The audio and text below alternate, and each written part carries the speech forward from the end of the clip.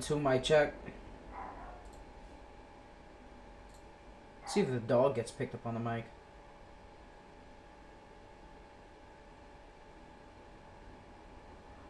Come on, bark, dog. Whatever. Alright. I'm starting out with the new Armored Core 6 Fires of Rubicon official gameplay trailer. Just posted by IGN today. Oh, this game looks so fucking awesome.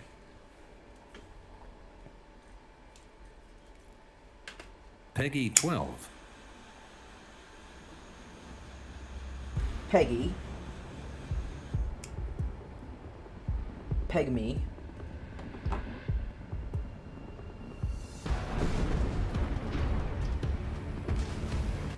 Oh shit.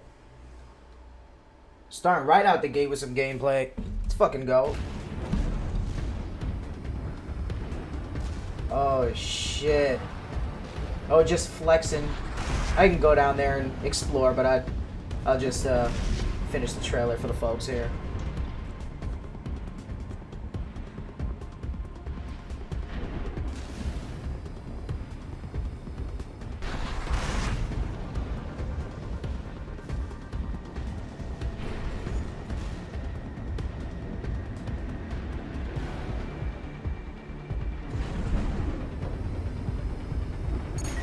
Oh, there's the enemies. They're so little. What up, pussies?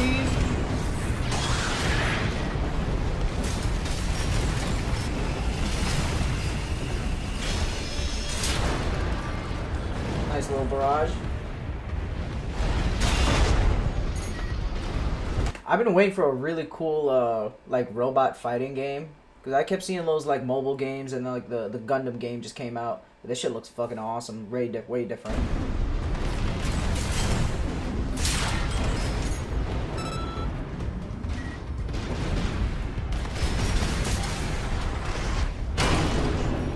Get the fuck out of here, bitch.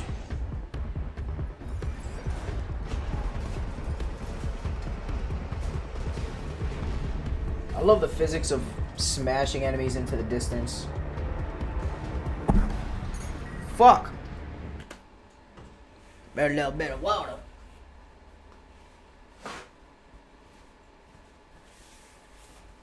One-way ticket to manipulation station at the gossip train. They stab me in the back. Just a little bit of water. Ain't no biggie. Done a little sprinkle on the floor like I took a piss. Ain't no peas in water. There we go. There. Let's go. Show me that shit.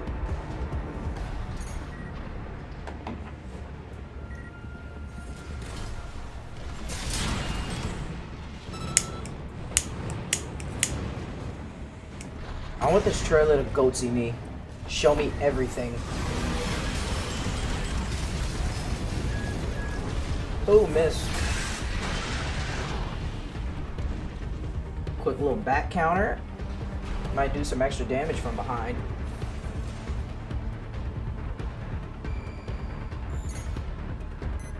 Oh. Saw a little bit of this before. Yeah. Popped up on them. Look at those little wieners. Hey, get those nerds out of here. Damn. Okay. Attack power, impact, consecutive hits, weight. So there's like a weight limit. Okay. Boost, current load, EN load.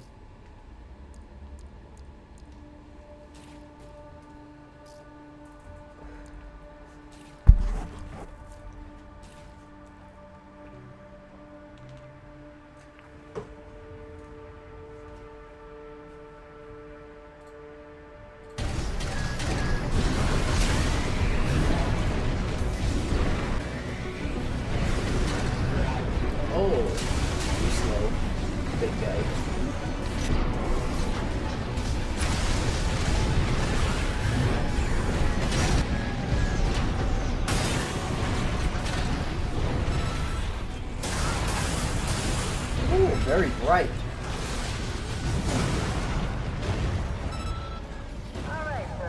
There should be an effect for these next-gen games that are coming out with these beautiful graphics to like lower the brightness of the particle effects.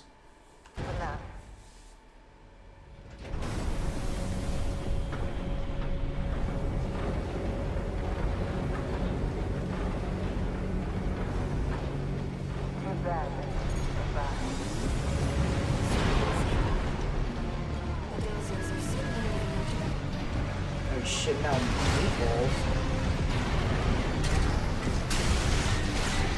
Damn, this is a big boy. What do you have to throw something in the slot? A little trickle. Woo! Damn.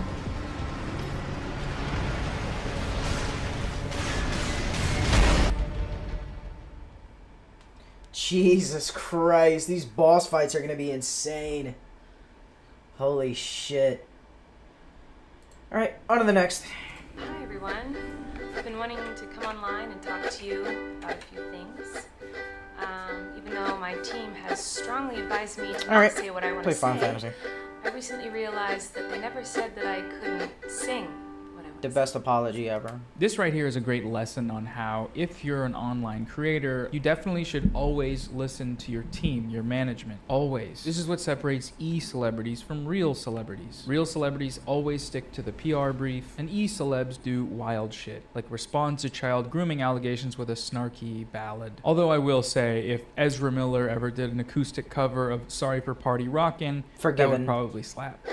The only thing I've ever groomed is my 2 Persian cats. I'm not a groomer. I'm just a loser. Yeah, so the thing about that is that those two things are actually not mutually exclusive. You can be a groomer and a loser at the same time. There's usually a little bit of overlap. As my great-great-great-aunt uncle used to say, not all losers are groomers, but all groomers are losers. Hi, everybody. If you're on the internet, you've probably seen the stuff that's been going on with this lady here, Colleen Ballinger, also known as Miranda Sings, the lady that was Miranda singing in the clip that I just played. If you haven't heard about all this, let me just briefly get you up to speed. Recently, some allegations resurfaced where a handful of fans of hers had said that she had groomed them as minors in a group chat. There were screenshots of inappropriate messages that had been sent, some like crazy emotional unburdening on the kids during her divorce, her asking for pics of a minor's rear end, shall we call it? Rear ass. Minor's butt. Minor butts. Minor butt. And the big one, the really weird one that circulated a lot, the fact that she sent her underwear to a 14-year-old fan. Because of these allegations resurfacing, some creators made videos about it, and now it's caught on like a wildfire on YouTube. Millions and millions of views, which is totally unrelated to why I'm talking about it right now. Colleen went silent while all of this was going on for about 3 weeks, but just yesterday she uploaded an apology video. Well, it's actually not really an apology video. It's a music video, and it's also a deflection video. It is absolutely wild and hilarious, and probably the most tone-deaf thing I've ever seen, but it's amazing. So we're gonna talk about it real quick. To start us off, let's watch the first 15 seconds of her video. It's great. It's great. Greer.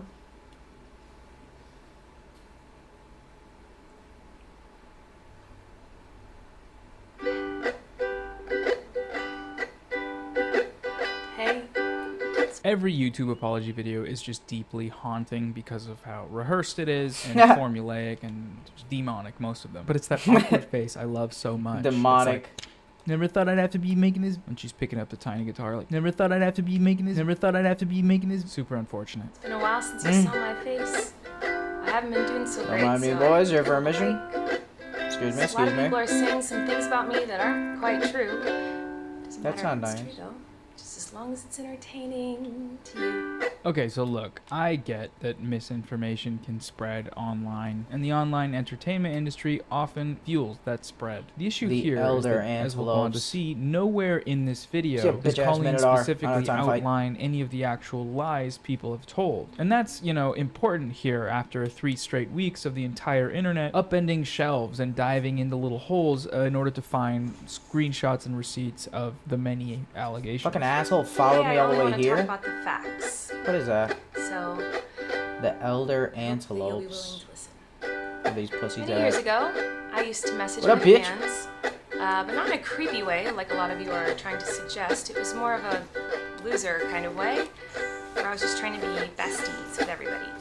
Today, I'm going to be sticking to the facts. Facts like me saying that I wasn't weird. Get over No, here, I Ollie. wasn't. I wasn't creepy. No, I wasn't. We did a study on it. We asked one person, me, if I was creepy and weird, and I says no. And that's a fact. Obviously, this is weird because she says she's going to address stuff, and then she just says, people are lying, actually. But You I'm not going to tell dipshit. you why. Specifics, evidence, examples, evidence, examples, evidence, specifics. These are super important things when you're dealing with something as serious as this. Specifics. But who doesn't love a beautiful, wonderful .mp3 file? The only thing I've ever groomed is my 2 Persian cats. It's music, and that's music it? heals all. Apparently, hopefully. All aboard the toxic gossip train. You're chugging down the tracks of misinformation. The toxic gossip train. You got a one-way ticket to manipulation station. This shit goes You know, kind one of thing hard. that a lot of the responses to this seem to be missing is that many of the allegations being brought to light, at least the serious ones, were addressed by Miranda in a video from 3 years ago. 3 years ago is when the original allegation video came out. And it was like a proper apology video, apologizing for a few different, controversies in the past. So you might be able to empathize with the fact that someone who feels like they've dealt with the issue and already talked about it, it's an open and closed thing, would see a huge trend of people talking about what she thinks is those same things as being, unfair and dishonest. But I don't think she actually watched any of the videos or paid attention to what people are saying. And obviously leaving all of that context out and just singing about how everything's toxic and wrong is ill-advised. The only real way to read this as a standalone video is as someone denouncing serious and quantifiable allegations as just a heaping pile of that hot toxic goss. Gossip. It's kind of like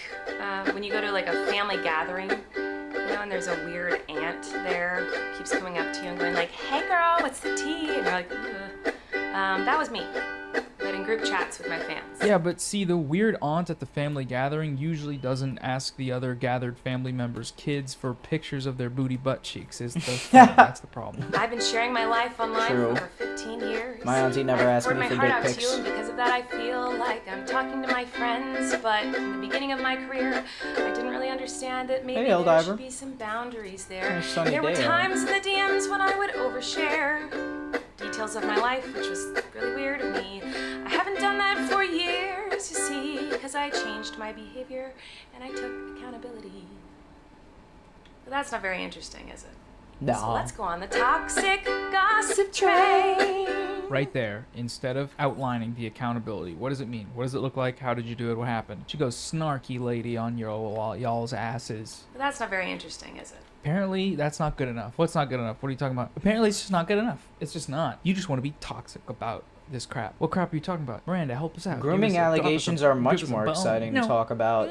The nature of the term accountability is kind of interesting, I think, because on the one hand, it can be totally nebulous and vague and potentially unsatisfactory. At what point is accountability reached? In a lot of cases, it can be weaponized and held up as a situation where accountability here hasn't been reached. So the continued social ostracization is therefore justified. But in this case, I think most of the people seeing this have no context as to something like her apology video. Which again, I'm not saying that was enough or that addressed the most recent wave of information. But it was at least something, some form of accountability that at the time was received well. And so again, I think for a lot of people, the only way to interpret this is her just going snark mode and goddamn brushing smoke off the dust, victim's could see testimony. shit. But that's not very interesting, is it? Because there's no context. There's nothing. Dumbass. You're giving us nothing, lady, and it's all what big is about.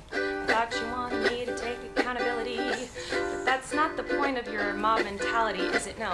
Your goal is to ruin the life of the person you despise while you dramatize your lies and monetize their demise. So here she's pretty accurately telling the story of how online cancel culture works, but she's doing it in a vacuum. And we all know what happens in vacuums. You get Get 'em, it gets team. covered in dust and hair and cat hair and it smells, and it's a mess. Applying this definition to her situation without first establishing any ill intent or motivations from the people making these accusations, it'll end up like this every time. Shit. This could not be more of a nightmare for this content creator in terms of just a lost in translation as to what is trying to be communicated here. I feel like I can already hear the comments on this video. She's gaslighting, manipulating. Oh, she's a narcissist and a rat.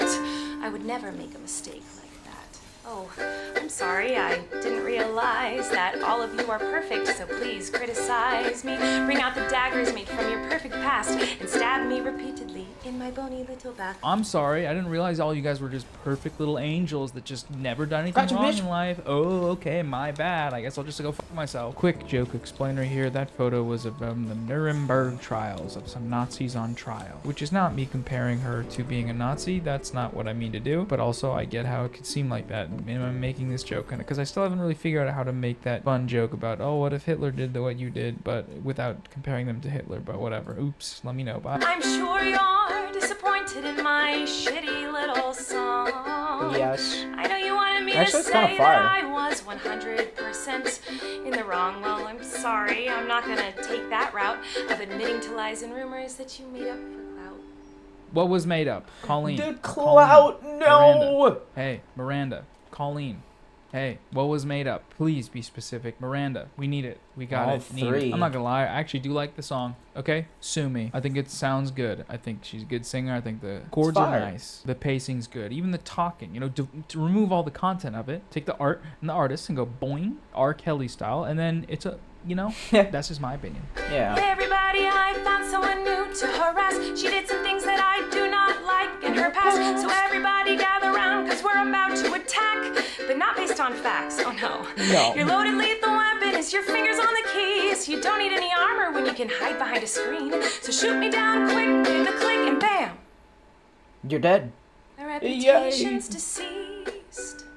The trouble is, again, what she's identifying as the internet's need to get someone to say that they're 100% Shut the wrong. fuck up, It doesn't Blacksmith. end there. It doesn't just, people don't just Let me leave go you my alone way. and stop making content about it. But this is not. You got a new how weapon?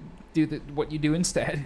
I love framing child grooming as things you don't like. She did some things that I do not like in her past. What is yes, that? It's only is blue. It can't be something that good. we don't like, but That is calling it Excalibur just blue. that something we don't like isn't really telling That's a the full purple story, shit is it? before. Okay, I guess we're just canceling everybody for doing things you don't like just because you disagree with it. You're gonna I'm go coming and back for cancel that. Hold people. on. I also wanted to take a minute to talk about that girl Miranda sings. You know the one.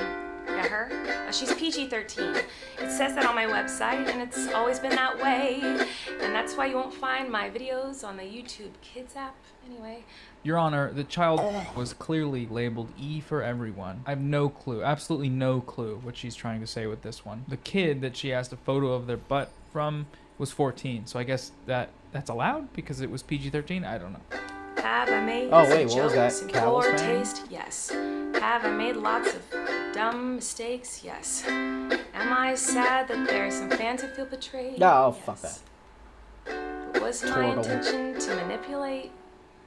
No. Oh, okay, great. Thanks for clearing that up. Pack it up, everybody. She didn't mean Torgal, it. what are you Colleen, doing over there Miranda, bothering In Sharon? all seriousness, though, She doesn't have shit. intent rarely translates in you situations doing, like man? this, where what you did or what you said Sharon, and what you don't meant to mind do him. or say, it's not actually super important. At least not in the case of a controversy where the focus is on what you did. But what do I know, man? I don't know. I'm just a guy. I think there's two possibilities here. I have one more she had like monster an from Kupo idea to of kill. doing a goofy goober style thing where she drops a hit banger song and then everybody changes their minds and the tide turns on the battle What a and she puka- wins the online war. That is the only way I can see doing something shaking like your this. ass. Give Unless that it's number quest. 2, which is that she was actually trying to commit career suicide. I don't know why necessarily she would do that. Oh, It we have doesn't the really make Bomb sense. and, She's a the super Bomb King successful and Breaker of YouTuber. One of the best Worlds. like business YouTubers in terms of Let's see turning where they the are. following into like merch What up, and Got? tours and things like that. She has a Netflix show, other stuff like that. But also getting a bunch of people calling you some wild stuff for 3 weeks straight can like do some crazy stuff to your head. And this could be one way to cope. I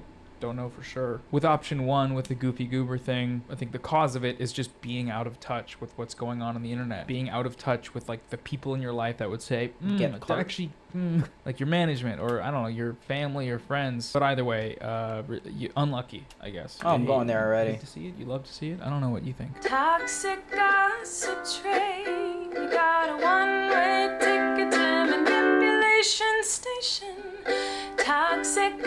gossip train. You tied me to the tracks and harassed me for my past. Rumors look like facts when you don't mind the gaps. I won't Lady survive Sharon, in the crash, take this ruby. but hey, Popped it out of my asshole earlier. Must have gotten stuck while we were traversing the mines. I'm telling you, it's a good song. Don't mind the gaps on the toxic train. Mind the gap. Come on. Credit where it's due. You made a wonderful song as you planted a pipe bomb in your small business headquarters. Oscar or Emmy or You Grammy assholes, for you. just give me some good gear. sometimes people make a mistake, and it doesn't make them a horrible person. Whoa. Sometimes people can make a mistake, and they're still a good person. Crazy, I know. This last part is kind of wild because you can tell she's like reading the lyrics off of a screen or off of somewhere she's Sid's written goblet? on paper, maybe, who knows. And it really drives home the fact that this What whole the thing fuck was, is like, this? rehearsed. Like I she can't do sat anything down, with that. wrote it out, practiced it, probably a bunch of times, and then recorded it. And obviously it was rehearsed. She did the whole thing, like she did it all. Of course it was rehearsed. We all know that, but doing it all in one shot maintains that sort of in-universe continuity that this person's just doing this thing, and then that third wall Alright, breaks when so she we got a looks lot down. of this, Nah, most of the why desert. it's one of the reasons. We got a little bit thousands of left to reasons why explore. It's a bad apology video. But again, everything she's saying here is true in a vacuum. All of these things about people celebrating online when people are getting torn apart, about how the moral justifications for going after people over and over for something they did, maybe a social transgression, are almost never proportional. They almost never actually rectify. But is, harm. whatever. But that is irrelevant to this video. At least Am I I think playing it for is. You know, I wards don't or know. Let me something? know what you think, because the main story for me to take away from here is that this Yep. is wacky stuff. I'm covering trending topics. I'm boom, Just a boom, friends boom, boom, list. boom. All right, bye everybody. List See of ya. all my Bye, bye. followers. Do the bounties next.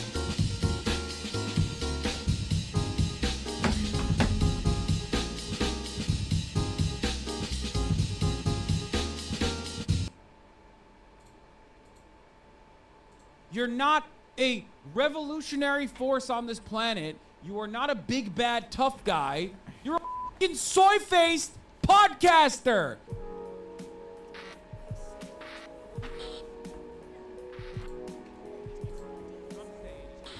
We're in a historic time because we are currently in a podcasting renaissance for dudes with terrible opinions.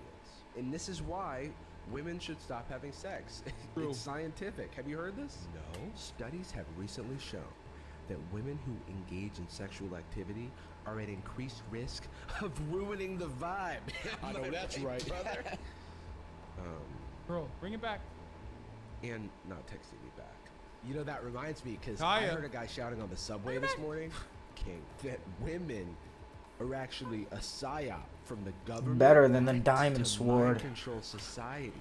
And that Bomb ender. Okay, I need that. We Woo! gotta get this Alright, going. I alright. don't know where Let's this get this trend stuff going. started, probably like Hunter's 34 wasp. AD, but I Oh, know it it's said reached wa- a thought it boiling said point recently with washcloth. Fresh and Fit, which, as far as I can tell, is a podcast about calling women dumb. This is the perfect example that you can be dumb as a girl. Alright, I'm coming back with the bomb shit. Fresh and Fit revolutionized the misogyny podcast format. Instead of just having two men talk amongst themselves about meat or whatever, Bomb they King's bring probably on gonna be 10 hard. women to talk over. And when they're not Kind of yelling at annoying to them, fight. they're asking the women leading I don't really get questions them. about promiscuity. Like for If you didn't buckled. care and it didn't matter, you would say your body count, but it doesn't Alright. matter, which is why you don't want to say it. No, That's the it's point. just because it's private. Whether they would give up Instagram for a man. I think if you're in a serious relationship with a girl, she should not have an Instagram. That's cheating, especially if she has scantily clad photos of herself on the internet and she's not making money off of it, which a lot of women tend to do. And why their standards are too high.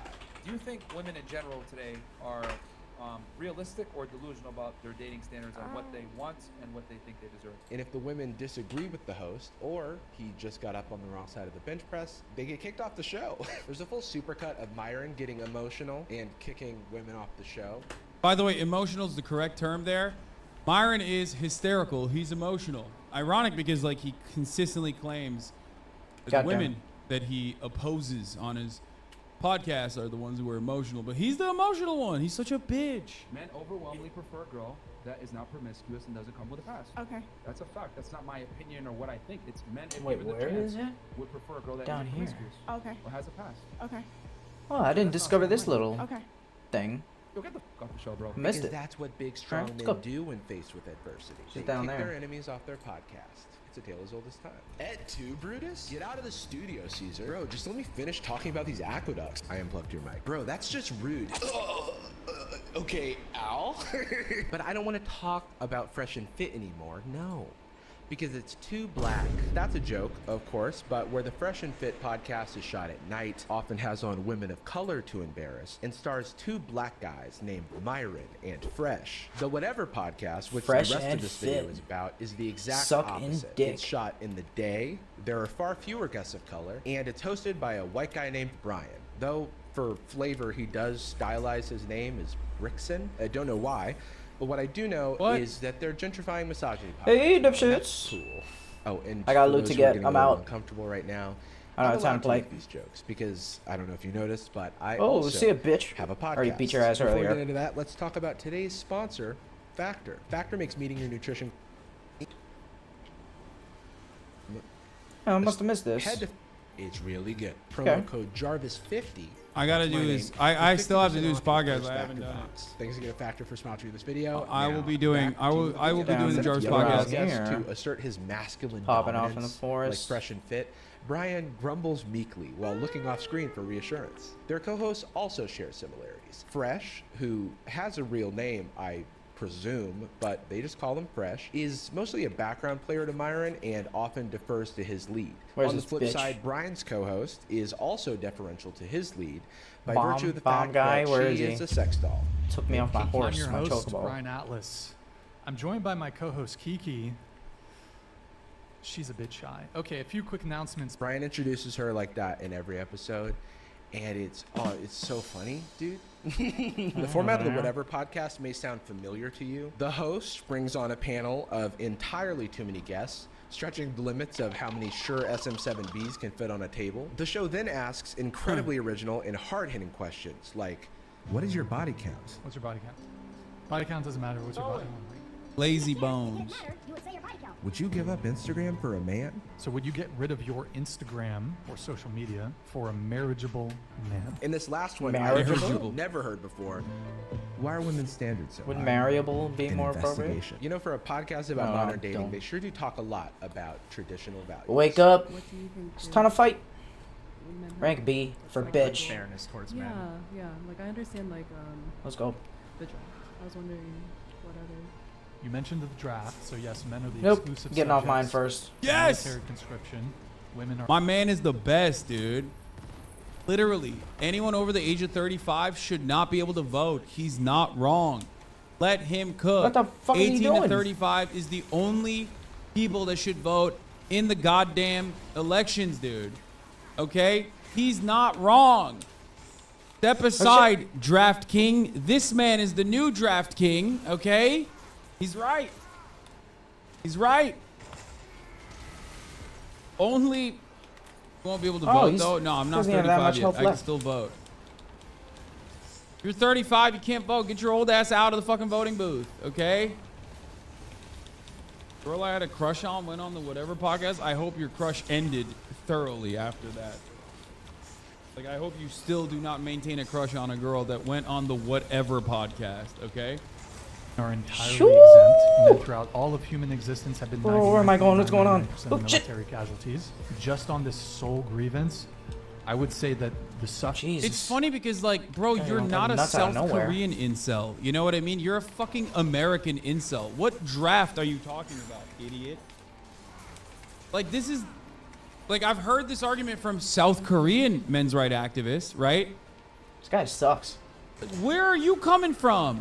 What do you mean, dude? You're in America. There's no fucking forced military conscription. Shut the fuck up.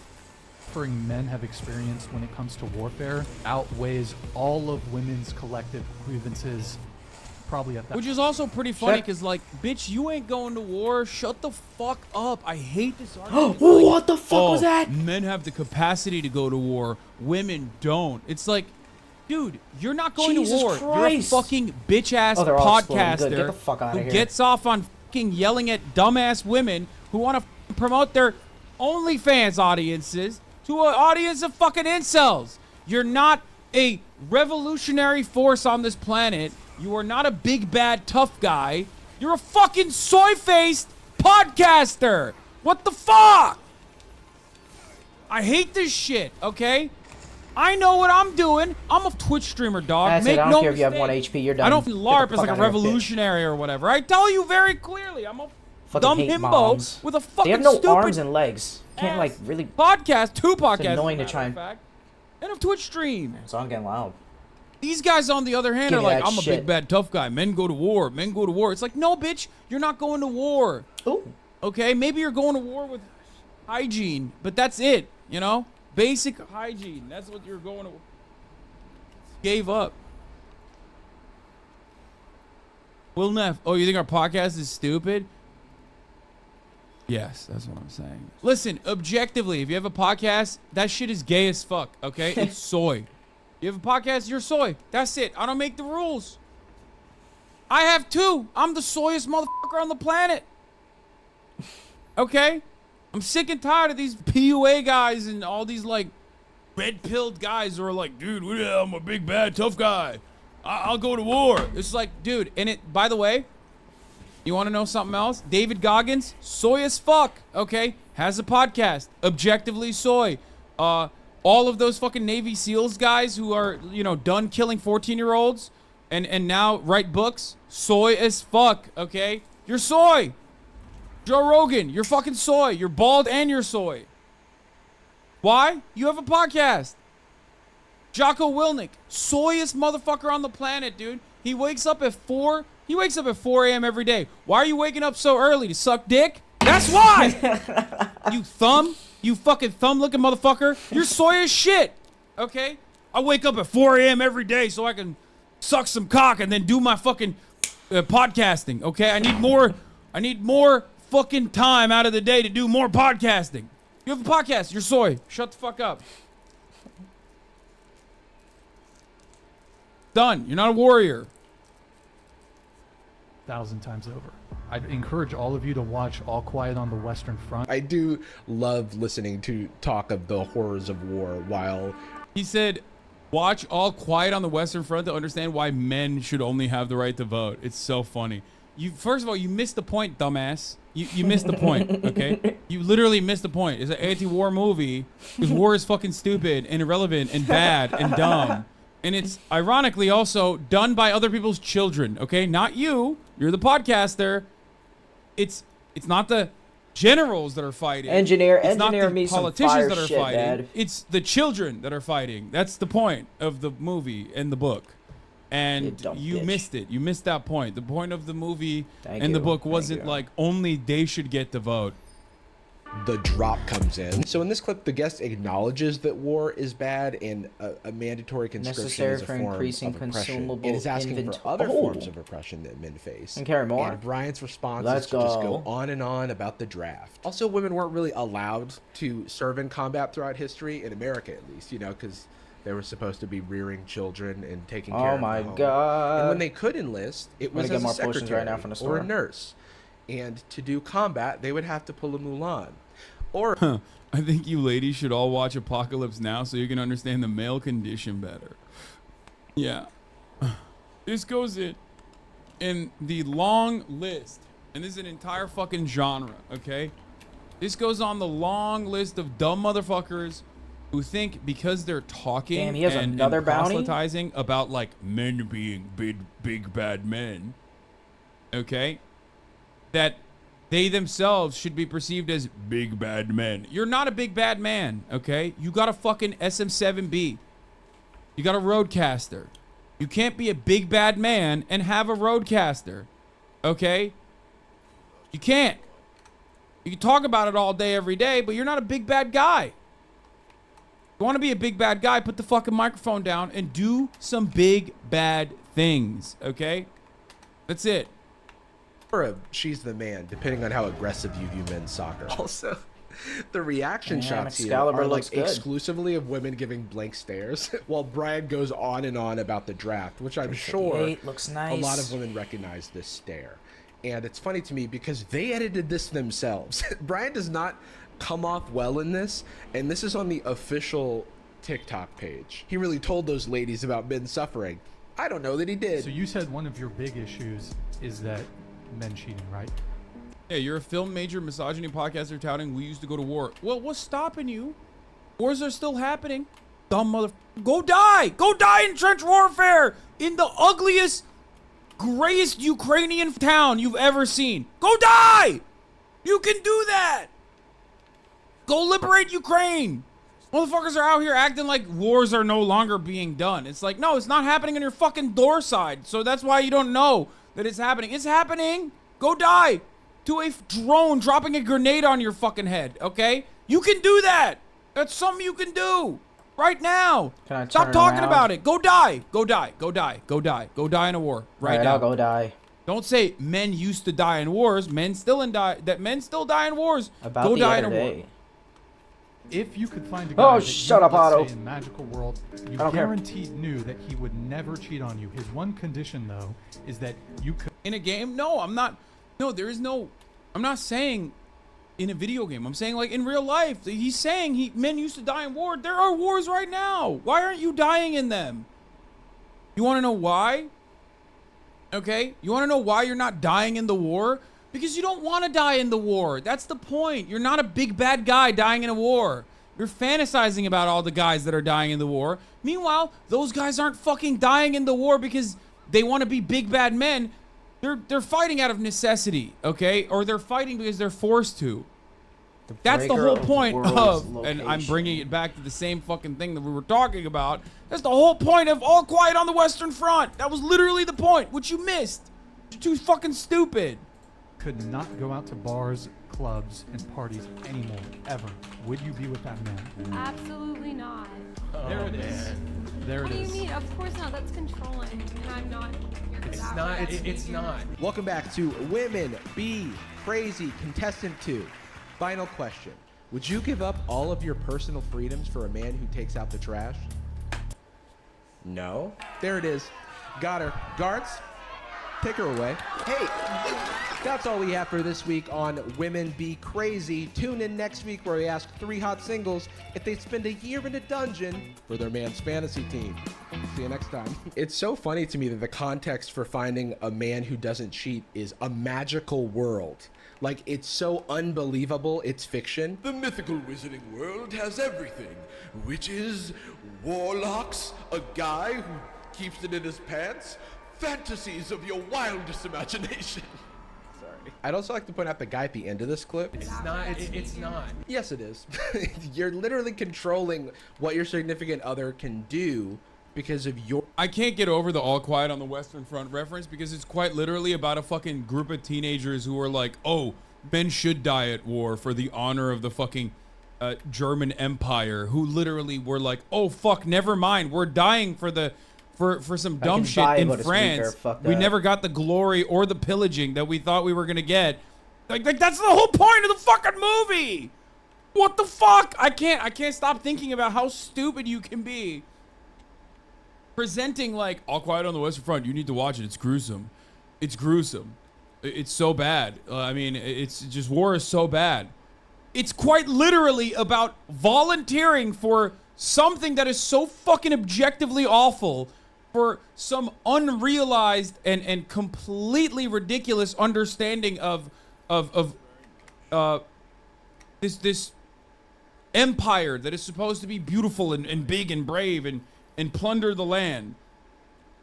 Like, there are so many moments where you're like you're thinking that like the French women are gonna come want to fuck you because you're so good.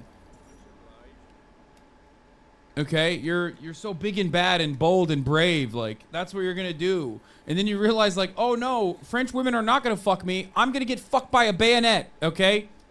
What the fuck? Your own insecurity that they'll cheat on you.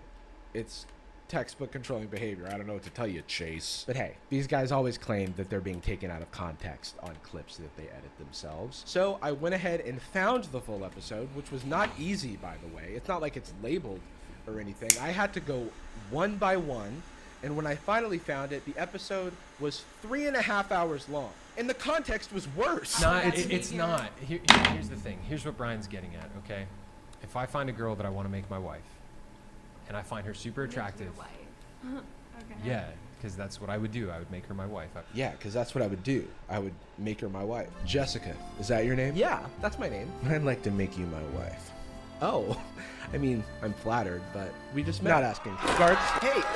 You are a feminist. You're 100% a feminist. That is You are a little feminist, aren't you? Look at me, equal rights. Blah, blah, blah. She has opinions. This is adorable. If I found some great woman, she's beautiful. What I up, wanna make her my Chocobo? wife. Okay. If she's like, yeah, I want to go out to clubs all the time without you, it's like, okay, I shake don't that want that little because ass. what happens is beautiful women go to clubs and they get hit on by chads. And I'm scared. I don't. Yeah, I've said this so many times, but like 98% of commentary from like the men's rights guys can be reduced to like how deeply insecure they are about their own sexuality, how deeply insecure they are about their own prospects, how deeply insecure they are about not being an adequate partner. It's a constant fucking back and forth where they're just like, Minotaur, oh, what if Jesus, there's other fuck, leave me sexy alone. guys out there? What if they got, you know, better dicks than me? What if they fucking make more money than me? Like, your worth to your partner wouldn't be God, just your what a material fucking ass. possessions. Leave me alone, bitch. Or any of those insignificant things. Fucking whore. If you didn't have such a transactional understanding of relationships, okay? You insecure Jill. fuck. What I a hate badass. the I like Jill stupid now. advice these guys are giving to Chocobo other yet? also insecure men. It's so fucking dumb. God damn it. Guess Thank not. you for the 50 gifted subs, 34 MKD 50. Can I get my fucking chocobo? Have you ever been cheated on? That seems to be the biggest fear these manosphere guys are afraid of and cause them to snap. I have not been cheated on.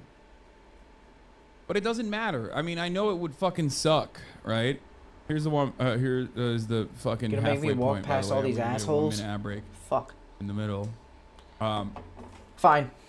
Let's I go. love the answer always is that you know of. Like, that's a you thing, dog. Okay. I love that. I love that idea. It's like, no, I love that. I've been cheated on, so you must have too. You just don't know about it because your partner who cheated on you was just like better at hiding it. You know what I mean? It's just like, nah, that's just you. You're reinforcing that paranoid behavior. Okay. All right. We're about to fight a Anyway, god. you might be trolling, but Ass there's rank, plenty of bitch. people in this sphere of podcasting that legitimately do believe that. I don't Let's want go. a Chad to steal my wife. There's no way my wife could resist Come on, a Chad. Daddy. Look at him. This worldview is so common. Just get in this these- loot before Yeah, we start. you would not get cheated on. Well, by Need the my way, clam this is, I'm shells. not just saying like, okay. Before we There we go. want to make something clear. Okay, cheating is bad. It's wrong. It's immoral. If you've been cheated on, it's not your All fault, right, let's okay? go. Understand that before we move on. Unless you're that guy. If you're that guy, you got cheated on because it's your fault. Straight up. Okay? I'll say it. Let's go, bitch. If you got cheated I don't have on time for this. and you're that guy, it's your fault. Okay? You pushed your partner aside. You were a nervous wreck all the fucking time. And your relationship was spiraling out of control. And, you know, Dumbass. your partner decided this is the only way I can just like bring some control back into my life. Okay? circles, and it's rooted in insecurity. Like, if your girlfriend is getting attention from men, which you feel is threatening, and your response is to control her access to the world, then that's just controlling and very insecure. This woman then clarifies that she's only talking. Dog, I love you, but this ain't it. No, this is it, okay? In 99.9% of circumstances, you're not at fault for being cheated on, except for those guys. Okay? Sorry. Get mad at that all you want. It's true. Talking about going out with her friends, but that shouldn't even matter, because if your relationship is... The motherfucker said, dog, this ain't it. Even if you don't do So that, slow, you bitch. can still be cheated, to be fair. Oh my god. Oh my god. Oh shit. I hate having this conversation. I hate having most conversations on Twitch, but especially this one, because I'm not having a conversation with a human at this point. I'm having a conversation with your insecurity demons, okay? I'm not talking about you. I'm not talking about your own personal experiences. I hate having motherfuckers trauma dump in the chat and I have to fight their trauma demons. Like I have taken the form of their trauma demons, and I'm just like tormenting them now. Holy fuck. Jesus Christ, dude. How do you not lose your mind? I have. I've lost my mind. That's why I do this every fucking day of my goddamn life. Okay? Only surviving because your girlfriend hasn't been in the same room as a Chad, then you're in the wrong relationship. Trust is a fundamental part of relationships, and these men seem to fundamentally lack it. They believe that if their partner tells them that they won't cheat, then they're fucking lying, and they're actually always looking to cheat. And so then they have to quote-unquote mitigate risk, but I'm sorry, that's just a bananas way to live your life. Here's an idea. Trust your partner, and if they... Okay. Jarvis is such a fucking Hasanabe head. Come on, dog. Damn. That oh my god.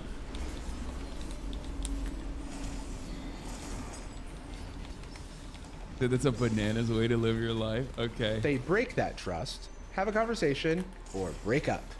It is a much healthier alternative than locking them in a anti-Chad fortress. If you go out once or twice a year with like it's some birthday party, I think that would be okay, right, Chase? Yeah, it's fine. I'm not saying you can't go anywhere. You can go to 1 or 2 birthday parties a year, right, Chase? Like this woman has to ask Brian and Chase if she's allowed to go outside. These guys are so transparently sad. I don't know why they don't realize that the hottest normal person equals Hasanabe head. First of all, I do know Jarvis is a Hasanabe head. I'm a Jarvis head.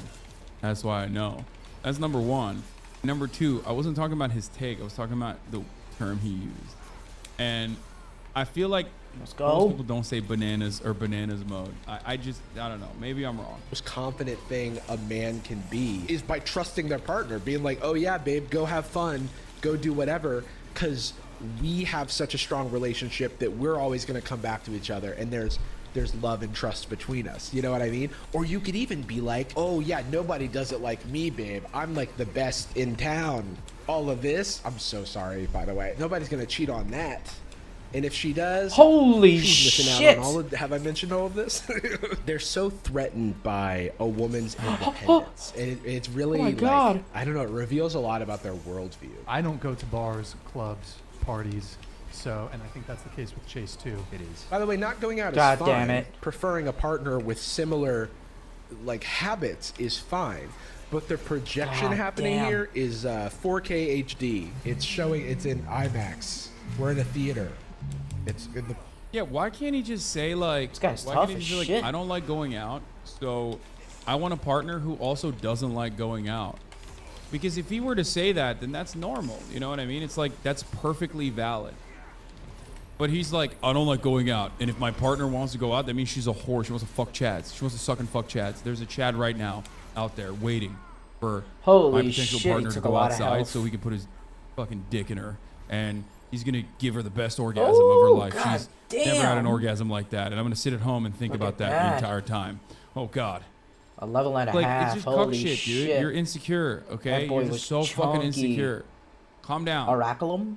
It is projecting.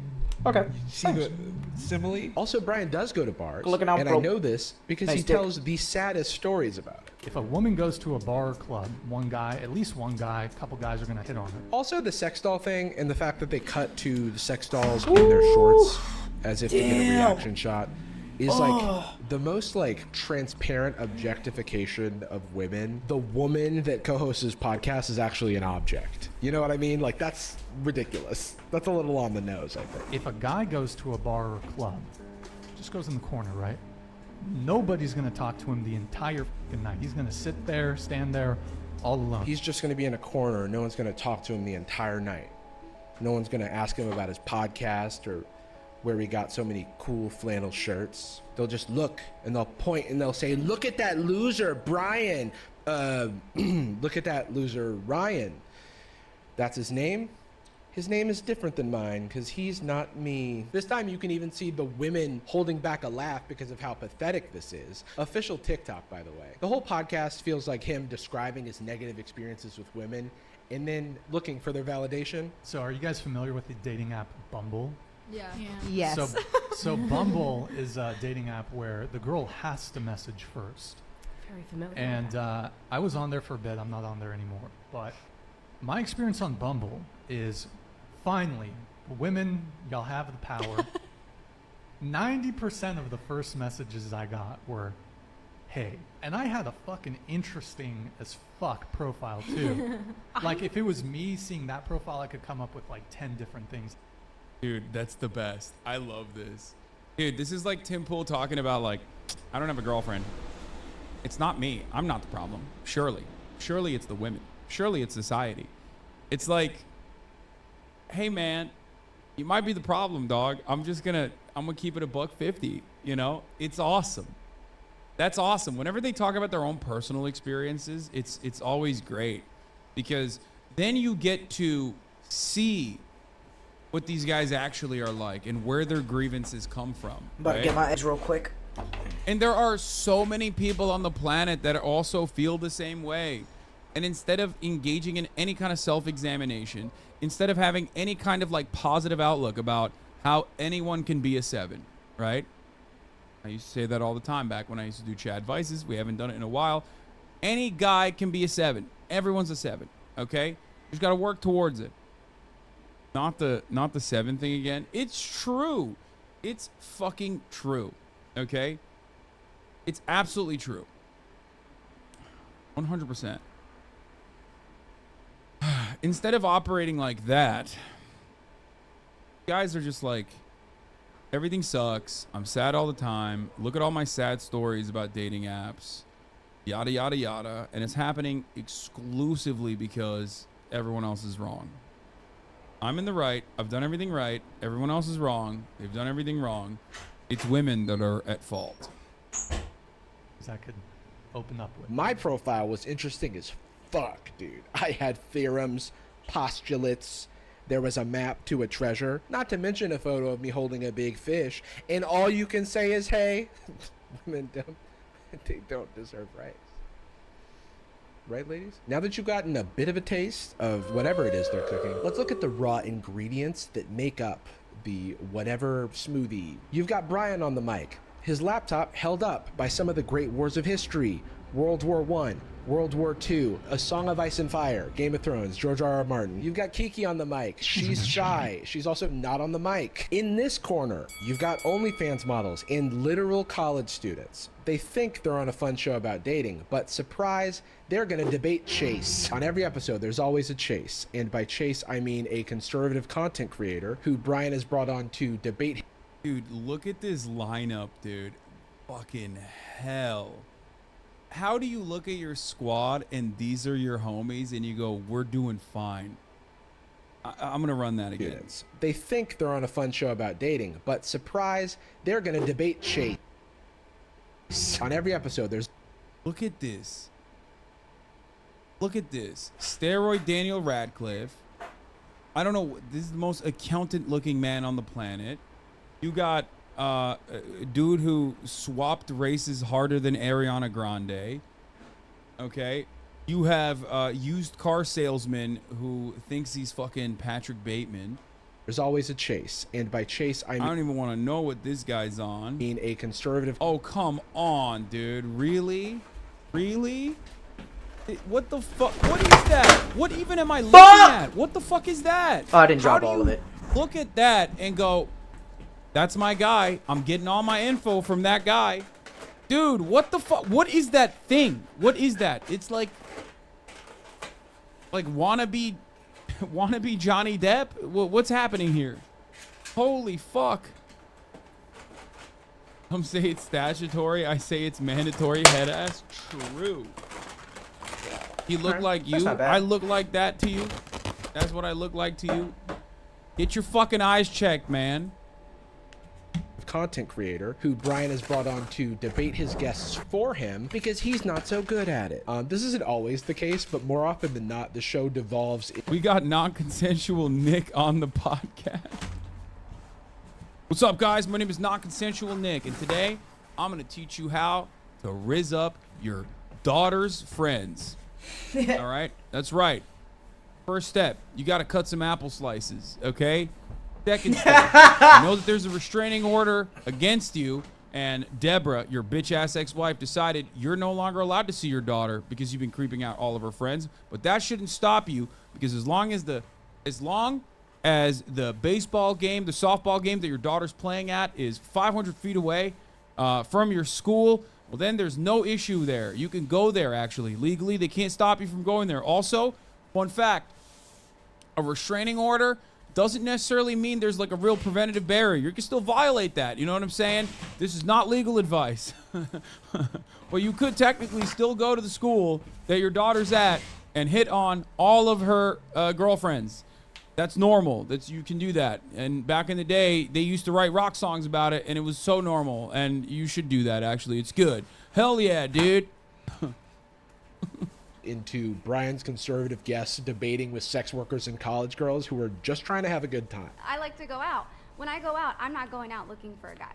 Yeah. I'm not going out looking to flirt. I want to jam. That's what girls say. Like Mr. Make You My Wife, Chase, is a super conservative God guy on Twitter with a big following and hashtag pureblood in his bio, which I thought was a race thing, but it turns out it's just a COVID. No, it's anti-vaxxer. Come on, man. You got to know, pure blood means they did not get vaccinated. Thing. Awesome. Oh, and hashtag Bitcoin. Why is it always crypto bros? They're catching a stray here for some reason. And then, of course, he had on that guy that defended domestic abuse. Trigger warning for that. You can't divorce. That's not a real thing. Even though it might be like physically abusive. You gotta endure. People nowadays are just For anyone that might be in that situation, what would you recommend? Okay. Yeah, it's not the dude that's doing domestic abuse that's a pussy. It's the wife that chooses to leave the dude for domestic abuse. You know? Oh, what a pussy. Just fucking eat it, dude. You know what you eat at the end of this? You eat Visine, okay, in your soup. That's what you eat, okay? There's two ways out of this. If you're a fucking abusive piece of shit, you either eat Visine until you fucking cough blood and die at the dinner table, or you get a divorce paper served. I think the divorce paper is pretty much the better, more humane alternative, okay? I'm just saying. Bro, it's literally all the debate bros that The whole squad is weird. I found this expired casting call for the podcast where they really just say it's a podcast about modern dating and relationships. So it did say that you could bring a girlfriend with you, but what it didn't say is that if you carpool, Brian will kick you all out together. Leave.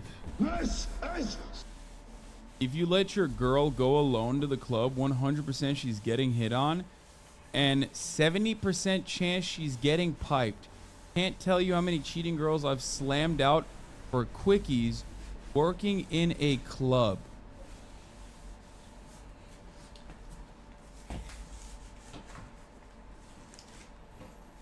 Over 50? Where's that club? What's the name of it? What's the name of that club? Over 50 twerking. I gotta see it. Motherfuckers watching sissy hypno porn every night.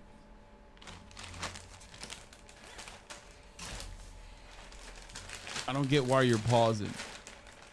Because that's your fantasy, brother. You've never done that. You're just fantasizing about it. Okay? What do you mean slammed out, dude? What are you, a fucking frat bro from 1997? What the fuck are we talking about? Slam pieces, bro. These fucking broads, I'm slamming them. Okay? Stop role-playing. You're in the real world.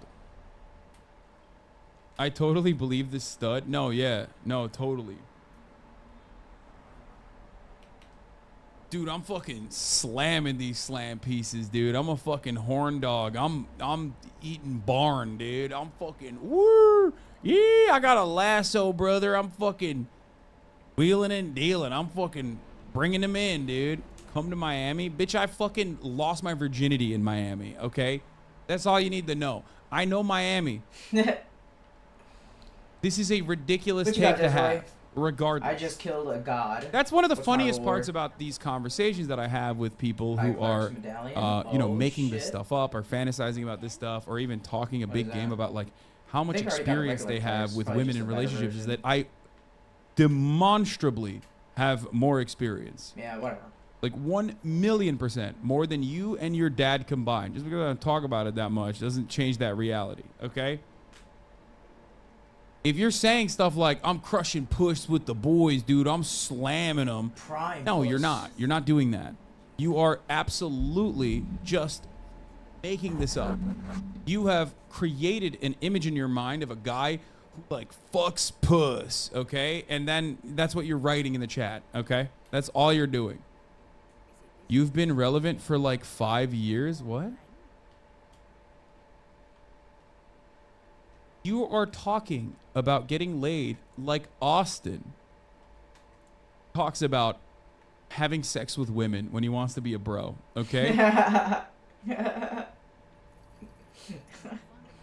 can get more meteorite. Give me all of it. That's what you're doing. Oh, You're being cringe. Don't make fun of me. Don't make fun of me. I'm slamming Max out puss. for 30K. Holy shit.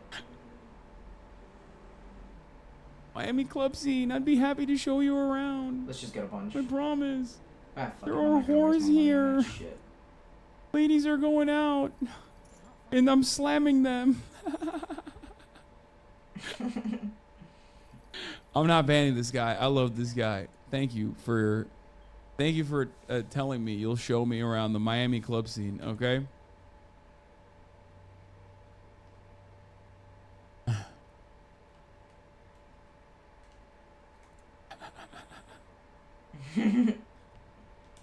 Austin has at least had sex with a woman before. That's true. Austin has had sex objectively with more women than that chatter. Didn't you literally work in promotions? I did. Again, something that I don't talk about too much because it's fucking cringe, okay? Incredibly cringe.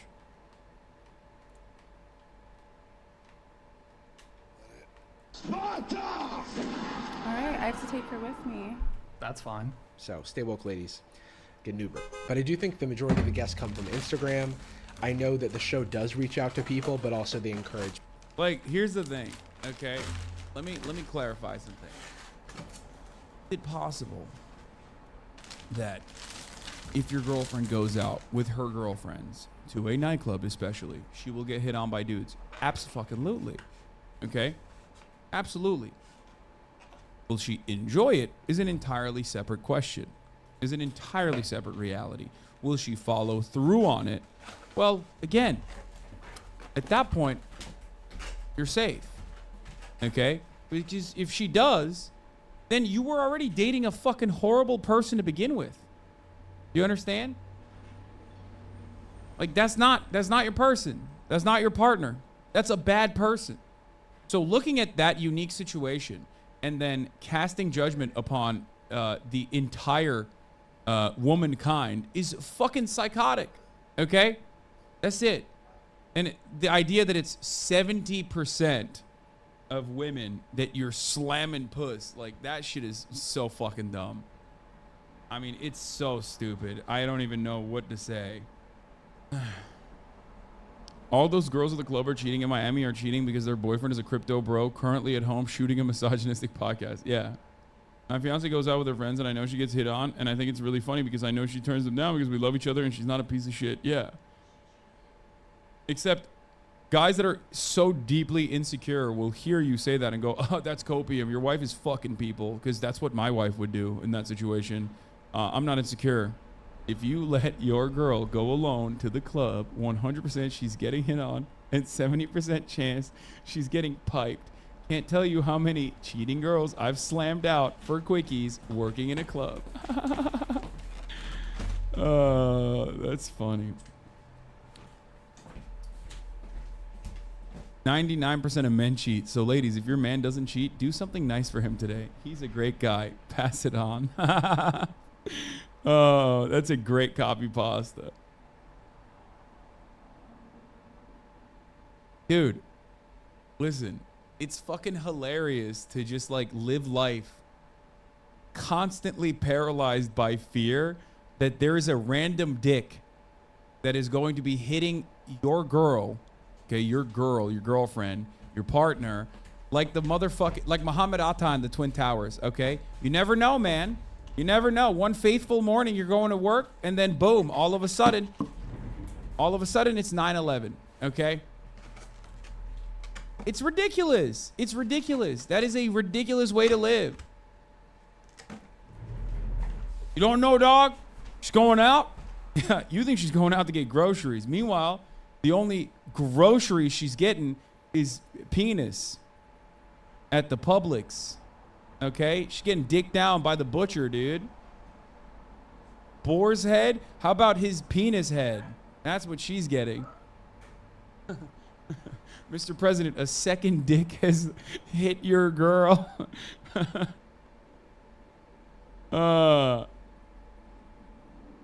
It's so dumb. Ay, ay, ay.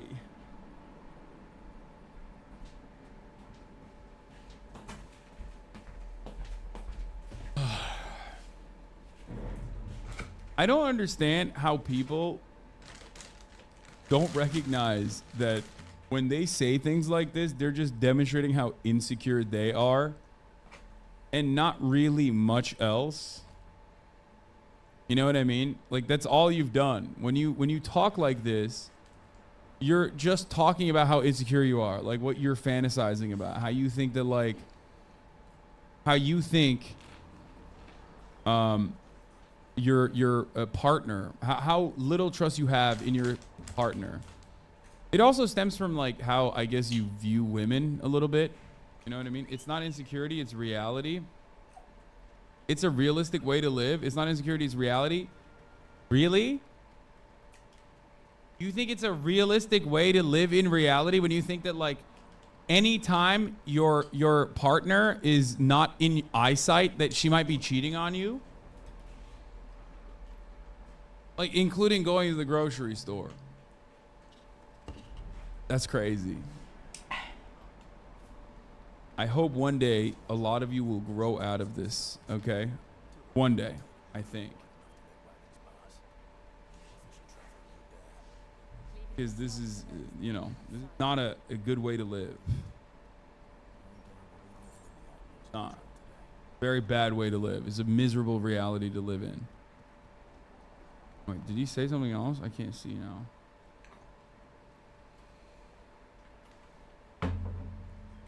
Let's finish eating. I fucked so many moms at the grocery store, dude. It's bananas. Yeah. Dude. Yo, when I was a fucking cashier, dude, holy fuck, you wouldn't believe the amount of puss I crushed, dude. I slammed so much puss, dude. You don't fucking get it, dog. I fucking slam puss. I be slamming puss at the grocery store, dude. Fucking hell.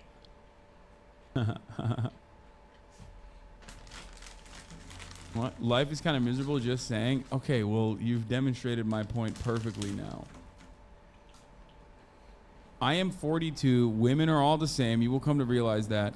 I'm 42, Hassan, and this guy are wrong. Don't trust anyone. Please understand that everyone has ulterior motives and people are selfish. Don't lock your girl up and follow them around, but always recognize their behavior and look for signs because they will cheat. Jesus Christ, brother. Who hurt you? Holy fuck, dude. My man, how are you going to be 42 years old and an incel? Like, that's crazy.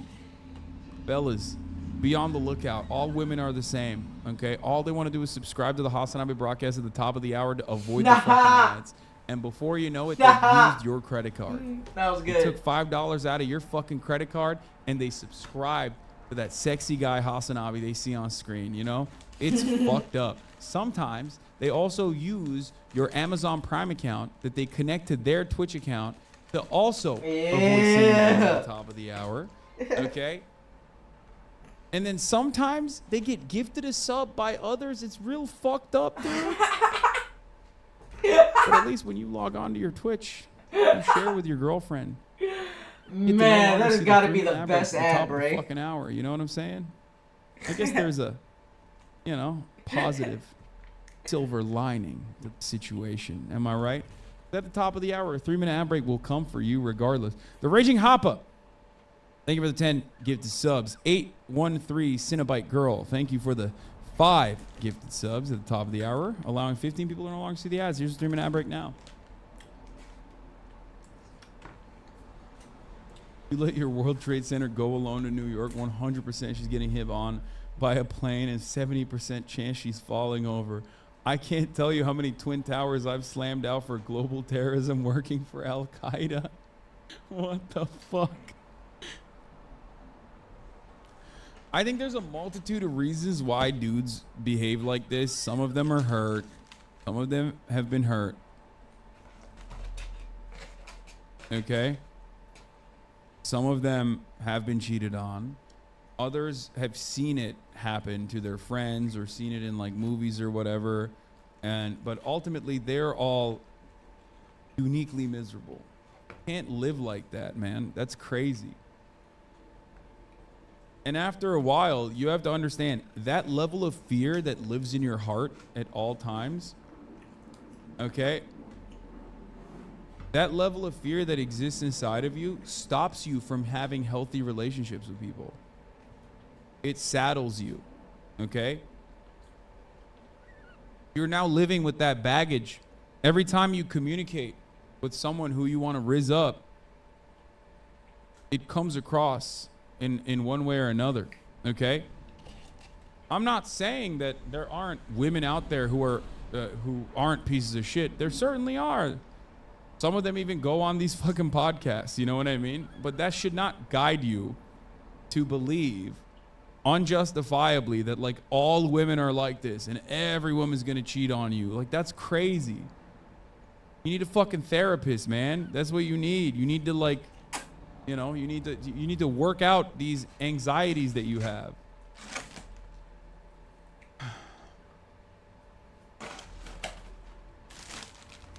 Have you seen this TikTok that went viral? Installs were using it as bait. 34 MKD 50. Thank you for the 50 gifted subs.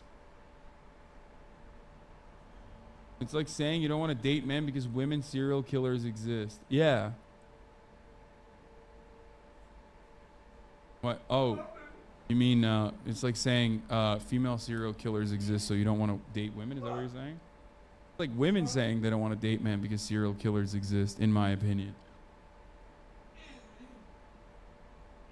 Because the likelihood that a woman, that your female partner is going to cheat on you is probably around, you know, maybe even more likely than you will be serially killed. You know what I mean?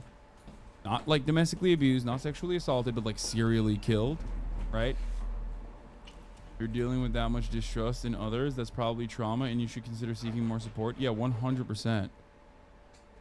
Piped right now. I just know it.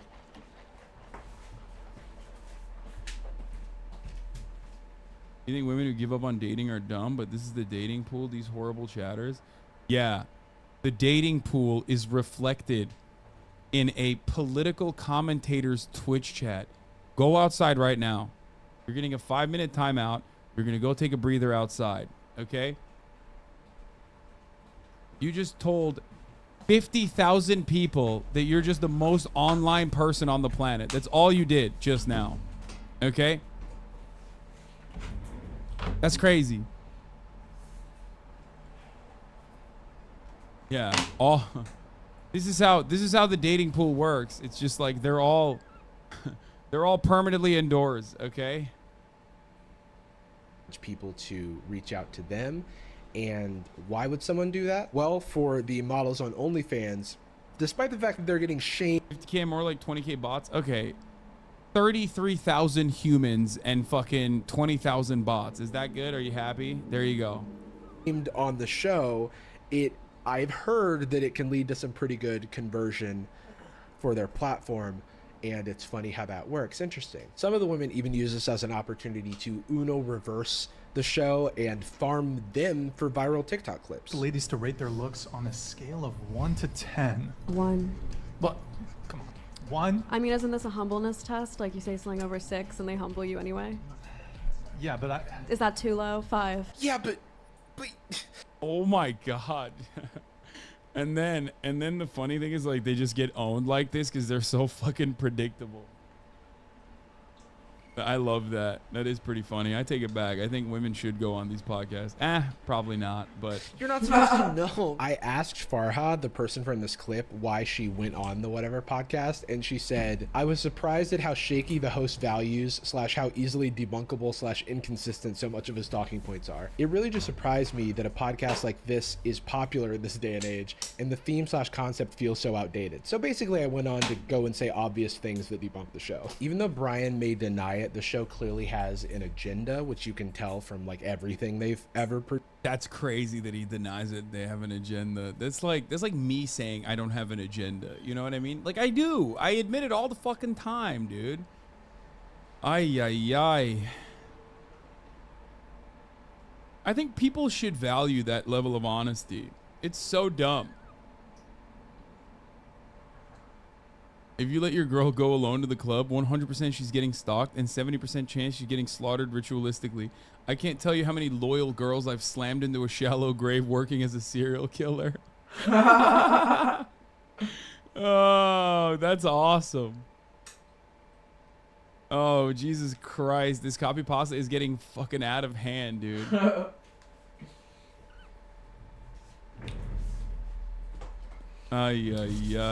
for the blunt. Your agenda is to serve children DraftKings ad, XU Karen. Yeah, that's my agenda. Get over here. Dude, you're never going to understand us because your body count is 100 plus. My girl is getting pounded in the living room right now. They always cheat. Produced. She thinks dating is hard for women. LOL. He like had to let you know what his opinion was. It's pretty funny. Like, you could have just left it. She rates herself a 10. Delusion. Brian kicked out disrespectful girl. Must watch. Vibe is so bad. It's really not. You're the one who made it all. It's been bad the whole time, and I'm sorry. It was bad when people started disagreeing with you. Coming on. Sorry. It was my fault. Okay. Well, you See can ya. go, really. You can leave. Get up. Leave. You're shaking too now. Hey, we're both shaking. Okay. Wait, you're literally can't hold your camera. You can leave. You can leave. Wait, what? I thought she said you were shaking. No. Dude, these guys are they're boss mode, dude. I'm going boss mode on a fucking 22-year-old. Okay? I'm going fucking boss mode on a yeah, you can leave. Major that like came a on king my fucking telling a peasant podcast, to dog. fuck off. She's a college sophomore, okay? And I'm going boss mode on her. I'm fucking kicking her out of my podcast. And that's what you're supposed to do. I'm hard. I'm fucking hard, dude. Oh, it's so sick. More like boss baby. True. Rage quit. Wow. Not to be dumb, but how do they even recruit the girls for the podcast? What do you mean? It's clout, dude. Quite literally, that's it. These are, look, in a lot of instances, okay, especially with like the fresh and fit ones, right? There is also a little bit of a self-selecting sampling bias, right? Like the people that want to go on a podcast like this are oftentimes gonna, they're gonna have like weird takes from time to time. Not every single one, but certainly they're there to promote themselves, okay? Because the thing is, these girls know that it's like a clever business decision to go on a fucking incel podcast like this, because those horny little incels, they never actually go outside. They never actually meet women. And the only time they can get like any kind of sexual gratification is by subscribing to the girls' OnlyFans. I'm trespassing you. You now have to leave. Get out of my studio. You are trespassing and you have to leave? Dude, what the fuck? He went NPC mode, dude. That's awesome. He went... Stop! You violated the law. Pay the court a fine or serve your sentence. Your stolen goods are now forfeit. That's awesome. That's... He literally did that. That's great.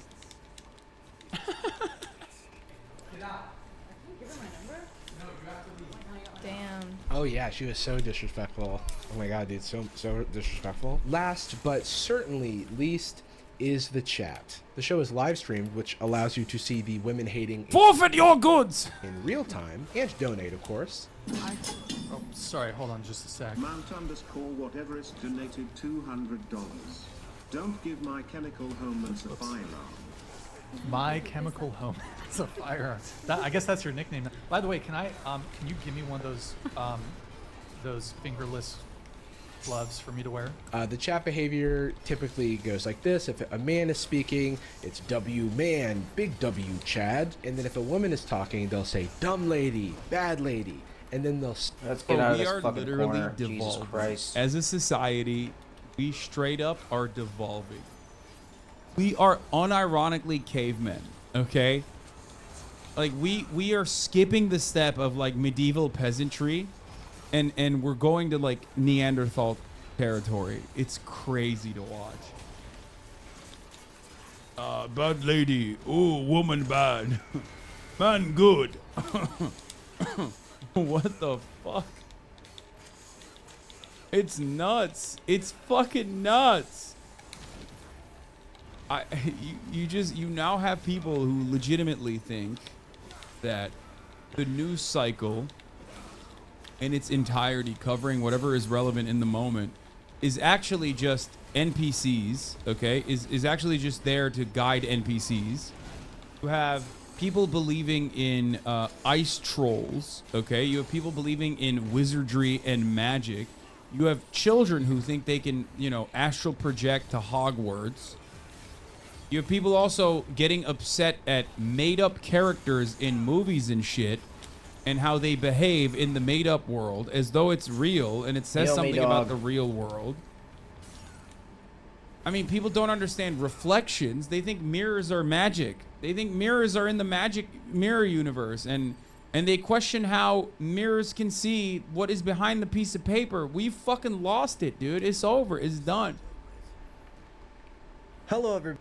Oh, what the fuck? This is the Colleen shit that you guys want me to cover, right? Spam 304, which is a little code, and it's the most middle school shit I've ever seen. I also saw 304 in the chat. What does What that does mean? 304 mean? Area code, probably.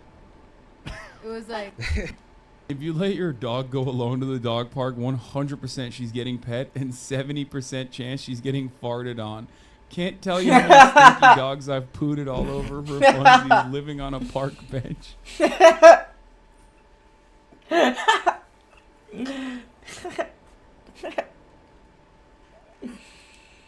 Oh, shit. Oh, no. What happens to the side quest? That's it? Dude. I guess that's it. Yo, that's so dumb. Stop.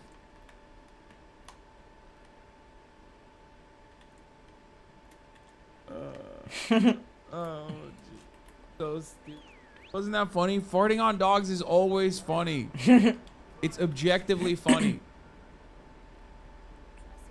Nice. They don't know. They don't know that's the joke. For those who don't have their TI-84 Silver Edition on take my hand, chocobo through if here? you type 304 into a calculator and turn it upside down, it spells ho. I gotta pee. So thanks for coming to I'll be class back. today. There will be a quiz. 304 caught lying on whatever podcast. 304 with double standards. It's like everywhere. It's like a universal code for incels. 304 is a little nostalgic for me because it takes me back to a more wholesome time where we used to spell hello and boobs in our calculator. Sounds like these guys need a 5318804. Oh, so there's no going down. It's not a ladder.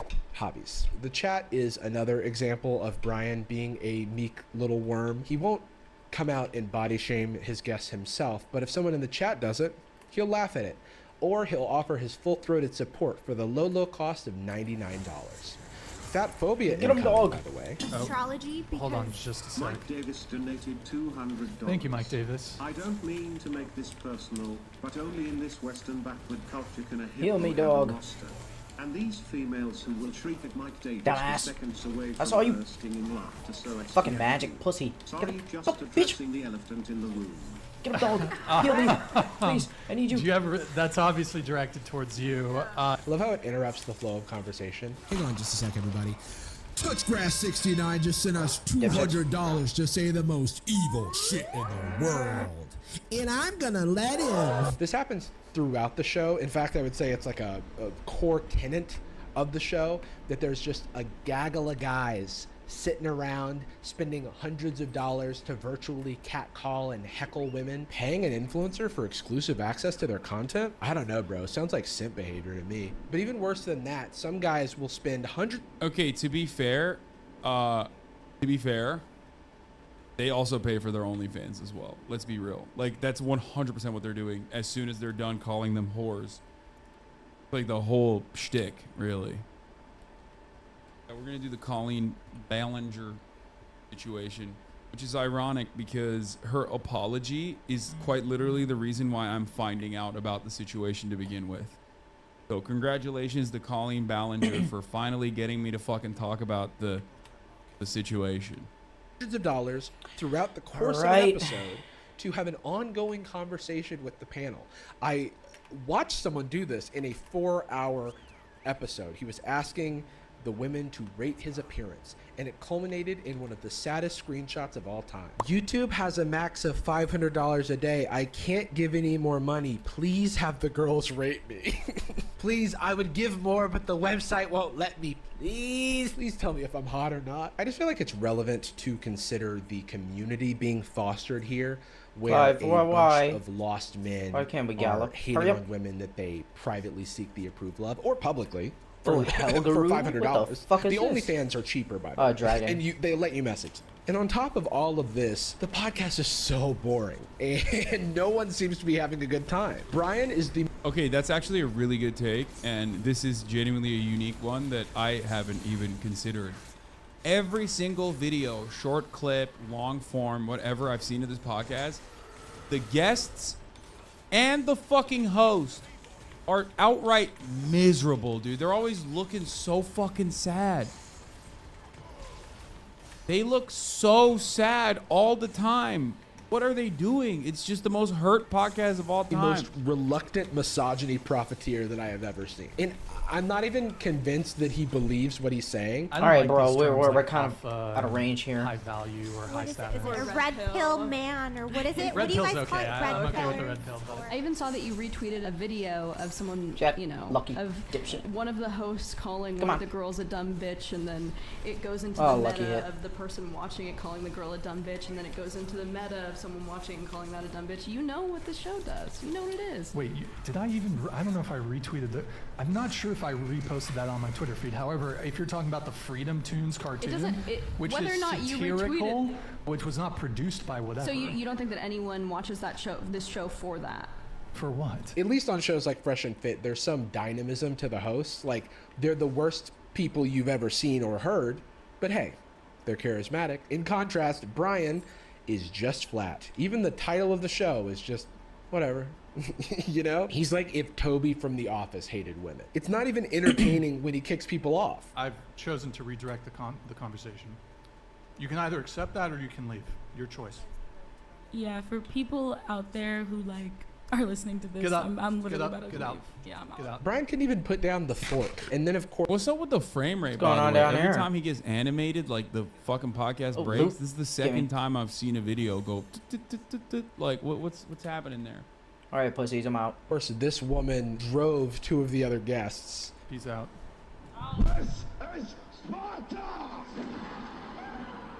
See ya. Damn, he's a fucking bad bitch, dude. He's so sick. I love kicking women out of my misogyny podcast. My feelings hurt. So bad. So like, cool. What men do. Kind of like going to war, but like way more soy. You know what I mean? It's like, please leave the podcast. You're hurting my feelings. I don't like it. I don't What up, like antelopes? having my feelings hurt. Not here to murder you. Basically, I'm Enjoy the same as yourselves. The guy going to war doing trench warfare by yelling at random college graduates and freshmen. Those birds over there. The sophomores.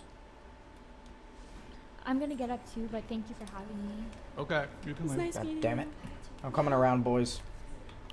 Nah, you can't sit here. You gotta get out. You gotta get out. We drove together. Okay.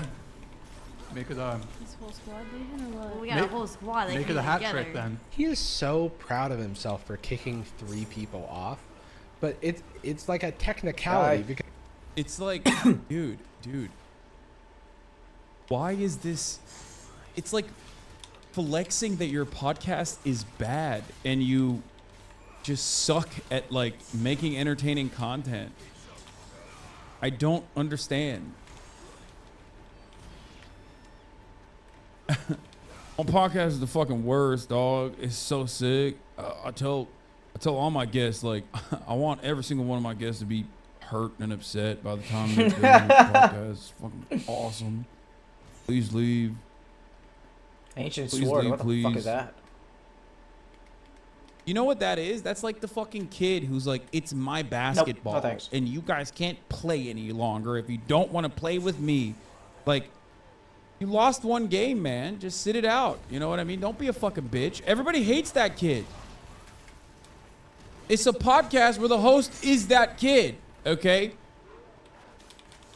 You fucking crybaby. And all these goddamn losers, I assume, in his audience are also that kid. And they're like, here's $500.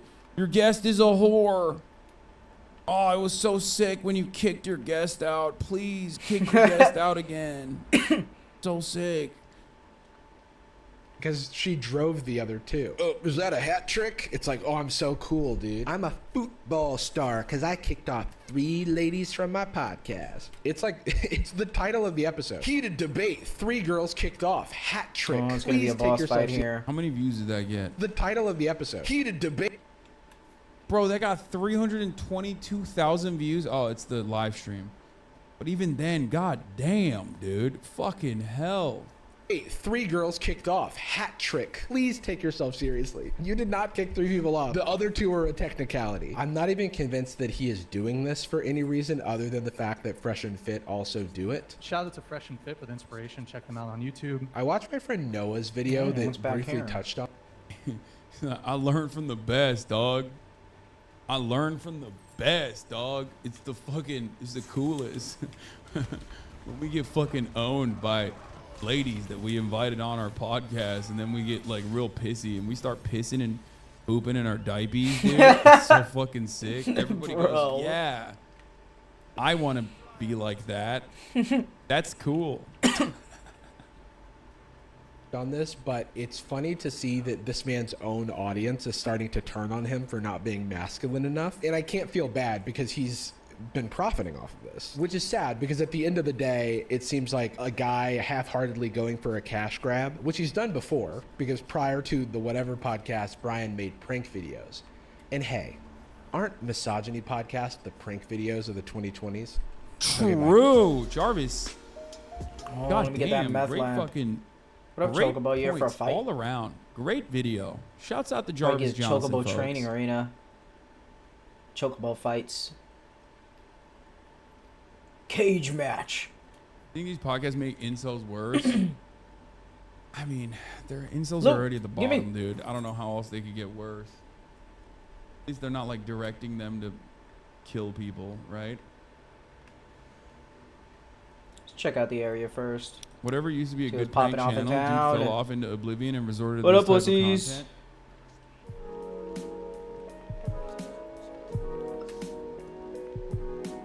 content. No. Whatever. Nice. What you got, merchant?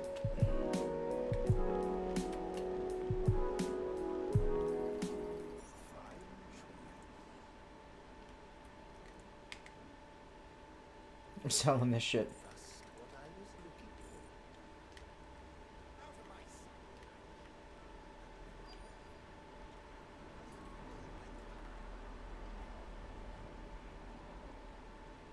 What's this? Chocobo shop. Buy and sell your chocobos. Oh, loot!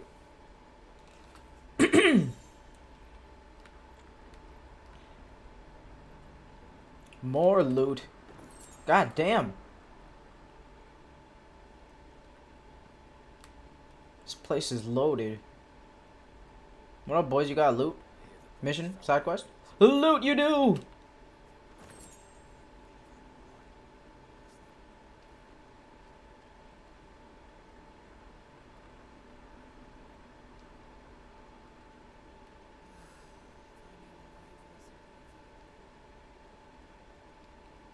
Alright, that's it.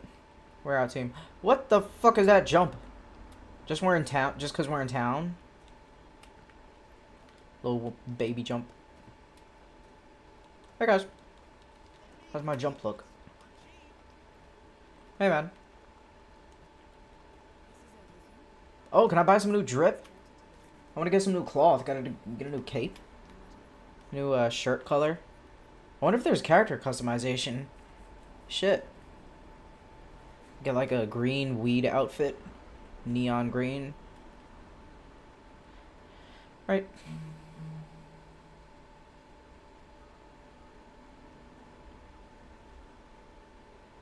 Take a nice slow walk.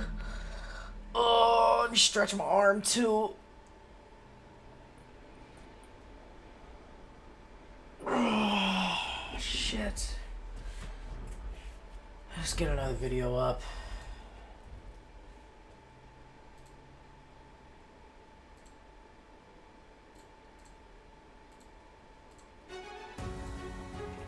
So it turns out that Fox News was right. There is a Biden crime family, but at the moment it seems to be limited only to President Joe Biden's fail son, Hunter Biden. Yes, Hunter Biden has struck a deal with prosecutors to plead guilty to 2 counts of failing to pay taxes in a timely manner, and the president's son will also complete a pretrial diversion program to resolve a felony gun charge. And as part of that plea agreement, the Justice Department will recommend probation, but a federal judge appointed by Donald Trump will now have the final say in the criminal sentence. And in a statement, the U.S. Attorney David Weiss, also a Trump appointee, said that his investigation of Hunter is ongoing. Joe Biden said he still loves his son, and Republicans are extremely outraged. So basically, there's a little bit for absolutely everyone to hate in this particular agreement. But is this the moment that MAGA has been waiting for, or just more evidence that Joe Biden has weaponized the Justice Department? And what does it mean for the Biden administration to prosecute both his son and a political rival at the same time? Now, the allegations against Hunter Biden have been investigated on 2 tracks, political and legal. On the political side, Republicans have accused Hunter of taking bribes in Ukraine and China in exchange for policy concessions by his father. A Republican Senate committee investigated Hunter's ties to a Ukrainian energy company, but did not identify any policies that were directly affected by Hunter Biden's work. Republicans have also spent several years speculating about the contents of Hunter Biden's laptop. It's called the laptop from Al. Their newest allegation is that there is a secret document showing that Hunter and Joe took bribes when Joe was the vice president. Now, much to the chagrin of many of these politicians, the charges here don't have anything to do with those allegations. And as you might recall, in 2018, FBI Director Christopher Wray, who was appointed by Donald Trump, started investigating Hunter's overseas business dealings. The FBI served subpoenas on Hunter and several of his business associates, reportedly looking for evidence regarding foreign lobbying, money laundering, and other crimes. The Hunter probe continued under both of Trump's attorneys general, including Jeff Sessions and William Barr. And the political attacks on Hunter intensified during the 2020 election, while the FBI was continuing the criminal investigation. And after Joe Biden was elected president, he replaced many of the U.S. attorneys appointed by Trump. However, he made an exception for David Weiss, the U.S. attorney in Delaware, who was leading the Hunter investigation. Now, presumably Biden thought that it would appear partisan if he fired the lawyer who was investigating his son. Although Weiss was appointed by Trump, his colleagues described him as a fair lawyer who wouldn't be swayed by partisan interests. And Weiss announced criminal charges on June 20th, 2023. Hunter Biden was charged with 2 counts of willful failure to pay income tax in violation of 28 U.S.C. 7203, and Hunter agreed to plead guilty to both counts. The Justice Department also charged Hunter with possession of a firearm by a person who was an unlawful user in violation of 18 U.S.C. 922 and 924. Hunter Biden agreed to enter into a pretrial diversion program for the firearm violation. And reports suggest that Hunter will be sentenced to 2 years of probation, although that will be determined by a judge according to the sentencing guidelines. Now, Hunter's lawyer, Chris Clark, said, quote, "I know Hunter believes it is important to take responsibility for these mistakes he made during a period of turmoil and addiction in his life. He's looking forward to continuing his recovery and moving forward." Joe Biden issued the statement that, quote, "The president and first lady love their son and support him as he continues to rebuild his life. We will have no further comment." Now, on the other side of the aisle, some of the Republicans who had been making hay out of a potential Hunter Biden prosecution basically lost their minds. Senator Josh Hawley said, quote, "So Hunter Biden gets a special plea deal, slap on the wrist, probably won't do a day of time, while the DOJ charges Trump as a spy and tries to put him in prison forever, 2 standards of justice." Now, it's probably worth pointing out that the DOJ has not charged Trump of being a spy, nor is isn't seeking to put him in jail forever. But let's dig into the Hunter Biden charges. Now, when you buy a firearm, you have to fill out a firearm transaction record, which asks whether you are an unlawful user or addicted to marijuana or any depressant, stimulant, narcotic drug, or any other controlled substance. It is illegal to lie on this form, and in 2018, Hunter's then girlfriend, who happened to be his late brother's widow, threw his revolver into a Wilmington trash can. A few days later, a man found the revolver while going through the dumpster.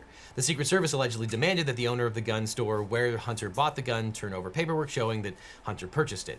And instead, the owner turned the paperwork over to the ATF. According to the criminal information, Hunter purchased the Colt Cobra 38 Special revolver sometime in October of 2018. Hunter made the purchase, quote, knowing that he was an unlawful user or addicted to a controlled substance. And when he completed the form, Hunter lied about his history of abusing controlled substances. And the statute makes it illegal for certain people to have firearms or ammunition. The list of prohibited users includes people who are drug users or addicts. And to prove the case, the government just has to show that the person was using illegal drugs. Now, Hunter Biden obviously has a long history of drug addiction, and he admitted to using illegal drugs during the time of the offense. You're smoking crack around the clock. This particular offense is punishable by up to 10 years in prison, but as my friend Scowell has pointed out many times, the amount of time that someone gets depends on the federal sentencing guidelines and rarely gets the maximum here. Now, some are not happy that the prosecutor here is recommending pretrial diversion for Hunter Biden on the gun charge, but this is a law that many people don't think is actually constitutional because of the Supreme Court's interpretation of the Second Amendment. And on top of that, it is a rarely prosecuted crime. As one commentator pointed out, the addict in possession of a weapon charge is very rarely brought. It's been used as a catch-all for white supremacists in the past when the feds needed something to stick. And there are several instances where defendants received light sentences, like neo-Nazis who were sentenced to time served, and a January 6th defendant who had a big stash of cannabis when they were arrested. And in fact, several federal courts have concluded that Section 922G is unconstitutional because of the Supreme Court's ruling in the New York State Rifle and Pistol Association versus Bruin case. After Bruin, if the government wants to put restrictions on firearm ownership, it must, quote, affirmatively prove that its firearm regulation is part of the historical tradition that delimits the outer bounds of the right to keep and bear arms. Now, federal courts have wasted no time in declaring parts of Section 922G unconstitutional. In Oklahoma, federal court has actually ruled it's unconstitutional to prohibit people who use illegal drugs from possessing firearms. The government argued that regulating drug users' access to weapons is, quote, consistent with a long-standing historical tradition in America of disarming presumptively risky persons, namely felons, the mentally ill, and the intoxicated, but the court disagreed, ruling that the use of marijuana didn't strip the defendant of his fundamental right to possess a firearm. A Texas district court also ruled that a marijuana user could not be prohibited from accessing a firearm, and Section 922G8 bars people with a history of domestic violence from owning firearms. But in 2022, the Fifth Circuit ruled that people with domestic violence charges have a Second Amendment right to have firearms. And the three-judge panel wrote that while it would be probably a good thing to stop abusers from having weapons, from a historical perspective, the ban was an outlier that our ancestors would never have accepted. And a few other courts have had similar rulings, but most importantly, on June 6, 2023, the Third Circuit, which includes Delaware, ruled that subsection G1, which prohibits people with prior convictions from owning firearms, is unconstitutional using the same rationale as those other cases. And because of this Bruin case, a domestic violence perp is one of the people who have a constitutional right to bear arms. And while the government appealed these decisions, the momentum is on the side of Second Amendment enthusiasts like Donald Trump Jr. and Hunter Biden. So I guess this brings the Trump and Biden families together in this case. Now, whether they're drug-related or not, devastating injuries and catastrophic events can happen at any time. And the best time to decide which lawyer you're going to reach out to when you or a loved one is injured by someone else's negligence is today, before you're injured. Don't wait until the crisis comes to decide what to do. But if you or a loved one is seriously injured, call my law firm, the Eagle Team. We can help. A free consultation is just a phone call away. All you have to do is click on the link down in the description. Now back to Hunter Biden. On top of the gun charges, Hunter is also being charged with failure to pay income tax.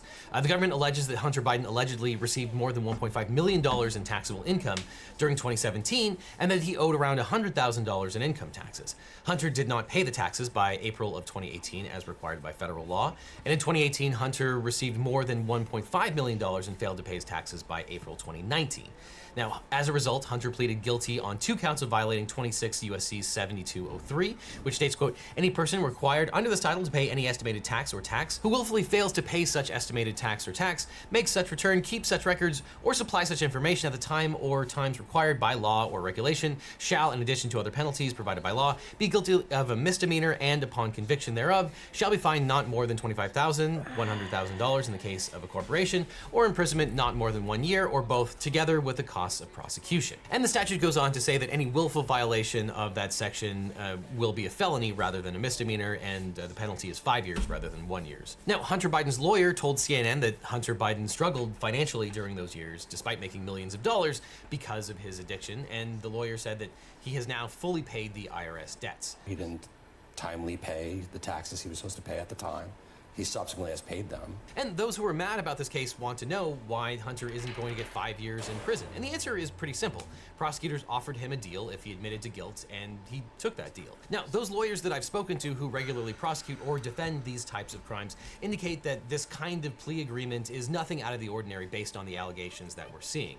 And ironically, it is the gun charge that is much more unusual in the sense that it's rarely ever prosecuted, rather than this particular plea agreement based on the tax charges. But some have pointed out that actor Wesley Snipes got a 3-year sentence for similar tax evasion charges, where Hunter Biden won't spend jail. Where you at, Goats? What about the Bagger Snipes getting a case? blowjob Well, Snipes stopped paying all by taxes one of the in maidens? 1999, quote, after coming into contact with tax advisor Eddie Ray Khan of the Where you tax at, bro? protest Show group yourself. American Rights Litigators and Guiding Light of God Ministries. Hey, you seen Khan Goats? convinced Snipes that there was no law imposing Goatsy? taxes on income earned from U.S. sources. Now, this is a nonsense sovereign citizen defense that has repeatedly been Damn, debunked that's by a the nice IRS sword. and I want dozens of that. courts. But It's got a Snipes flat ran top. with that argument and took his case to a trial Nice. where a jury found him guilty. kinda And cool. odds are that if Snipes had taken a plea agreement, he sword is probably that? would have gotten a much lighter sentence. Now, some have also criticized Merrick Garland Goats. as going easy on Big Democratic boy. targets. But also in 2022, Damn, he Roger did. Stone settled a tax case with the Department of Justice, where he and his wife owed a whopping $2 million in unpaid taxes. But there, Roger Stone was allowed to pay it off with no probation or charges. And prosecutor David Weiss has already responded to allegations that Merrick Garland was calling the shots on the Hunter Biden prosecution. In June of 2023, he replied to Representative Jim Jordan by letter saying that Weiss had been granted, quote, ultimate authority over the Hunter investigation. He also affirmed his ability to make decisions without respect to politics. Quote, throughout my tenure as U.S. Attorney, my decisions have been made, and with respect to the matter, must be made without reference to political considerations. And Garland himself commented on the case, but didn't say much. Quote, as I said from the moment of my appointment as Attorney General, I would leave this matter in the hands of the United States Attorney, who was appointed by the previous president and assigned to this matter by the previous administration. He said Weiss was, quote, given full authority to decide the matter as he decided was appropriate, and that's what he's done. Now, the Hunter Biden crime saga is a complex and nuanced case, which makes it ripe for politicization.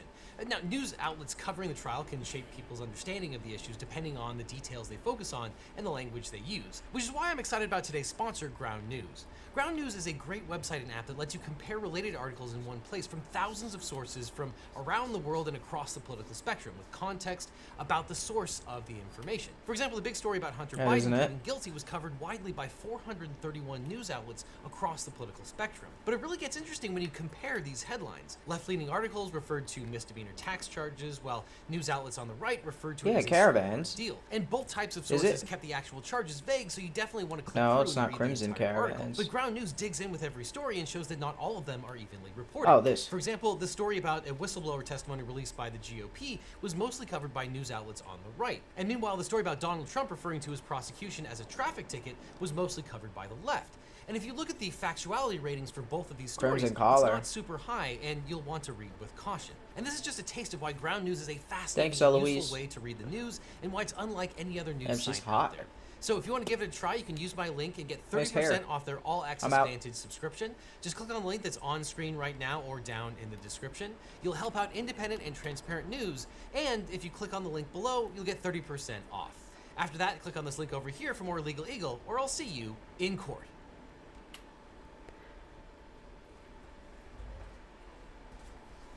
I'll see you in court, bitch.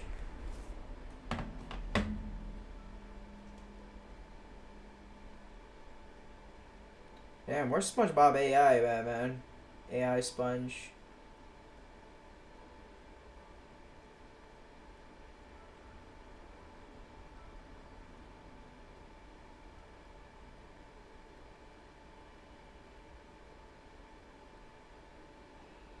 Alright, Alright, let me find something.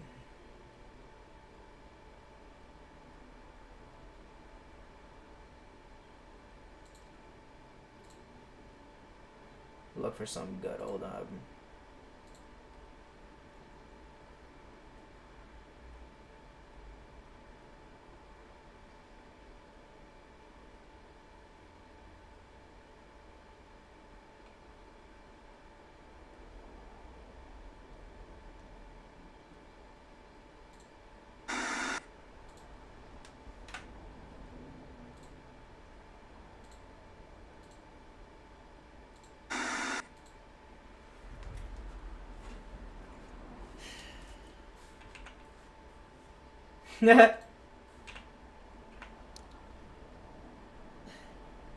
It doesn't matter that these things aren't true. Everyone just believes that you are the type of person who manipulates and abuses children.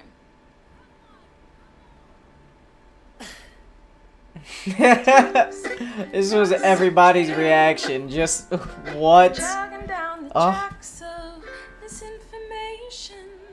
Toxic gossip. It's fire though, Kat. She's probably not gonna like the song. Manipulation station. Toxic gossip. Yeah. Okay, so I was not gonna make this video today, but I felt like damn, this video fucking killed her. I feel like I just witnessed one of the most bizarre things I think I've ever seen on YouTube. And that's saying a lot as a person who can say that they've been on YouTube for most of their life. I've been very loosely following the Colleen Ballinger situation. I was never a huge fan of Miranda Sings. Of course, I've appreciated what Colleen has been able to do with her YouTube. She's been able to use her YouTube channel and make it something so much larger, and she's one of the very few people that I've actually seen do that. So children? If I can Why? say something What up, about kid? her, I can That's say a that lady, I've she's at the just very short. least appreciated her from afar in theory. I say in theory because, as it turns out, Colleen Ballinger is not the greatest person. More recently, there have Shut up, been a kid. handful of creators calling her Got out stuff to for do. previous bad See the behavior, big sword and on my one back? of the main accusations is that she is a groomer. And you know, I've looked at some of this stuff, and I'm just Okay. gonna say this. Don't steal Colleen that fruit. Ballinger I'll is cut an your OG hand off. YouTuber, and as somebody who has been on YouTube as long as she's been on YouTube, I will See you, just kid. say that Don't go down the wrong there path. have not really been very clear rules What up, kid? about how Don't do drugs. Don't smoke crack. we do this whole YouTube Bye. thing. These days, Bye. it's really popular for people to be a YouTuber, and being a YouTuber is a job. But back then, when we started making content, not a lot of people were really seriously considering becoming famous in the way that a YouTuber would become famous. Maybe famous in the way that a reality TV star would become famous back in the day, but not in the way that a YouTuber would become famous. In a way where you're encouraged to have constant social interaction with your audience. Oh, and so to rats. some degree, as a creator, I can understand her not always knowing how to navigate that. But the part I don't understand, and this is something I haven't really understood about her in general, is there's no part of me that would feel comfortable having sexual conversations with people who are underage. Colleen Ballinger, even within the context of her own work, which is often created and presented as for kids, has said and done a lot of very sexually Down here, Hanzo. inappropriate things. Oh, There you are, you little bitch. Package. Sorry. Well, that's all right. I'm gonna I turn tried into it a on my demon. buns. I gotta They're fight. extra sticky. Ooh, well, if you squeeze I'll take harder, you down. more will come out. Oh, good idea. And I get where that's Punch coming him, goats. from, Right but in it the just mouth. gave me the ick. It's the only way so kids I listen. just was never fully interested. Adam McIntyre made a series of videos because he had gone through some stuff with her directly, and I'm not going to talk a lot about that. I'm going to put his videos in the comment box below, so you guys, if you want to, you can look into that for yourself. But long story short, he experienced some of this Go, behavior baby. firsthand and made a series of videos about it. And over the years, she has indirectly, vaguely responded to him. But more recently, people have been talking about it all over again, and she decided to upload what I have to say is probably one of the most bizarre apology videos I think I have ever seen. And I wanted to show it to you guys and talk a little bit about manipulation and some of the things that I know come what to that my is. mind when I was watching this video for the first time. I've only watched it once. We're gonna watch it for the second time together. you'll see what I mean if you haven't seen this. It is a disturbing and bizarre take out my video. chocobo? So Are you serious? let's get into it. Okay, so this video is Everybody got titled their Pokemon Hi, out except me. and it is on her side channel, and it currently has 1.8 million views. Get over here, chocobo. You're gonna see what I bothered need you. me about this. Thank you, when thank I God. Start pressing Did so much play. walking.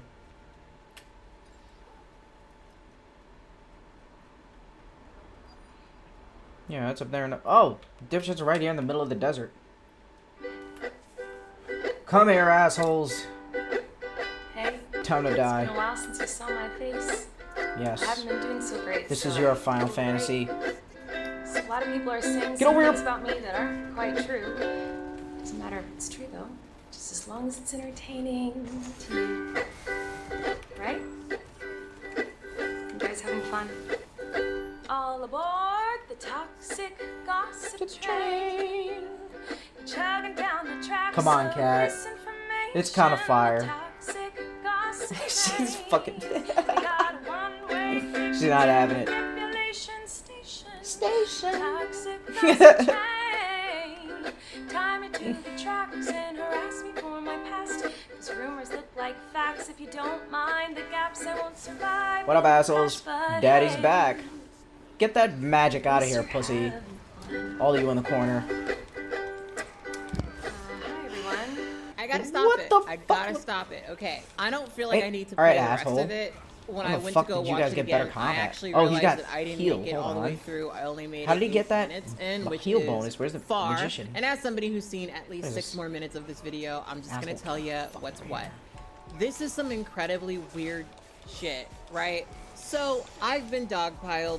I've been misrepresented on the internet. I've had rumors spread about me. I've had people outright lie about things that I've said and done, especially when it comes Assholes. to stuff like this, right? I have 100% had certain bloggers lie about things that I've said and done in order to insinuate things that just did not happen at all.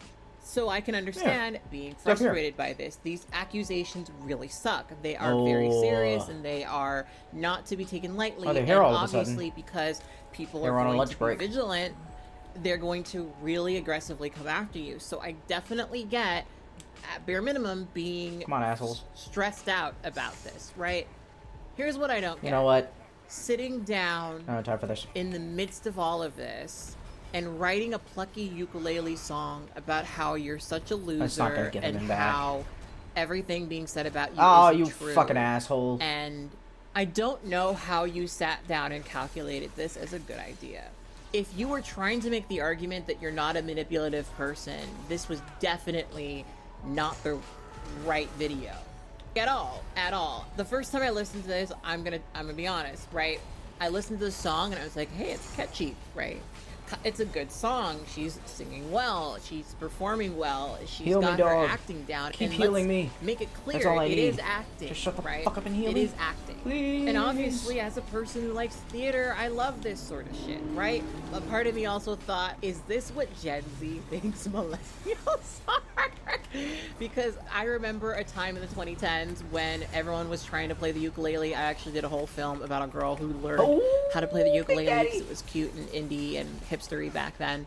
And this just seems like such a very particular strain of odd that comes from a Dumbass. very particular time. Come here, And daddy. I'm realizing that I am of that particular time. It's very odd watching something like this, right? Because obviously you're supposed to watch this and see a sympathetic, sad character, right? You're supposed to look at this and watch a person who is beaten up, you're a loser, but she's talented. Through all of the bullshit, she is talented, right? That's the conclusion you're supposed to walk away with. And once again, the context of this apology is that she apparently groomed somebody, right? For that to be the case, for this to be the response, it's genuinely some of the weirdest shit I've ever seen. A plucky ukulele solo to talk Thanks for about the your compass, bro. accusations of Not like I don't already being have a map and child GPS. predator. Whoa. But whatever, bro. Whoa. Thanks. And throughout this, she has references to her lawyers telling her not to say something. And she makes a very witty joke about how they said that she can't talk about it, but they never said that she can't sing about it. It has that Glee Club energy where the person is down and trodden and they're just a loser who doesn't get it. I need that so and bad. The audience Thank is you so much. rooting for the underdog. It has every trapping of that. And the conversation we're having here is child grooming. Now, here's my thought process, right? I don't know if she is that. I'm not going to say that she is that. I'm not going to confidently argue that she is. That's not what this video is about, right? It's just that this seems like a very odd choice. Like a very odd choice. Whether it's grooming or not grooming, Colleen at the bare minimum said some really uncomfortable shit to kids, right? What's your favorite sex position? Stuff that I have a very hard time seeing as a funny joke. There's no context where I feel like I would ask somebody underage what their favorite sex position was, where it would be a funny joke. I don't get it. It just wouldn't come up in my mind. Hey, Daddy. And the furthest thing in my mind would be a ukulele apology in response to that accusation. I've seen a lot of YouTuber apologies over the years. We have reviewed and criticized quite a few of them over the years, right? But I've never seen something like this. I've never seen something where you've got a person who is very obviously attempting to make the best of an accusation like this.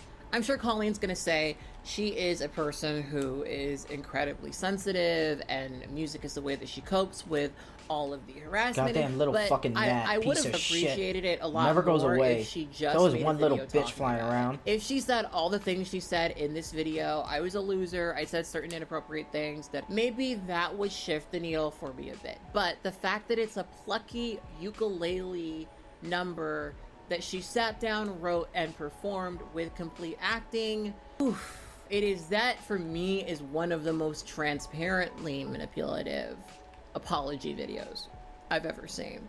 So I was really curious what you guys thought about this. This is so bizarre, and I saw it and I felt like I had to make a video about it. I'm not even gonna make the video I was gonna make tonight. I wanna put this out there because I'm super curious how y'all feel about it, because for me, it's one of, again, the strangest things I've ever seen. Question: what is your favorite YouTube apology? For me, personally, I think iDubbbz is my current favorite YouTuber apology. I did a full review and reaction to his apology for his previous racism over here on my YouTube channel. And so yeah, let me know what your favorite YouTuber apology is. This is definitely the quirkiest, definitely the most well-written, definitely the most well-performed of them all. But I would have preferred if you sat down and spoke about it in the most clearest of terms. Anyway, on that note, I'll talk to you guys later. I want you to always remember and to never forget that you are beautiful and you are loved. Thank you, Kat. Bye. You too. Alright, let's go do this shit. Whew.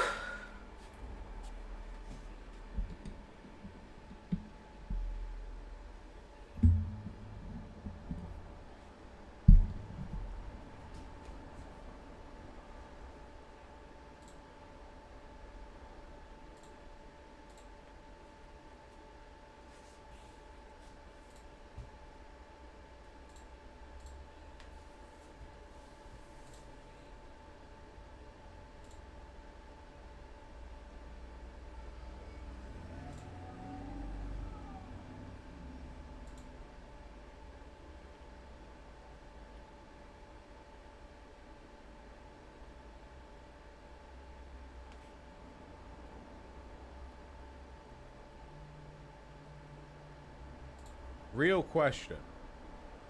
Before 1 week ago, did any of you know about a YouTube channel called Miranda Sings?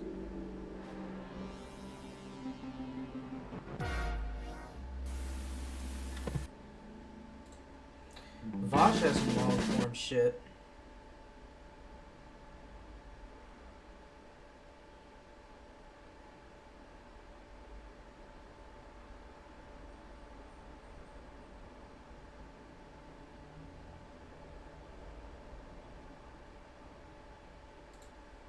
And he wanted to go along because his idiot billionaire father, it was Father's Day, And he wanted to go along because his idiot billionaire father wanted to do it, and he felt pressured to go because it was Father's Day. And a bunch of people on Twitter were like, oh, wait, now this looks really dark because we know at least one person on the submersible was innocent. Yeah? You just, like, assumed the 4 passengers were evil? Like just out of nothing. Like, no... Like no prior info, just like leapt into that. That was the thing that really got me.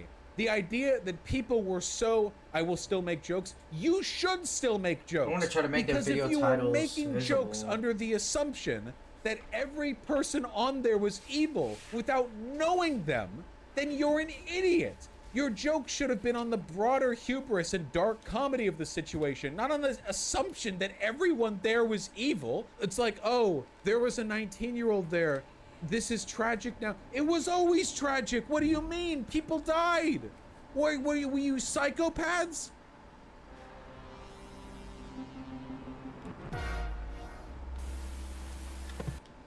Okay, if you've been paying attention at all to any kind Bro, of just let me do social my media, side or quest. just Stop hitting me with media the flashes. broadly, for the What is past this? 72 hours, you've heard about Oh my the god, I Titan- can't even do oh, my sorry, side mission. The Titan submersible. Fuck. Because it did not meet the requirements to be I called a can't even submarine. go back. Okay, thank Why? you. The Titan submersible. Pictured here for Fine. $250,000. You too can purchase a ticket Could've got some nice, to maybe go some down nice to gear, see some the points. Titanic through this little Fuck, window right man. here. Now, you They're gonna might lock notice me. some problems right off the bat. So one of the problems that you might notice I'm gonna rush through this place, is do my that side missions, this get my looks like- gear. and the Titanic You get no time to is sleep. very Wake up. deep We got down. shit to do. That's the big that's Why a the big fuck are we problem on right off the bat, rooftops? you know? Really kind of an engineering This game's hurdle combat is you not really, have like, really to, made for, like, overcome. Show rooftop the inside. combat. Oh, please. Yes, please. Yeah, here we go. Thank you. guess. Right. Let's Here's see. the inside. Not artist rendition. It's a real photo of the inside. Oh, Thank this you. is adorable. We just do, like, a little love rooftop the walkthrough. iron lung obsession. Like, the idea of all references to a submarine goes too deep are now folded into this one-year-old indie game that Markiplier is making a movie out of. Yeah, you know what I mean? Like, is that really it? Are there no other media references? It's literally all just Iron Lung. Iron Lung is a good game. Play it. It's fine. I watched Markiplier play it. You know what? I'm not even going to be a yum-yucker. All right? I'm glad that it's captured the imaginations of so many Dude, grown-ups people. watch So here's the Markiplier. I thought Markiplier made, like, kids content. I'm not sure. problem, folks. There were 6 Never people in watch the his sub. shit. It's 5 plus the CEO, who was actually No or not map, the, don't need it, the okay. person who was piloting the sub. The person who was piloting the sub was the CEO, assholes. right? Come on, dipshits. He was the one who went down, right? Oh, it was 4 plus CEO. Okay, yeah, 4 plus CEO. So CEO plus 4 people who paid a ticket. 4 times $250,000 is $1 million. This is $1 million ride. And they head on down. And then, whoa! Contact is cut. What happened to this little submersible? Well, here's the thing, folks. We can actually kind of figure out what's going on in the ocean, you know, using magical technology called listening really good in the water. It's called sonar. And sonar tech's gotten pretty good. Like really good. We kind of know what's going on all over the world. We figure something's Come going on, boys. on here, okay? I don't have time so for this shit. they're not coming back up. All They're you not gather up. contacting. What's going on? Well, the timer sets off instantly. Everyone starts worrying about the submersible. Good. It's a lot like, I mean, it's like a balloon boy situation, you know? Yes, Oh my pussy. God, everyone, they only have this much oxygen left. 72 hours, 48 hours, 24 hours. And then yesterday, they finally ran out of the predicted amount of oxygen their vessel would have, and they all suffocated to death. Except I got obviously more. that's not what really happened. If there's a problem with the submersible that goes that deep, it just imploded. They didn't even feel anything. Nobody There we ran go. out of oxygen down there. Or well, I guess they did, but they ran out of oxygen extremely quickly and very suddenly. They didn't feel anything. They popped inwards. Their entire body was crunched down to the size of the small beans with anxiety that you all are in spirit. Yeah, they died instantly. But I don't really care about like the Damn details it, thought I could of dodge it. their death. There's a lot of really funny, stupid tabloid shit adjacent to the story of their death. Like, for instance, one of the people on the boat was a billionaire, because billionaires are soulless reptiles that will pay any amount of money to feel something again. Hence, taking a rickety submersible down to the Titanic. This stepson has been subject of a lot of attention. They went to a Blink-182 concert, you know, life sucks, I know. Then defended the decision to go to the concert on social media. Then they, like, paid an OnlyFans model to sit on their face. I don't know. They've been living the life, and people have been getting shit for it, and frankly, I'm sick of it. I don't know. There's a whole thing. I don't care. Here we go. Have fun. Arguing with Cardi B on social media. I don't know. I don't care. The actual business, the actual, like, company, the actual, like, company that was managing the submersible was laughably incapable of withstanding the extreme pressures down at the depth of the Titanic. The Titanic is thousands of meters down from sea level. The pressure down there will kill a human instantly. They will, it is inhospitable to life. I mean, structures that go down that far, like, need to be designed with the highest standards of human engineering, which we are capable of doing, and this machine was certainly not. Oh, apparently here's what the inside looked like. Jesus Christ. Imagine being a billionaire and sitting for any reason, for any length of time in a configuration this small. It looks like a little spermie. What is this? The company was based out of Washington State, by the way. Woo! Washington Pride. Yeah, that's the best way of describing what happens to a human body when subjected to oceanic pressures that high. You stop being biology and you start being physics. Analyzing what happens to your body at that depth is no longer in the purview of biology. It is a chemical or physical process. So the question as to whether or not they suffered, it's not. You stole that from XKCD. I actually stole that from a person in chat who just stole that from XKCD. So, you know, thank you. They'll do anything to avoid public transit, yet pay insane sums to sit in a cramped submarine. It's about exclusivity. They wouldn't have gone if the tickets were cheap. Actual photo of the inside. Is this another Iron Lung reference? No, it's not. It's an actual photo of the inside. Wow, this looks like shit. I don't even have anything else to say. This just looks like a terrible time. Hey, boys. So I guess they're facing the back end of the thing, and you all just sit crisscross applesauce in here, and then the window would be behind where the camera is, and you just look out there. Cool. Well, what matters is that they had a good time until they didn't. Oh, right. Critical bit of info here. Thank you. The sub is piloted with a game controller. That's not a joke.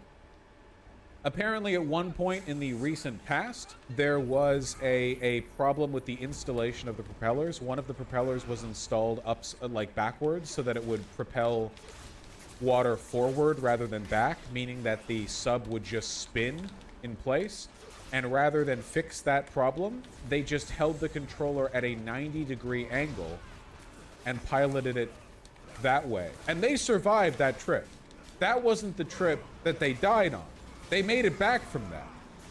And presumably they fixed the propeller. And now there you go. There's the game controller. To be fair, sometimes military equipment also uses gaming controller. Fucking yeah, dragon. But something tells me they use proprietary game controllers out the big guns. and God not damn. like Logitech. Let's kill all you real $20 quick. Come on. Amazon. Gather up. Look. I'm not an expert on how to build a death trap that Damn, you're kind of implodes cleaning these guys out. 3,000 meters under the sea or whatever. That's not my field of expertise. I will not pretend to know more than I do. The CEO was a real explorer and had gone down 50+ times. Had even gone to the Mariana Trench, but he died just going on a risky Father's Day trip with 2 shitty billionaires. Lamau. Hey, well, that's the game you play when you're an explorer, right? When's the there's your problem episode of this coming out? Soon, I imagine. And it's good. It's going to be good. Now, please. Vosh, it's a wireless Bluetooth game controller. Yes, the decision to control your submersible with a wireless controller is hilarious. That's fantastic. I love that. Okay? Don't let these Luddites drag you back from the future, okay? You're marching onward. Why would you ever use a wired controller 3,000 meters beneath the sea when you could use Bluetooth? I agree completely. Now, let's focus up, people. Come on. Every element of this story is extremely funny. What's even funnier is knowing for an absolute fact that we have like media attention on this guy, but there are literally thousands of identical grifts all around the world of billionaires or wealthy or powerful people being like cajoled by some lunatic who's climbed Everest 7 times saying like, yeah, man, this works, and doing some insane daredevil shit that will eventually lead to somebody dying or at least getting seriously injured. But for now, we don't know about it because it's one of those, if you don't know how much the ticket costs, then you can't afford it kind of deals. So they died. Now, there was some ambiguity initially as to whether or not there was an implosion or whether or not the millions and millions of dollars that were spent on search and rescue after they went dark were warranted. There were some people who actually knew for a fact that they had imploded to begin with. So, funnily enough, one of them was James Cameron. See, James Cameron, that's the guy who, apologies for the noise, made the Titanic movie, actually owns a company that has a lot of proprietary and highly advanced sonar tech. See, because he's visited the Titanic a bunch because he was doing research for the movie. He boasted that he had actually spent more time on the Titanic than the captain of the Titanic had because he'd visited it like 50 times or something. So he actually has... he owns tech that does sonar and monitors stuff around the Titanic, and he knew that it was an implosion because his tech was capable of detecting the difference between just noise and that noise. Yeah, he's like a field expert on this subject. And he did an interview where he described it as an implosion before it was announced as an implosion, but the interview was only released after it was known. So he already knew. Another group of people who already knew was the U.S. Navy. This is another one of those we have technology you could not possibly perceive kind of deals, because the sonar equipment of the U.S. Navy is obviously the most advanced in the world, and they knew that it was an implosion because they can hear everything. If you have ever taken a leak into the ocean, they knew. They knew who you were. They could tell from the DNA particles. They could tell how hydrated you were. They know everything about you. This is not advanced tech, Vosh. Yes, it is. Sonar is not advanced tech. This kind of sonar is. Because the reason the Navy did not immediately make it known that they knew it was an implosion was because it would have given away the advanced nature of their sonar technology. It's like the photo of the Iranian rocket launch site that Trump tweeted, despite being told not to. The fact that we could see that photo that clearly revealed information about our satellite network. And likewise, the fact that we immediately knew it was an implosion revealed information about our sonar network.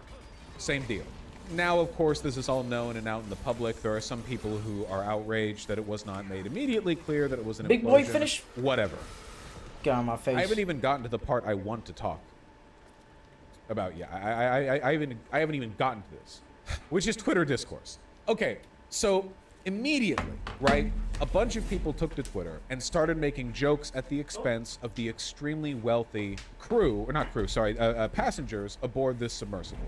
Now, I want to make it perfectly clear, okay? I do not mind dark jokes about people dying innocent or otherwise. Everyone makes 9/11 jokes. Everyone makes jokes to this effect. Finding humor in unfortunate or tragic situations is like a universal human thing. It's not a weird thing to do. Making dark jokes about people dying, this is so. Hey boys. This happens all the time everywhere. Every political ideology does this. It's so unbelievably mundane and consistently observed that I don't even feel a need to defend it because we all do it. Here's the issue, okay? And I probably should have gotten together a bunch of tweets so I could point these out, but I'd rather just talk about it, okay? Because you all know this happens. A bunch of people, lefties, immediately started to make this out like it was part of some kind of broader class warfare scheme, like it was praxis. Now, as a concept, I find it funny the idea of a bunch of billionaires paying a lot of money, like years of people's rent, in order to enter a death trap and die at the bottom of the sea. It's classically funny. It's like a hubris thing, you know, like the heat of the sun melted the wax on Icarus's wings. The same thing will happen when they inevitably start like going on rockets to go to Mars, and the SpaceX rockets explode in orbit or something. Like it'll be like that, right? It's like that. It's funny conceptual. Oh, now, lucky. A lot of people don't like jokes about dead or dying people, so they were like, "This is kind of psychotic of you." I don't think it's psychotic to make jokes like that. Nice. Then people did stuff that I do think is psychotic, which was to earnestly, morally defend the death of the people aboard there, without knowing who was actually aboard the submersible. See, there's a huge difference between making, like, blasé, irreverent jokes about the death of people in a comedic situation because it seems like hubris led them to their graves, and earnestly defending the ethics of their death. Those are two very different things. Bruh, I've made lots of 9/11 jokes. I would never, like, unironically argue that, like, just because you happen to be in the World Trade Center, innocent people, thousands of innocent people died in 9/11.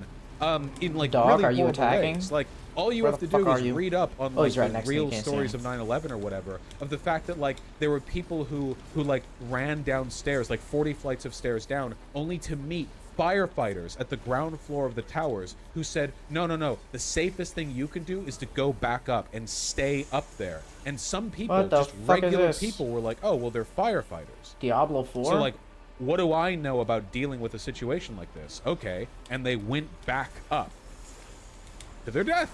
They could have lived if they'd walked out the lobby doors, but no, there's a lot of stuff like that. See, instantly, it's like, oh wow, wait, that actually like really sucks. That happened? Yes. Not that. Why'd they lie? They weren't lying. Finally hit him in the face with that. Nobody knew what plane hitting Twin Tower meant. Nobody knew it would collapse. Nobody had any idea how it was going to play out. They thought that if they kept people up there, it would prevent the bottom floors from getting stalled with a bunch of people trying to get out. They didn't want to like clog the main doors as firefighters went in. They thought the rescue effort would be people going in and up to rescue and pull people down from the damaged floors. They did not anticipate a collapse. Look. Not to get sidetracked, okay? These stories are actually full of unimaginable suffering, which is why, again, I think there's an earnest distinction one must maintain between making jokes, which is, again, universal, and actually justifying it. People on Twitter started actually justifying it. And the reason they started actually justifying it was because the people on the submersible, were wealthy. Now, I'm not even going to get into, like, the whole like ethics of eat the rich. I will say one thing, and this is like an objective statement, so if you disagree with me on this, you disagree with Marx, and I'm serious here when I'm paraphrasing Marx, okay? Violence and death and misfortune befalling the wealthy is not praxis unless it is part of some kind of coordinated class war in the seizure of a proletarian state. I think this is like really obvious, right? Like if a billionaire like dying randomly does not in any way advance the socialist agenda. Now, if the billionaire is orchestrating some kind of like despotic political coup to protect capital and slaughter proletariat revolution, you know, that kind of crap, then sure, because the lines have been drawn. But people are acting like because you're wealthy or poor, you've already taken sides on some kind of Maginot line or whatever, where the everything is clear and distinct. And this is not how it works. This is a child's version of like class war politics. This is a child's version of Marxism. It's not real. This is fake. This is a joke. You don't understand politics. Come on. If you want to make jokes, make jokes. I've made the jokes. I made the jokes on Twitter. I don't care. Stop pretending it's praxis. Just acknowledge that you're making jokes. Stop pretending that making these jokes is some kind of political activism. Stop pretending that people who don't want to make jokes like that are somehow counter-revolutionary or who are like anti-proletarian. Give me that loot. I saw people saying that, by the way. I saw people saying like, oh yeah, well you're not comfortable with these jokes. I don't even think I need that anymore. These dead people? Got something way better. Well, if you're not comfortable with misfortune befalling the wealthy, then I guess you're just okay with the current status quo. Blah, blah, blah. These are 14-year-olds. This is not real politics. This is not real. It's fake. You live in the Matrix. Andrew Tate was right broadly, but not on the specifics. We are in the Matrix. Okay? Right. Fake and gay. Thank you. Now, to cap off how stupid this discussion was, it was then revealed that one of the people who died was actually the 19-year-old son of a billionaire. He did not want to go into the submersible. It was Father's Day, and he wanted to go along because his idiot billionaire father wanted to do it, and he felt pressured to go because it was Father's Day. And a bunch of people on Twitter were like, oh, wait, now this looks really dark, because we know at least one person on the submersible was innocent. Yeah? No shit? What? That's new? You just like assumed the 4 passengers were evil? Like just out of nothing. Like no prior info. Just like leapt into that. That was the thing that really got me. The idea that people were so, I will still make jokes. You should still make jokes. Because if you were making jokes under the assumption that every person on there was evil without knowing them, then you're an idiot. Your joke should have been on the broader hubris and dark comedy of the situation, not on the assumption that everyone there was evil. People make 9/11 jokes. I don't think every 3,000 people who died were evil. The arrogance of people like this, it's insane. I can't even describe how frustrated I am by it. This changes nothing. It's like, oh, there was a 19-year-old there. This is tragic now. It was always tragic. What do you mean? People died. Were you psychopaths? They weren't part of the fucking bourgeoisie vanguard. They weren't. This wasn't a fucking Death Star laser pointed at the concept of class liberation. They were just guys.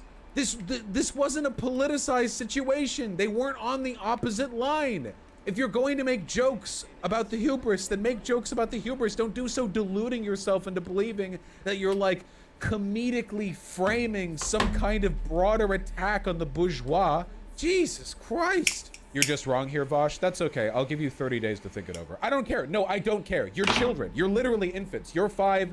All the rest of you who disagree with me are 5. You're not serious leftists. You don't believe in anything. This is all lunch table politics to you people. This is Marx wrote on this. Marxism is not rich people / bourgeoisie bad, poor people / proletariat good. This is the exact same misinterpretation of Marxism that Jordan Peterson brought up. This is the same straw man that he brought up when he was arguing with Slavoj Žižek. It's the exact same thing. He was framing it as like, oh, well, Marxism is when you believe that the poor, the proletariat are good people and the wealthy are evil. No. Read Marx. Marx made it clear. There are plenty of wealthy people who are born powerful and complacent who, because of the net cast by their own political class, will never understand the extent to which they have the power to make the world a better place. They are trapped by the same ideology as the rest of us. And there are plenty of poor people who, if given even a slight bit of power or the ability to fuck over their common proletariat, would immediately do so. It's not that simple. It's not that simple. Yep, I saw Django. Thank you. There you go. Yeah, real class analysis. Boss, your argument works for multimillionaires, not billionaires. No, it just works. No, there's nothing that you can find in Marx where it's like, oh, well, the bourgeois are trapped by the same ideology of their classes. We all are. Many of them live hollow lives, desperate to fulfill the standards just set by there them smoking by a their blunt. forefathers. Oh, unless they're just billionaires. chilling. No, stop. Forgot about the Stop squad. looking for excuses to Disloyal. simplify ethics. You're not going to find any, okay? Life is complicated. You can't... Ooh, what? Is it that difficult to structure your arguments with like a proper understanding of class distinctions as opposed to this hyper-essentialist obsession with believing that tripping over a certain income flag we gotta instantly pause. makes you a good or a bad person? It doesn't. It does not. Engels was a wealthy man. If Engels had been a billionaire and had funded Marx's endeavors, would that have made him automatically evil? I gotta put the What if there was down. an incredibly wealthy man who was complacent and ideologically disaffected, but had a sincere and passionate love for the people around him, and in so doing gave money to grants or like you say, well, how often does that happen? And the answer is not very often. Not very often at all. But you can arrive at these moral conclusions with like a proper analytical through line. You don't have to jump the step. You don't just go, oh, rich, bad, poor, good. What you can instead go is, was this like uber wealthy people submersible trip full of bad people? Well, yeah, because billionaires tend to be bad people. And it's very funny. The circumstances of their death are funny. It's hubris. It's funny. You can say that it's fine. Just stop pretending that you're doing like some kind of radical class politics by doing so. Yeah, there's been a spike in sales for Iron Lung. You know, I didn't realize that David Zemansky was the person who made Iron Lung. I knew he made Dusk. This guy makes so many f***ing games. I didn't like Chop Goblins that much. Dusk is like a legit like masterpiece. Iron Lung is like a cool concept game. I made fun of it because Bipolar Kitten. You can make fun of it however you want to. It's fine to make fun. I just don't like how unhinged people are. Making ironic, satirical jokes is not like class warfare. In fact, if anything, I would say that training yourself to make wry, facetious humor about misfortune which befalls the wealthy is a form of complacency. Because it leads you people to think you're satisfied by this.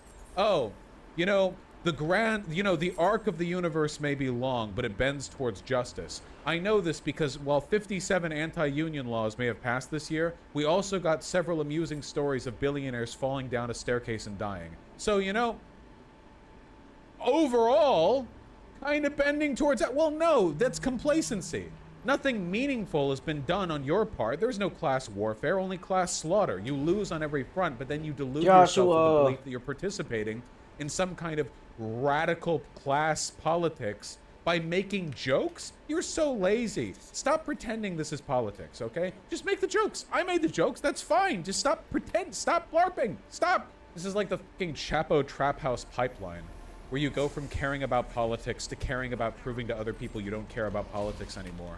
And the result of this is like, this is like the fucking podcaster pipeline, man. Every lefty podcast eventually falls down this road. Miss Dixie, you're still doing it. You're still trying to justify the jokes to me. You don't have to. It's fine. Make jokes. Yeah, Nicky Bugs, I will also admit that, like, besides the broader, like, this is fake class politics thing, it probably doesn't make the left look that good that there were a bunch of 14-year-olds with, like ML in their bio that are, like, fucking drooling and seething and feral with rage. And like ultra super duper fucking hyped up for you know, like people dying, and their actual argument just seems to be, well, the people who died were rich, so that's good, and like that's not class politics. That's not real class politics. So you're kind of like representing the ideology poorly. How rich do you have to be before you're evil? All the money. Being rich doesn't make you evil. Being rich means that you occupy a class position which disposes you favorably towards the ruling ideology, capitalist ideology. Wealthy and poor people believe in the same ideology because in Marxist literature, the ruling ideology is the ideology of the people, of all people. Bourgeois capitalist liberal ideology, which reigns supreme in this country, at least for now, dictates many things that are detrimental to the working class and beneficial to the owning class. But that does not mean that people in the beneficiaries class are any more aware of the systems they belong to. This is a classical mistake that people make when it comes to analyzing white supremacy and patriarchy. Men are no more likely to understand the mechanisms by which patriarchy operates, and white people are no more likely to understand the mechanisms by which white supremacy operates. In fact, oftentimes the opposite is the case, because a critical analysis of these systems is usually seen as the purview of the oppressed, not of the oppressor.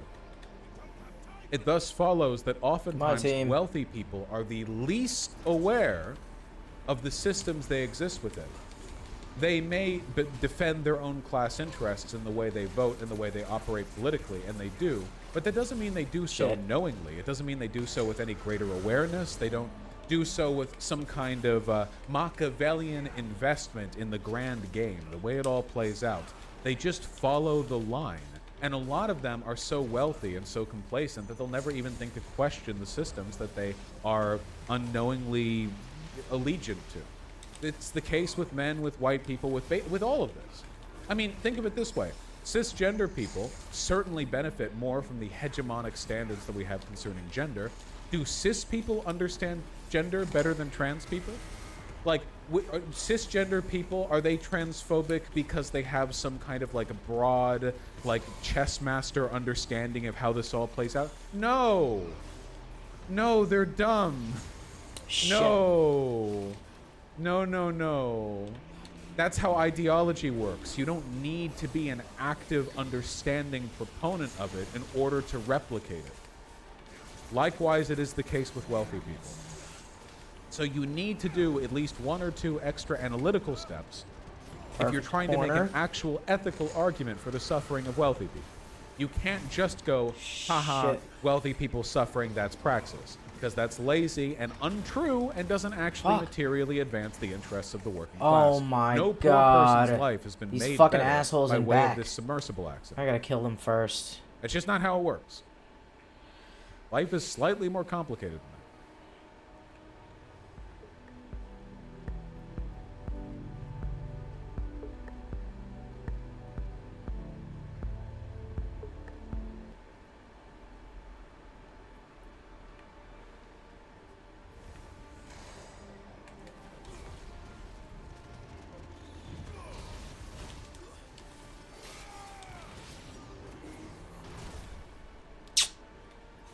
Alright, now let's go.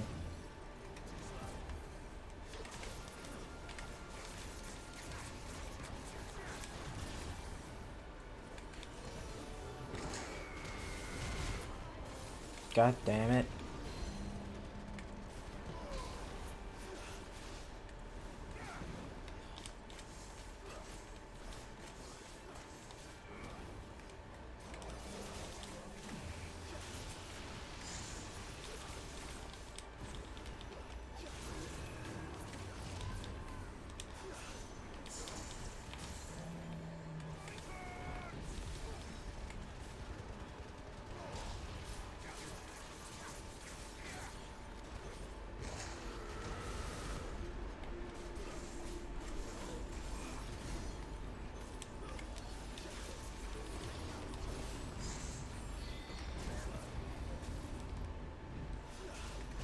Oh shit.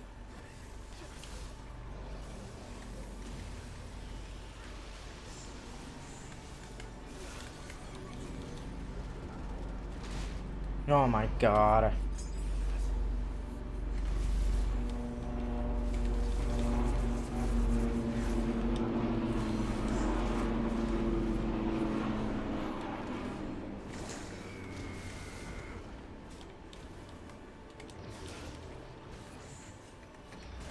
Damn it.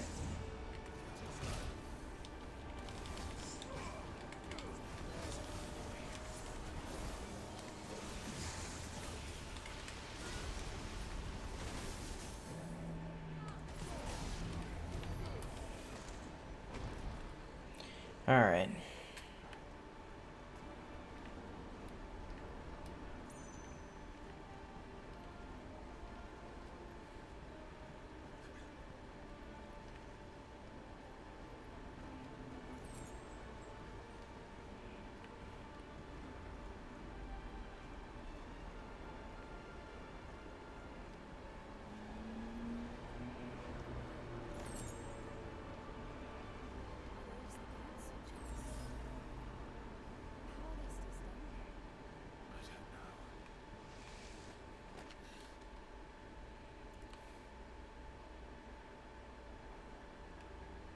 Oh, let's go, asshole. Who's this?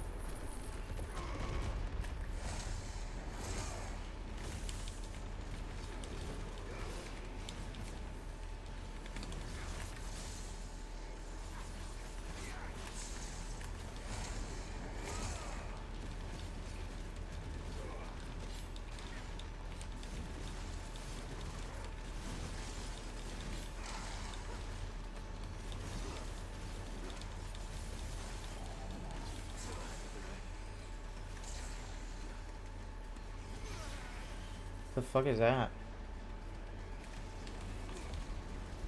Damn, he's kind of slow. Faraga? Oh shit. Oh. God damn it.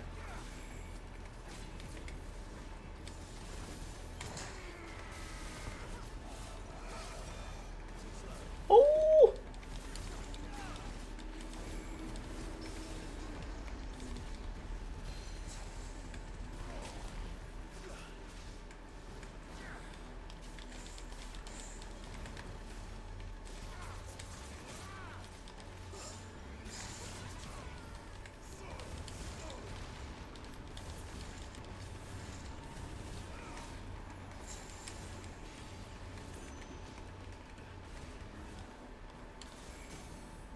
Oh.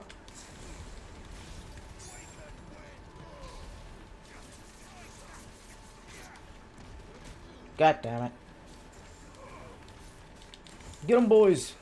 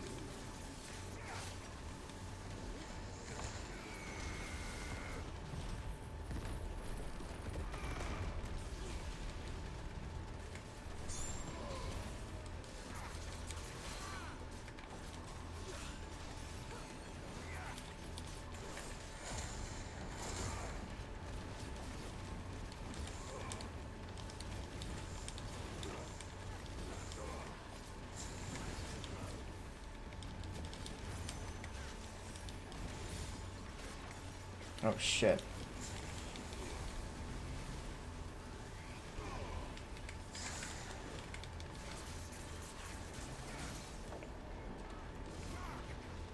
God damn it.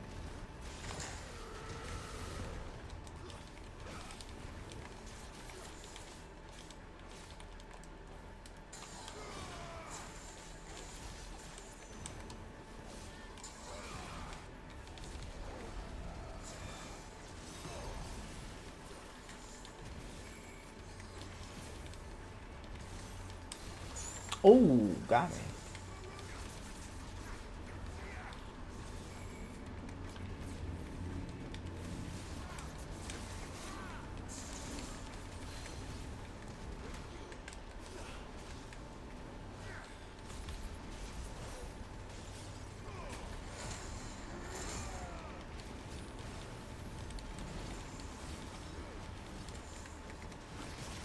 Damn.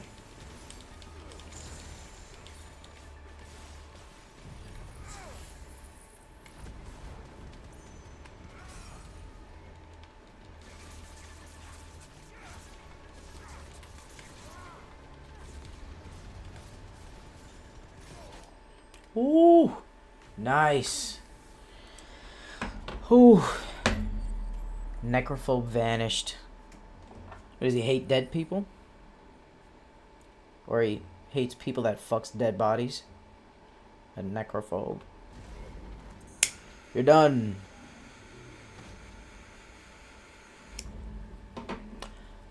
See ya.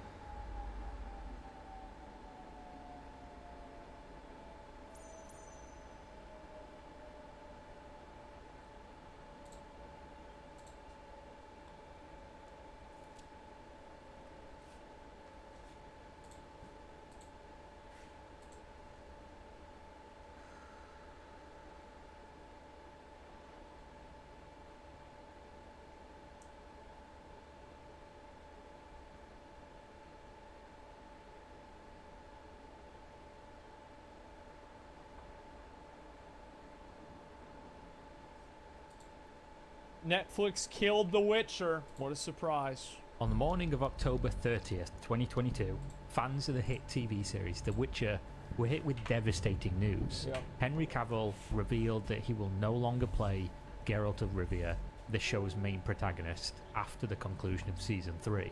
A heartbreaking turn of events, one that has bred incredible bitterness towards the show, and of course the writers. This is a fucking tragedy, and genuinely unexpected. I think it's unexpected, but I bet if you read the books in The Witcher and you compared it to the show and you knew that Henry Cavill was a huge fan of the books, I feel like it wouldn't be that unexpected, right? Yeah, I feel like that would add a lot of insight into it.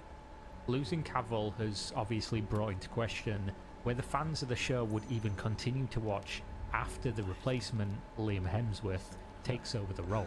In all honesty, I don't know if I'll still be able to watch the show. There's someone there.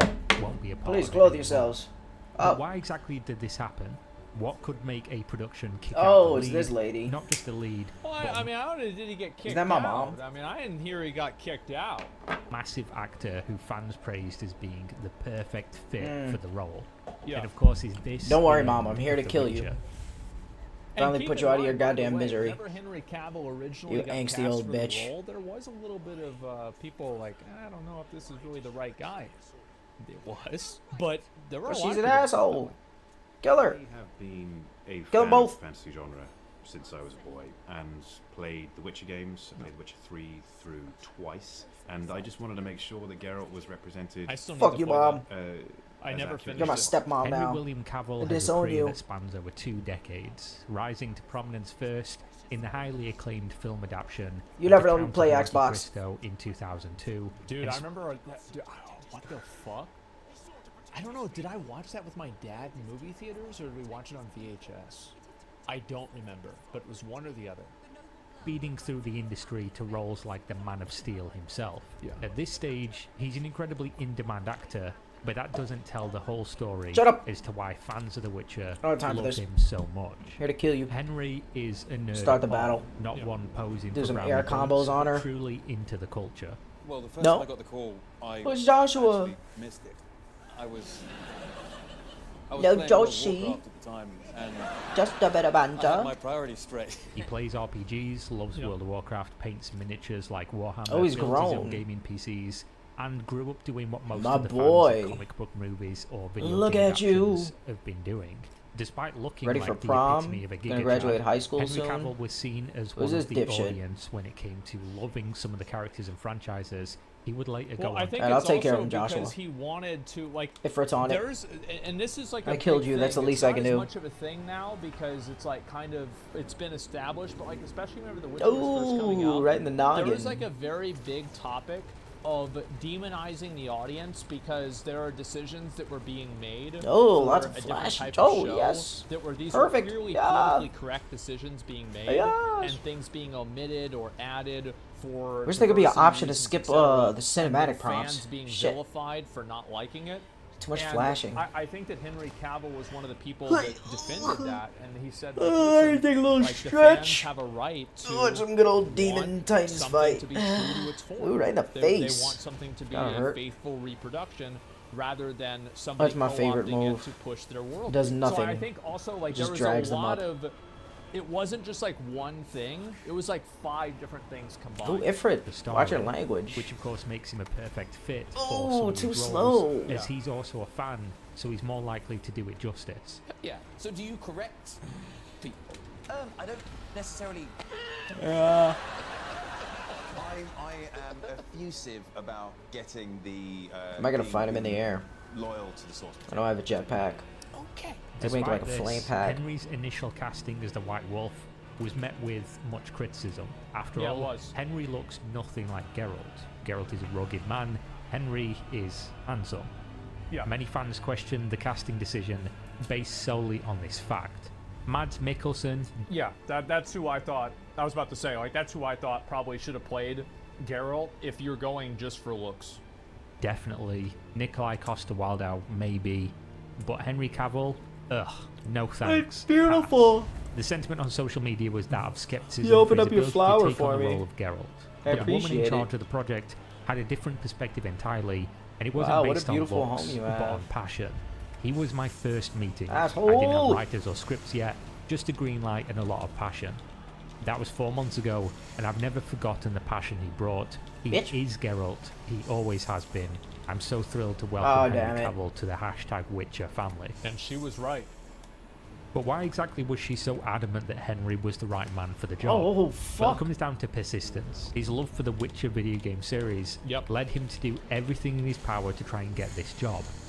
He constantly called his agents and forced them to call the showrunners over and over and over There again. it is. Eventually, it worked. He got the meeting. Fuck yeah, before man. the script had been written. Fucking and flying, get on the before ground, he bitch. even a thought. The seed was planted. Already? And he What made did I a do lasting wrong? impression. He did that because he knew this role was perfect for him, that he would No, do it justice Crystal as a true Mommy. fan of the Joshua. material it was based upon. This turned out to probably be the best decision of the entire Oh, production. nice, you got some health. While fans started out skeptical about his ability to Thank deliver you, an Joshua. unbelievable Geralt, his You're so presentation cool, man. was Look at you perfect. flying. He embodied the character on screen, No. but most importantly, Yeah, the best other example I had is that people power said of the same family. thing about Heath Ledger being the Joker Ugh. back in the day. Because Vin the Diesel. movie that he did right before the I Joker channel was you. Brokeback Mountain. Spit So they're flare. like- Finally, some good shit. What the fuck? Are Nice you ranged kidding me? area attack, I'm guessing. They did, yeah, man, absolutely. he respected the Yeah. story too much to compromise, Spit giving flare. fans the assurance that this Use show L to would be aim. different than Oh, those shit. of the past. A rational concern for gaming and book fans when seeing a media adaptation. It's easier to name the ones that have been done well than it is to name the Oh, failures, as shit. there are few and far between. The they video won't be games able to especially interrupt. carry with them Oh! a terrible, I could destroy all this terrible shit track with it. record of television shows or movies butchering the initial source material, creating a slap in I'm the just face gonna to the dodge original this fans, and, start marketing the themselves spit to a flare. fan base. Well, that I mean, back in the day, Yeah. the reason why movies about video games were bad were just because they just sucked. They were just fucking garbage, period. There wasn't like any sort of agenda with it. Yeah, they were just budget shit movies. simply doesn't exist. Writers and producers without respect for the original work, thinking they Resident know Evil was better pretty good. and trying to use the media as a vehicle to tell their own stories instead of the ones fans come to expect. Oh, I got that and ability too, already shit. My love. dad too. The Witcher Season 1 was of course far from perfect, but one thing fans could agree upon is that Henry Cavill was doing the role justice. Even if the story deviated a tolerable amount, he was going to carry the show the whole time, no matter what. God damn it. Unfortunately, things behind the scenes were starting to go wrong. There were decisions being made that would put everything at Yellow, risk, yeah. decisions that might That's even hot. kill the entire show. During the filming of Season 2, Yeah, it damn it. became clear that lines were being fuck drawn is in the this? sand. Working conditions were becoming difficult, with constant conflict. Season 2 released, Get him, and Josh. fans noticed this on screen. I feel like this is so problematic that there are these like massive discrepancies between critics and fan reviews. Why does this happen? People who had played the video games, but more importantly, the damn. people who had read Sapkowski's books, were becoming more and more disillusioned with the direction. The shift of narrative was clear. Things were not really making sense. The source material was being disrespected or outright ignored. Well, and it's also like, weren't they saying that like Geralt wasn't even going to be the main character soon? Like, hold up. You spit flare. we can do it. Wait. What's this show called again? Numbers, however, the people viewing were still good, Giga which flare, allowed it'll for be season fine. 3 green light You from can dodge it. Netflix, and the There we go. ability to perhaps steer the ship to safer waters if, of course, fan input was heard. Unfortunately, during production of season I'm 3, fine. Henry Cavill took to social Probably media and jumped out the announced way. his departure from the project. From the outside, this seemed incredibly out of the blue. After Yeah. all, why would a man who fought tooth and nail to get himself cast in this role give it up when the show I was Imagine done? like how disappointing that must be too, right? Coming It's for like you you next. really want the role, you like grow up reading the books, loving the games, and then like you finally get the role and you have these fucking clowns that are ruining the show, and it's just like finally you're like, this is ruining my life, I need to leave. That's so awful. To continue on without him. How could he do that to himself, to Embodying the show, and to the fans who fireball, saw him as evade. Geralt and entirely irreplaceable? Immediately, the internet rumor mills came to life, and theories were being tossed around as to Oh why yeah, exactly I made a number of videos about this. this happened. One common speculation at the time was that due to DC's push to compete with Marvel, Yeah, people thought Henry's that. much more important and lucrative He's gonna role be, as Superman, Superman. was going to limit the time available to act on the Witcher series. Oh, nice. That he'd simply made the choice to give Fireball. up the role of his dreams on a show he seemed so passionate about in order to continue playing the Man of Steel. Right. But Jack- did Superman really kill the Witcher? I wanted to make it official that I am back as Superman. And the image you see on this post and what you saw in Black Adam are just a very small taste. And of then that things to didn't come. happen for some reason? This theory was shot down early, in part due to Henry's own words. He stated that everyone involved on both sides knew of his desire to maintain both, and that he would play The Witcher for at least 7 seasons, Yeah, quote, there's a little- as long as we can keep telling great stories which honour Sapkowski's work, which could of course just have been words, a broken promise. But just a few weeks later, Henry announced that after meeting the new DC director James Gunn, his role as Superman was now over, leaving him seemingly infinite time. Henry was now out of his 2 main and most beloved roles within a matter of weeks, and the fan... I'm gonna be real. The fuck is this? The DC Extended Universe is a joke. Holy They're not gonna shit, continue that's the a lie. storyline from the Snyder Cut. The shit is over. They did him a favor. God damn it! Get out the Justice way, League Joshua! I was can't see the fucking dragon. I'm garbage. trying to aim. The only one, in my opinion, that I thought was any good was Aquaman, and even that was Oh only good God, because more of Jason him Momoa. blocking. And there was some really cool effects, etc. I think that the guy that directed it was like a horror director or something. I don't know, man. They probably did him a favor. with more questions Wonder about Woman? what it was that actually killed the Witcher. Pretty soon, however, they discovered that the reason Season 2 was noticeably worse than Season 1 was exactly the reason Henry was no longer playing Geralt. In a social media post, one of the Shit. Witcher show writers took to Instagram to end speculation. Bo DeMeo said, quote, "I've been on shows, namely Witcher, which some of the writers were not fans or actively disliked the books and shit. games, even actively mocking the source material. It's a recipe for disaster Jesus and bad morale. Christ, Fandom is a bro. litmus test, Chill checks out. Where are you egos, getting all and that makes all energy? the long nights worth it. You have to respect the work The dragon's before on you're something allowed to el- add something to its else, legacy. man. See, yes, obviously. Yes. Fucking exactly. God damn, bro, chill. Bold claim that showrunner Lauren responded to directly, ending here we her go. message with, quote, "Don't believe everything you read." Fans again were given the breadcrumb trail to follow. Before Henry had even announced his departure, Well, To I mean, it space. doesn't really matter Oh, what shit. you read. At the end of the day, people didn't like the narrative in Season 2. They felt like the show was going in a direction they didn't like. So, I mean, fuck. I feel like that kind of seals the deal right there. it was clear the show was veering towards its own path, away from respecting the books. And With then this- they even tried to do that Blood Origins bullshit. I didn't even watch that. Like, that came out. I The saw fire's the just reviews. coming out my mouth. I'm not and even I looking at him. skipped it. This added testimony These on fucking social media, assholes. it was starting to make a whole lot more sense. Henry's quote about staying for at least 7 seasons, remember, God ended damn it. with, quote, Get your "As long fucking as we can Goonies keep outta here, telling bro. Great stories which What happened to honor a fair fight? Sapkowski's work." To Henry, they were no longer respecting this work. At this point, people started to dissect old interviews from Henry and saw that This fight he is was really even thrilling, but I'm publicly getting carpal discussing tunnel how spamming hard he'd triangle had to here. fight to get certain Could've made elements this of a real Geralt from fight. the books into the show. Quote, "This season, Damn, I really bro, wanted to what make the sure that fuck? we represented the book's Geralt more accurately, and that we saw him speak more. I pushed really, really hard for that, as well as..." Oh, What shit. is the subtext of I had to push really hard for the main character to have more voice lines? Holy shit, my hand, my wrist, my thumb. Doesn't sound very good to me. Yennefer is the main character. Oh, shit. Nobody gives a fuck about her. Yeah, she's really hot in the game. And Come on, that's gotta about kill it. these. It's about Geralt. That's who the show is about. That's all there is to it. Later, when he discussed some of his favourite scenes from the books being cut entirely from the season, quote, "It was such a shame. A lovely bit from Blood of Elves had been left out of season 2. Oh, thanks, he's lining He them up tried to for do me. justice, of course, Go look it out, by bro. improvising It's kinda part hard. of that scene During the death of Roach, Geralt's horse, God, you Henry asshole. doing things like this Chill didn't out, seem to bro. go down What well is in the writers' this? room. At the very beginning, I'm trying to they catch your- lovingly I'm trying to called shoot your Henry a balls. walking Witcher encyclopedia. Remember, Lauren publicly said that he was Geralt. He was born for this role. There we go. So originally, this was good.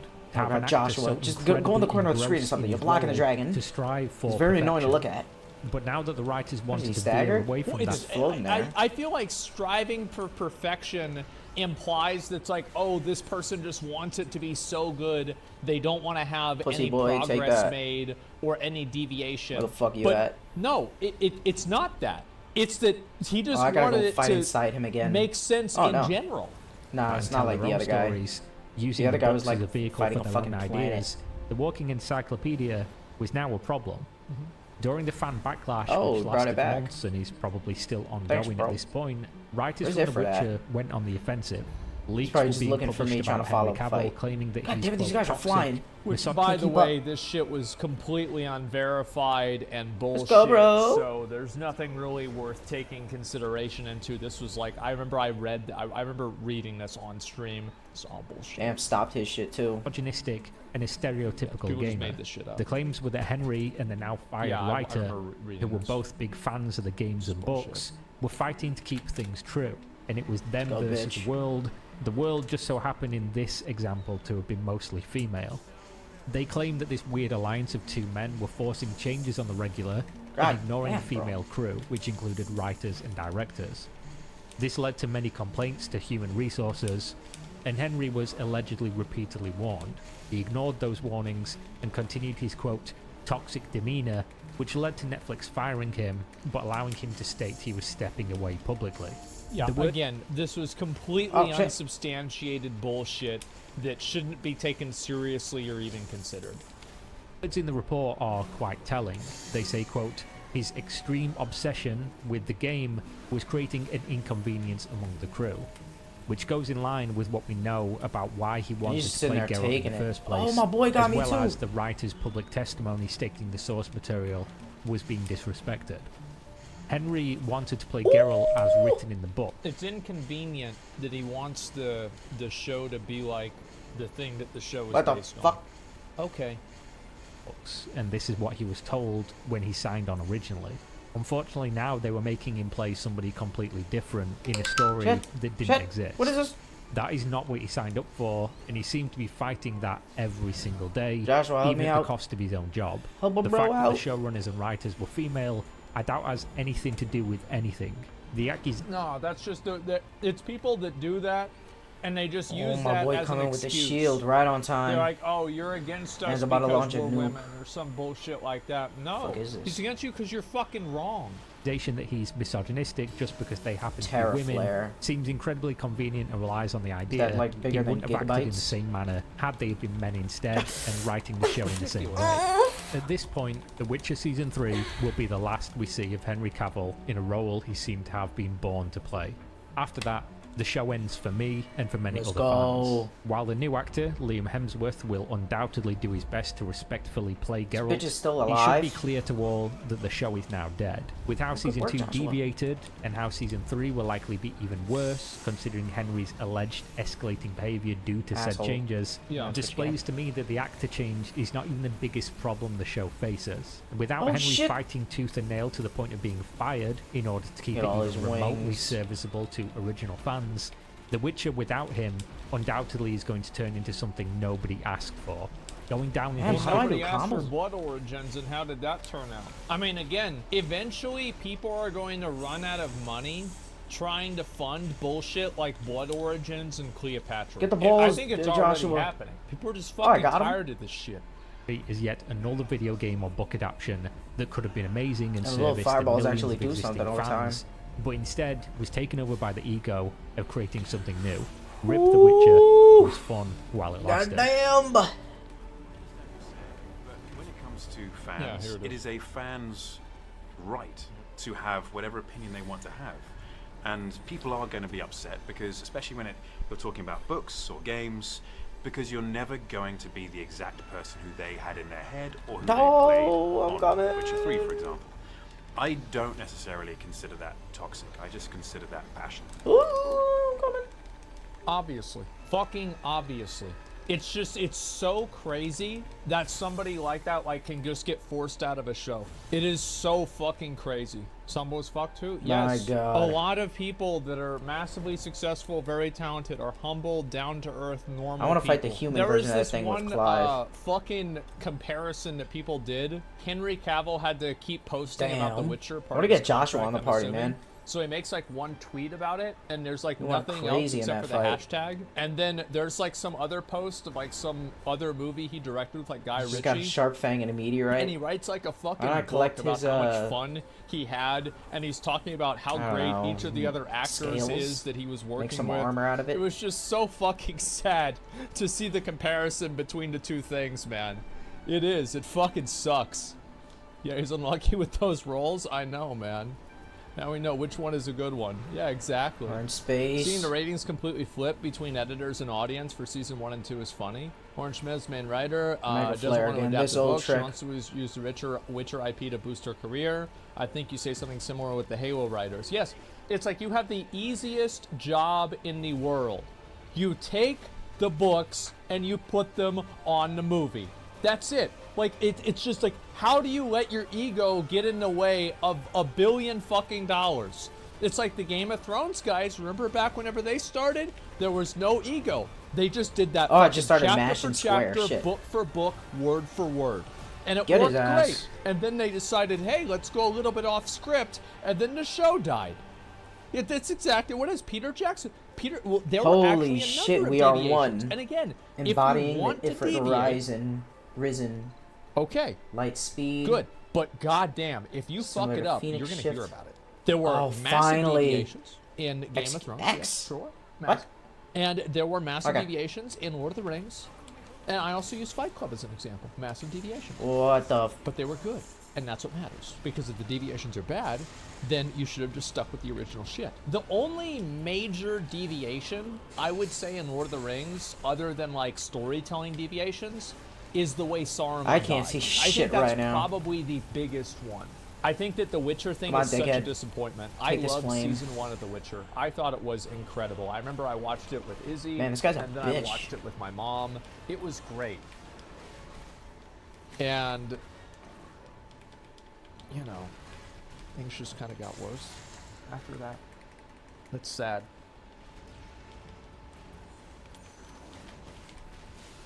I got my own little bomb. God, Jesus.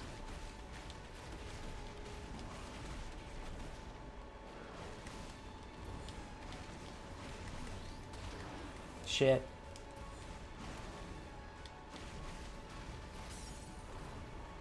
Ooh.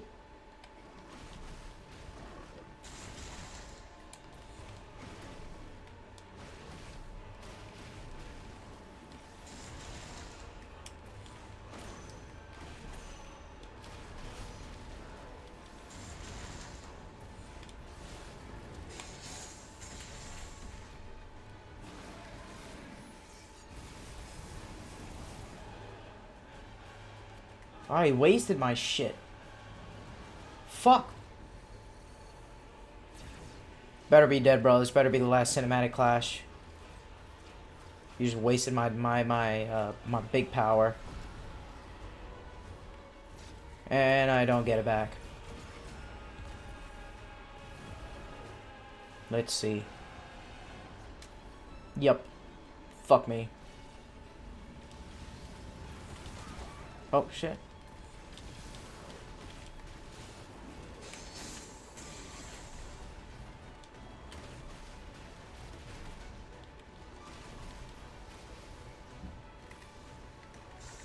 Oh. Oh, shit. A little half stagger. Oh, what the fuck? Mine first. Oh, where the fuck is he? God damn it.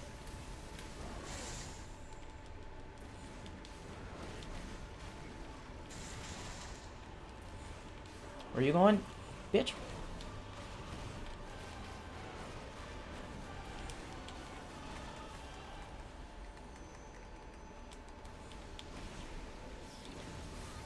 Oh, what the fuck is this? I was just behind him.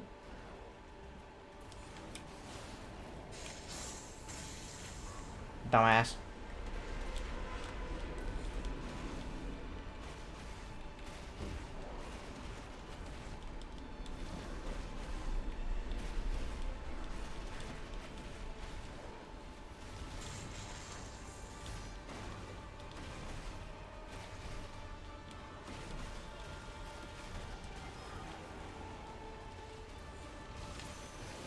Right in your fucking face.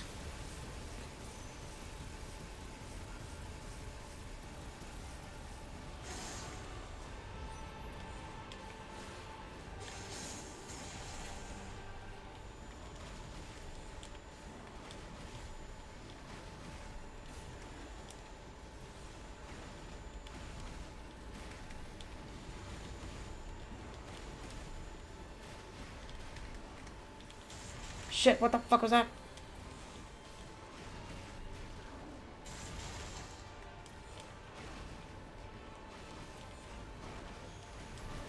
Shit.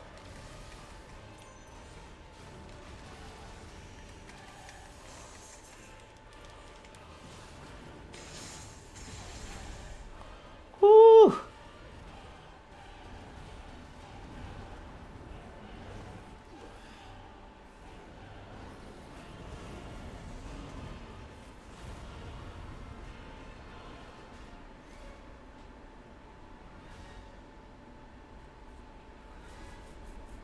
Back to detention.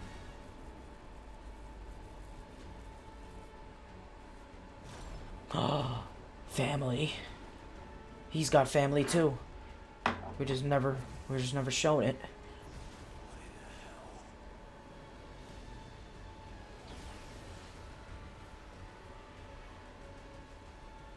So beautiful.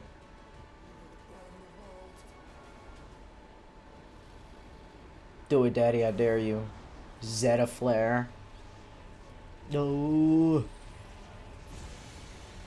Holy shit. Why was the other guy the breaker of world? This guy's nuts. That bitch on the bounty board has nothing on this guy.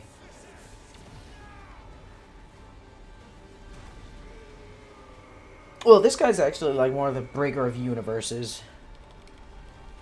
Smash that like button. Hit subscribe. Leave your comments, leave your thoughts. Let me know what you think. I'll see you next episode.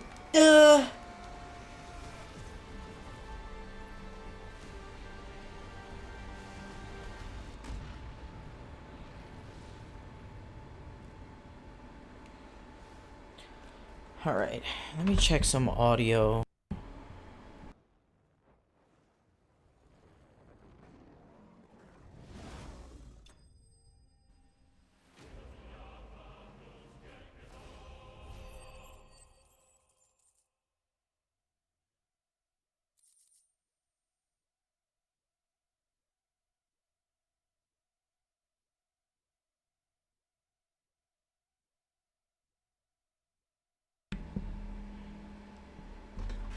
Cutscene's not as loud as I thought. That was a real big boy cutscene. You can still hear it though, okay. Alright. I got my light shard. Give me that power, Baphomet. Bahamut, whatever your name is. Yeah, Bahamut. What up, Mom? Just killed a god. Am I good enough for you now? Yeah, me and Josh. We good enough for you now? Meanie bo meanie. Be a little meanie weenie. Oh, the queen is dead. Quick, piss on a corpse. Everyone rush.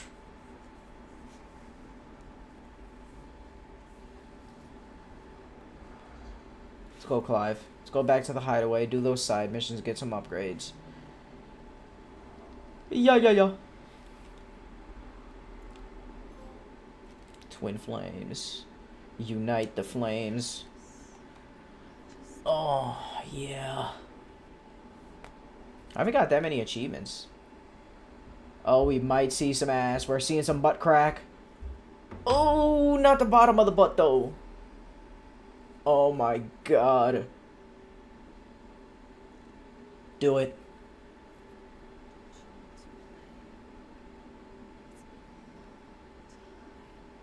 Good. Munch.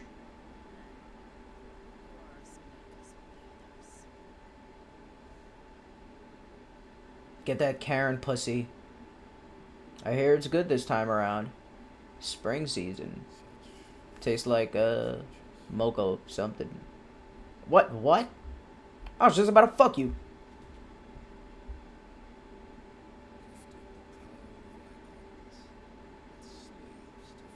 Oh no, he's seen my dick. I'm not hard yet. It's bigger.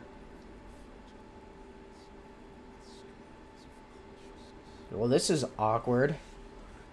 What do we do now? Stop staring at my dick, please, Thanos. I don't appreciate that.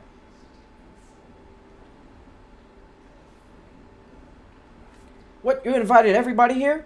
What is this?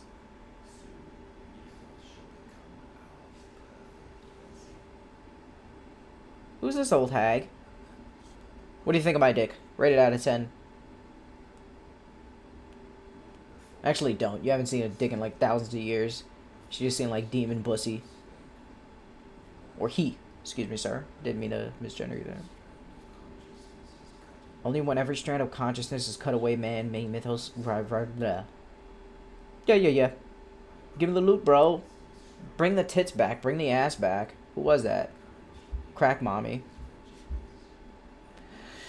Oh, God, I don't have patience for this. We went from tits and ass to fucking wriggly old man. Voldemort. Not even Voldemort. I can't think of something good. Fuck him. He's a piece of shit. Let's go, Clive. The hideaway. Dear God, I hope they have some new loot.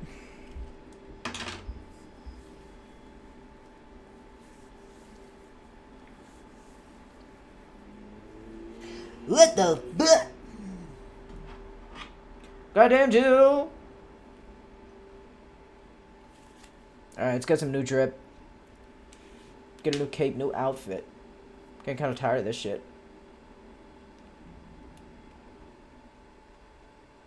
Oh. Power of light. Oh, nice. Such as impulse.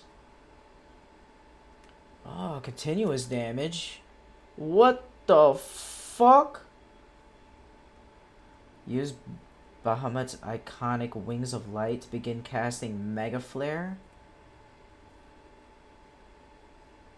What the fuck was that? Let me see it. And you gotta charge it all the way up. I see. Best used when staggered.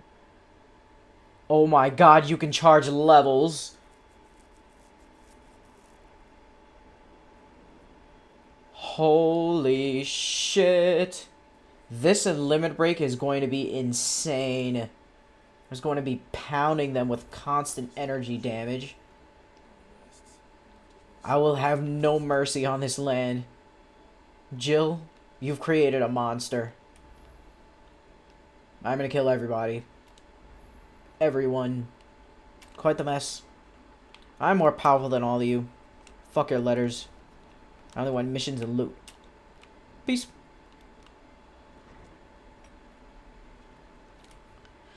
Yeah, let's get some more shit. Everybody's updated. Got the Aretha Stone. What you got? Ask about the skies. Yes, tell me. Now show me your loot. Oh, not this loot.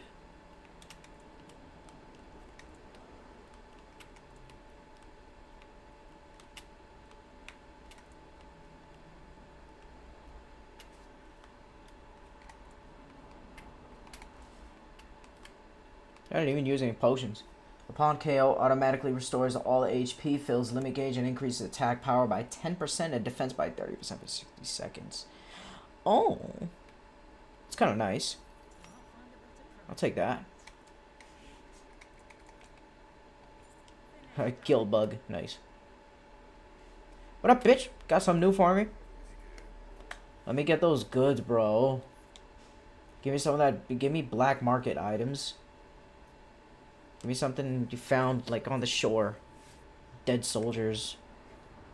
Gaia Blade. Brightburn. So I got a light shard. I need a grindstone? What the fuck is this? I guess I shouldn't sell my old weapons. I'll just keep them because I eventually might need them sometimes.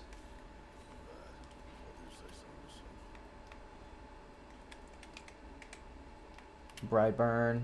Let's get that. Oh my god.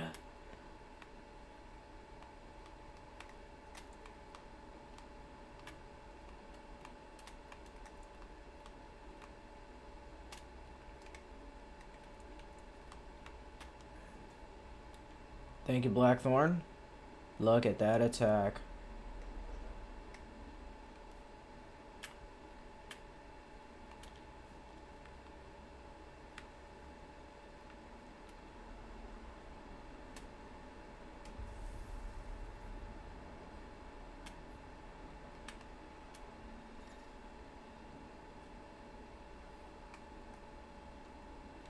Get like A ranks and shit. Okay.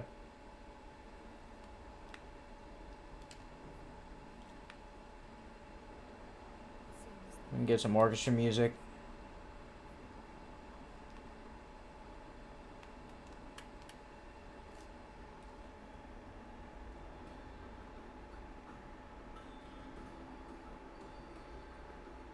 Yeah, we get sand and stone. That sounds kind of nice.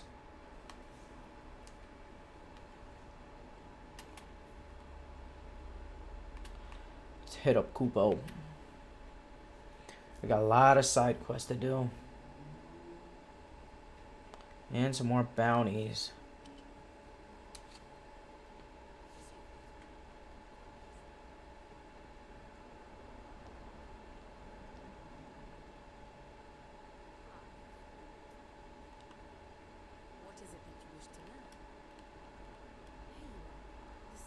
Whatever, but I just came to check that little mark off my goddamn map. What up, Kupo?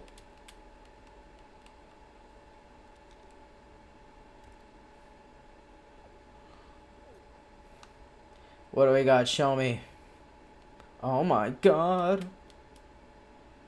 The 10 of the clubs. The Magath brothers. Look like a bunch of pussies. Ruin Reawakened. A dragon. Alright. I'll fight a dragon. It does right. Oh, I didn't do the side missions. You don't have anything for me. 825. What do I need? 850. Oh, I'm right there. Alright, let's do these side quests. Are you kidding me? What do I need to do now? Speak with Otto. Fine, Otto. What the fuck do you want, bro? I got shit to do.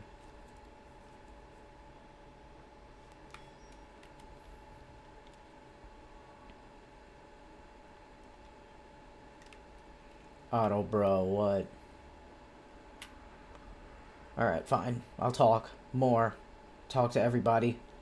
We could just make a cutscene instead of forcing me to run around, talk to everybody, get all this shit. Just, you made a cutscene for everything, might as well. Yes.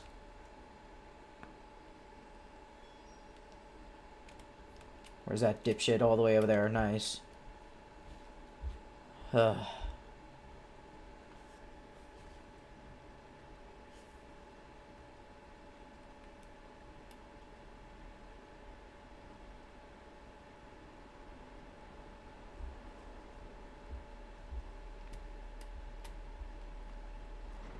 I would be more interested in the story outside just watching like the first few hours of cutscenes, but I don't feel like it anymore.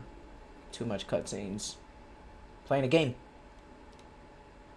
Thank you, Hippocrates. Back to Otto. My man. My boy.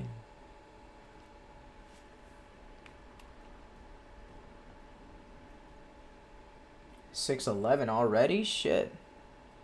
I do have some shit to do tonight.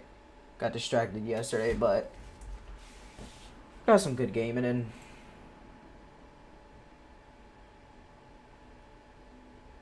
Yeah, I was here for a few hours. That's alright. I'll play some music.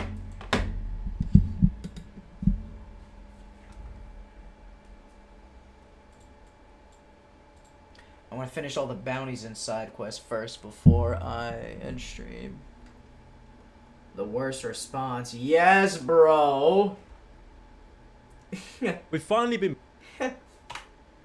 I love everybody's response to this video. It's so funny.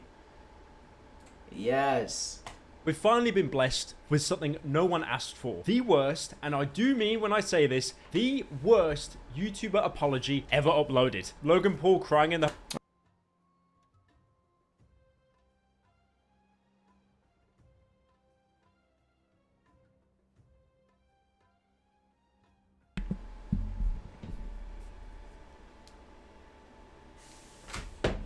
We've finally been blessed with something mic no check, one asked 1 2 for. 1 The 2. worst, Checking and voiceover. I do mean when I say 1 this, 2 1 2. the Mic check. worst Hello, hello. YouTuber Yeah, yeah, yeah, apology yeah, ever yeah. uploaded. Look.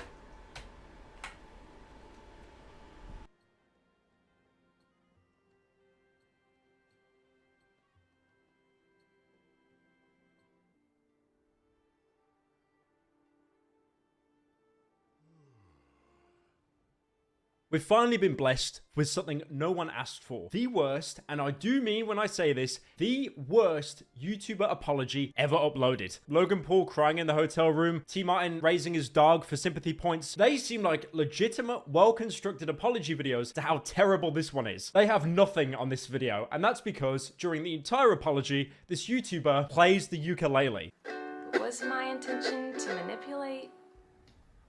Also, if playing the ukulele during a time of seriousness doesn't convince you, I can actually see the likes and dislikes of the video because I have a plugin for it. I don't even need to say the numbers. You can see the screenshot and you can tell it's awful. Now, obviously what's led us up to this point is some huge Game of Thrones tier lore and backstory. Well, the person that uploaded this apology video is called Colleen Vlogs, but you probably know her as Miranda Sings. Miranda Sings was a character that Colleen played, and she'd be like over bombastic, very loud, very obnoxious. She'd overlined lipstick on her lips, so it looks like she had huge lips. Hey guys, it's me, Miranda. Today I'm so excited for my video because I'm reacting to TikTok. I do have to give Miranda Sings one thing. She actually predated the TikTok accent by about 5 years. Now, the Miranda Sings character around half a decade ago was enormous. Like, her videos would get tens of millions of views. I think at one point she even had her own Netflix show. Her views nowadays...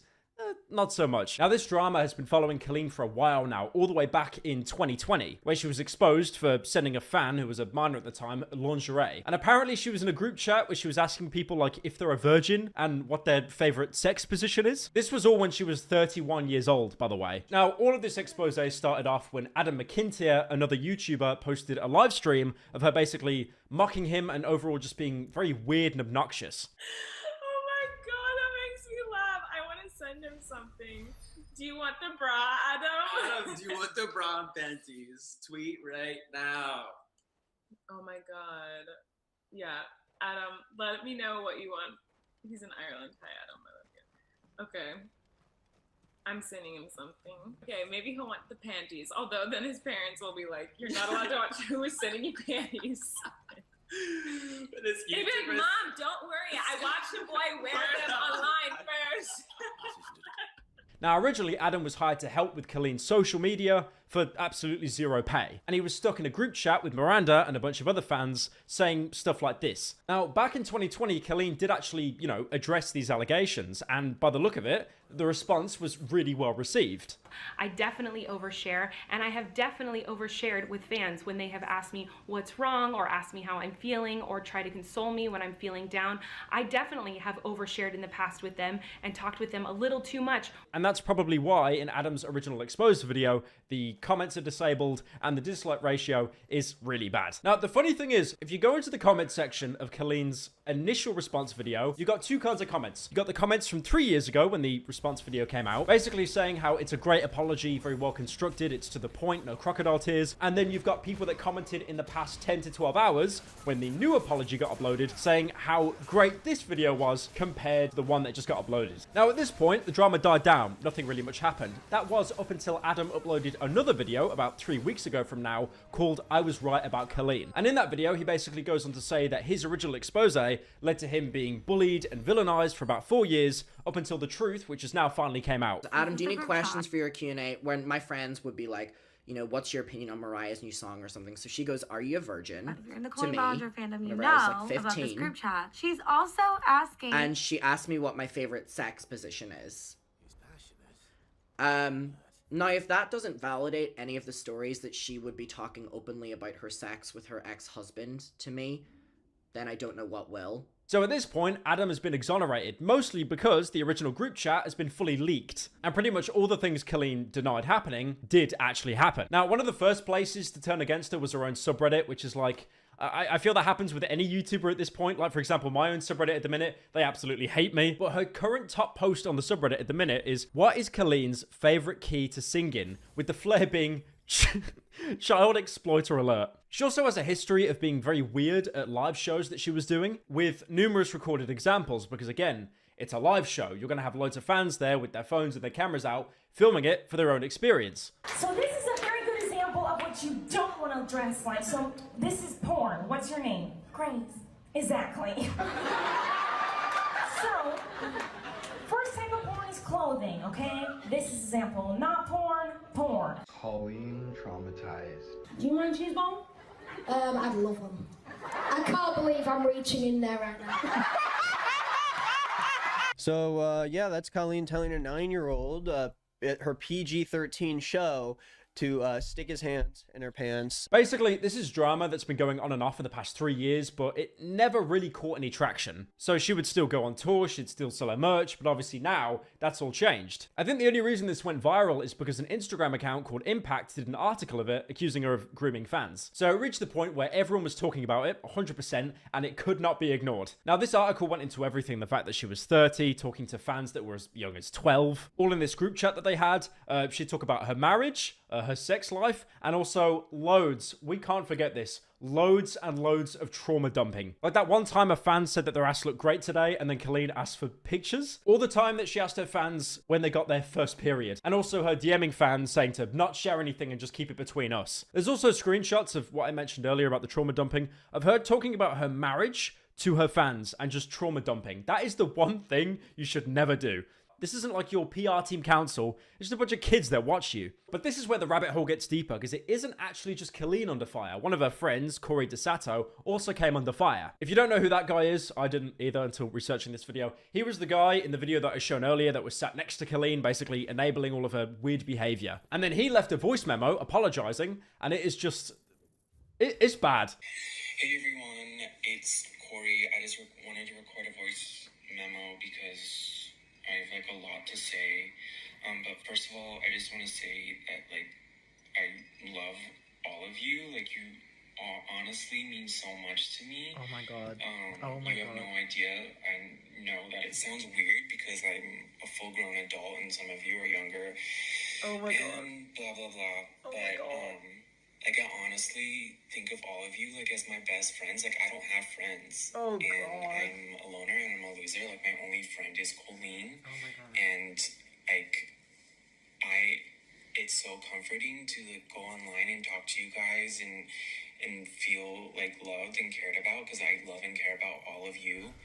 And I trust you, and like I like with all my friends, I vent to you, and when I'm angry, and I feel better, and I feel comforted by you all, and I hope that I can do the same for you.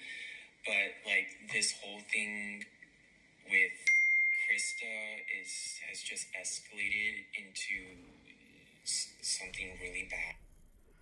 Oh my god. He's 36 now, by the way, so basically the same age that Colleen was at the time. And for the record, as of, doing his little apology voice memo, he's completely nuked his Twitter, which, again, I don't need to explain, is not a very good look. Now, the funny thing about this, despite all the drama that's happening, Colleen last weekend was actually still on tour doing a live show. Again, after her recent little ukulele video, that's probably bound to change. And now, to make the Elden Ring timeline even more confusing, there is a third player involved in this, and her name is Cody. And like Colleen and Corey, she's also being shit on. So Cody is in the same age bracket as Corey and Colleen. She's 33 at the minute, and she's been in the YouTube game for quite a while now. Now, originally, her claim to fame was, I think she made fun of like Colleen's outfit, and that was quote tweeted by Colleen, and that got a little bit of clout, a little bit of e-fame. I think that was back anywhere between 2017 and 2021. But now, Cody has removed all of her videos. But during that time, she got into a lot of controversy. She's called out James Charles in the past. She claimed to be native Indian or like part native Indian when she wasn't. But apparently in that group chat I keep talking about, she was writing fan fiction about some of the people in there. Some stuff was actually relating to assault and kidnapping. Keep in mind, these are minors. And her excuse was she was trauma dumping because she had an ex that was stalking her online and disliking her videos. Again, very normal behavior. So what did she do with all these claims against her? When videos against her started popping up online, she sat down and constructed the best response video known to mankind. No scripting, no tears. It was just the facts. Only joking, of course. She did a live stream completely unscripted and broke down crying. You can't even understand what she's saying for half of it. Nothing was even wrong in this video. I was watching it and I was just thinking it's so wrong. I made a lot of mistakes and I'm so sorry. And I know I'm not handling this the best way. And I just think that I just don't.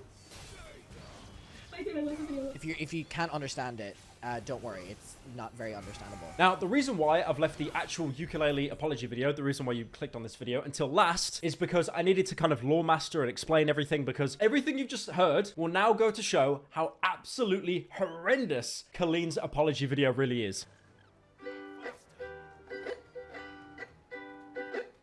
Hey, it's been a while since you saw my face. I haven't been doing so great, so I took a little break. So a lot of people are saying some things about me that aren't quite true. Doesn't matter if it's true though, just as long as it's entertaining to you. So first of all, I want to make a concession. It's not even an apology video. She's basically spinning everything where she denies it, saying people are actually spinning it on her, claiming it's entertainment. Despite all the screenshots that I've shown that have built context to this video. It's fine. It's fine, guys. No, she's just having a good time playing the ukulele. All aboard the toxic gossip train. You're chugging down the tracks of misinformation. The toxic gossip train. You got a one-way ticket to manipulation station. Toxic gossip train. Tie me to the tracks and harass me for my past. 'Cause rumors look like facts. If you don't mind the gaps, I won't survive in the crash, but hey. I like how she's chalking it all up to toxic gossip as well. I do want to be honest, this is going to sound like a very bad take. Her playing the instrument may have not actually been a bad idea if she knew how to utilize it properly. Like, for example, if she wrote a song and it was actually debunking stuff and, dates and screenshots would actually flash up on screen, kind of exonerating her. It wouldn't be good, I'll be honest. It'd still be pretty bad, but miles better than this, non-apology she's wrote. Anyway, guys, I'm the victim. Ignore the fact that I was trauma dumping my marriage to my underage fans. Many years ago, I used to message my fans, but not in a creepy way like a lot of you are trying to suggest. It was more of a loser kind of way. What do you mean not in a creepy way? You are asking when they got their period, what their favorite sex position is, and ass pictures. There's usually always leeway, but you cannot chalk that up to just being a loser. In all seriousness, I do think it's really important to hold people accountable for their mistakes. We should hope that everyone can learn from their mistakes and grow and change their behavior and be a better person. And this is something that I've always tried to do when I make mistakes, and it's something that I will continue to try to do. What? I like how she's making it out that she's like a martyr for YouTuber apology videos, when in reality, she's just doing every single step that traditional apology videos do, minus the deep sigh at the beginning. Guys, I'm gonna grow and change as a person. I'm gonna take some time offline to think about my mistakes. I also wanted to take a minute to talk about that girl Miranda sings. You know the one. Yeah. her. She's PG-13. It says that on my website, and it's always been that way. And that's why you won't find my videos on the YouTube Kids app. Anyway, I didn't realize it was my responsibility to decide what was appropriate for every kid to see. I've always relied on parents to decide if they're comfortable with their families watching my YouTube videos or coming to my live shows. Now, here she does this very weird cope saying that her videos are PG-13 and not on the YouTube Kids app, implying there's a bit more maturity there. But as I've shown you previously, especially when she's on tour, she can be quite weird towards fans, asking them to do stuff that would like horrify most parents. But that's not the worst part, because this part of the song coming up now destroys what little credibility that she had left. And believe me, there was a microscopic amount of credibility. So I just wanted to say that, the only thing I've ever groomed is my 2 Persian cats. I'm not a groomer. I'm just a loser who didn't understand I shouldn't respond to fans. And I'm not a predator, even though a lot of you think so, because 5 years ago I made a fart joke. I think in your initial response video, making a joke about being a groomer is probably one of the worst things you could ever do. I don't even see how like the Miranda Sings fan base can even defend her now. I like how she's chalking it up herself to I never should have responded to fans, when in reality, she was the one initiating it by trauma dumping onto loads of them about her marriage, among other things. Also, keep in mind, she uses this excuse a lot. She's saying it was like 5 years ago, like, you know, she was just like a young adult, a teen, she didn't know better. She was 30 when she was doing this. She's 36 now. And then in one of the most painfully scripted moments in YouTube history, she reaches to turn the camera off, you know, like Logan Paul did in the hotel room, but instead thinks, no, I'm gonna keep going. I'm gonna let them hear the truth, and just keeps playing the ukulele.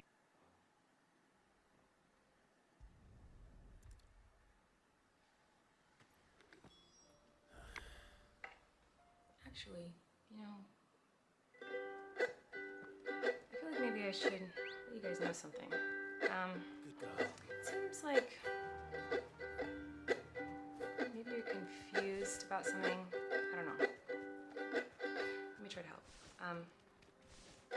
Sometimes people make a mistake and it doesn't make them a horrible person. Whoa. Sometimes people can make a mistake and they're still a good person. Crazy, I know. I do want to say it is actually amazing how pathetic this apology video is. I feel like this is an apology video that Saturday Night Live would make to represent YouTubers as a parody. And then to top it all off, the cherry on top, she ends the video in one of the worst ways humanly possible. Mistake doesn't make them a terrible human. It just makes them human. But what do I know? Fuck me, right?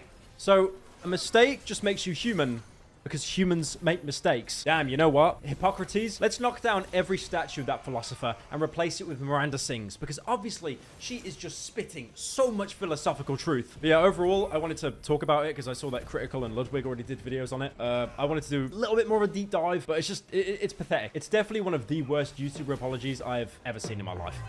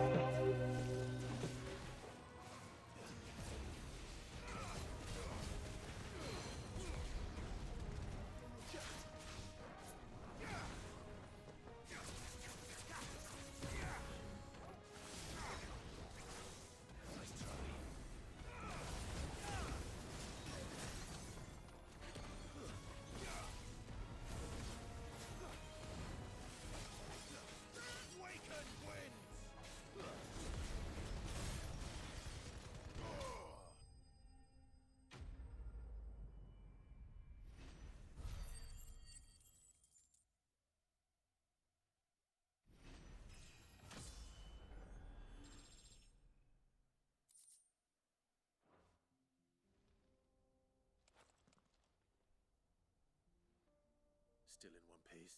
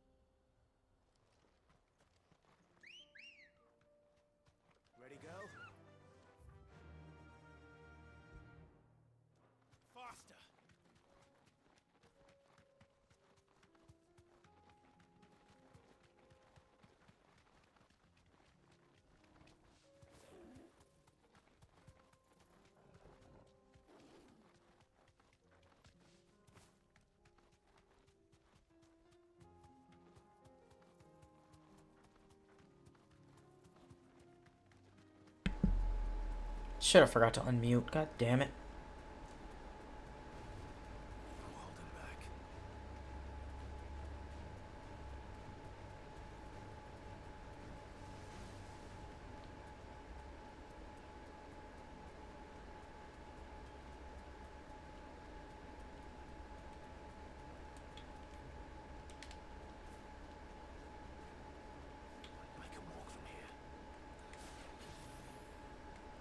What up, pussy?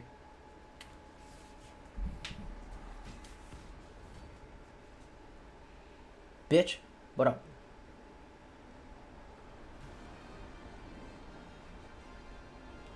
Your move first.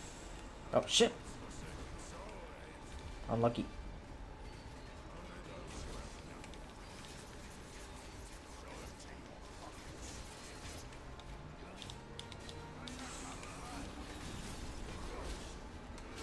God damn it.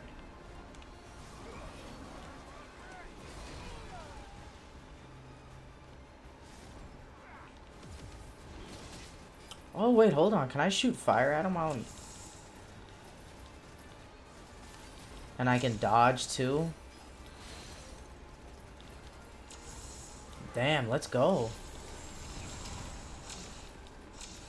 This is so fucking cool. Okay, this class is crazy.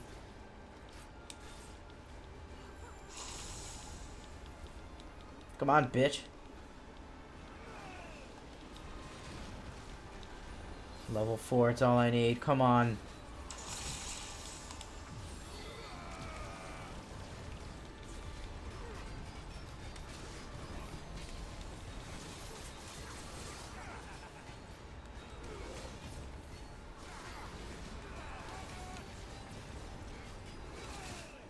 Oh my god, I wasn't paying attention. I was just trying to activate all my shit. Alright, alright.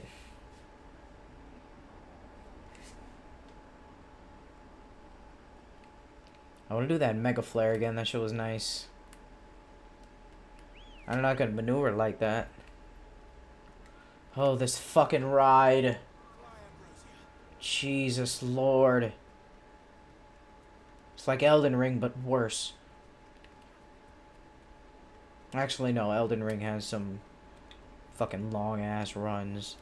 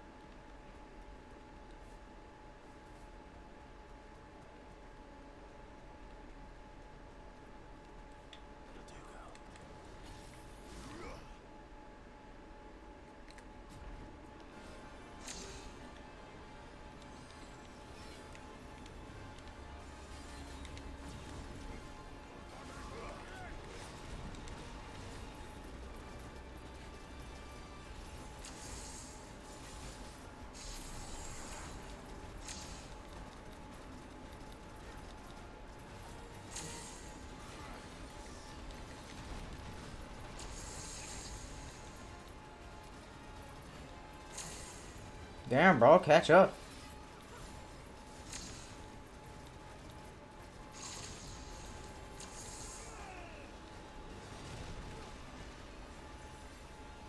Come on. He's almost staggered out, too.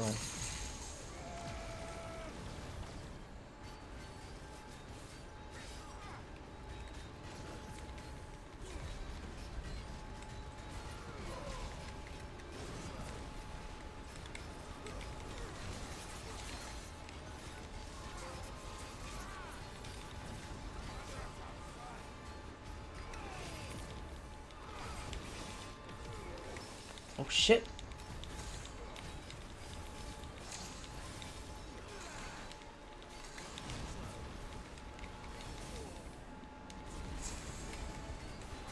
You're getting the Giga Smash. Bitch! Not enough? I got more. Damn, this guy's thick. Jesus.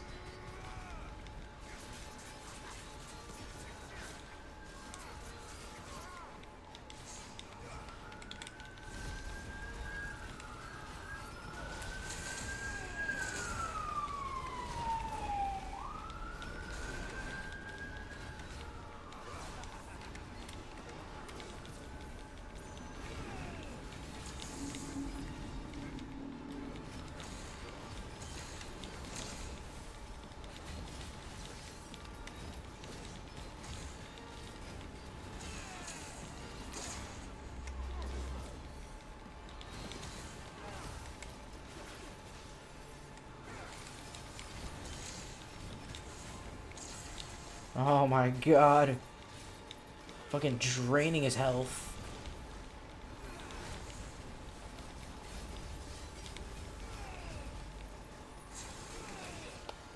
Shit.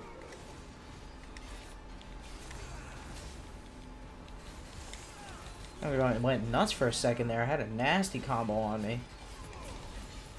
Right in the face. Take this. Come shot.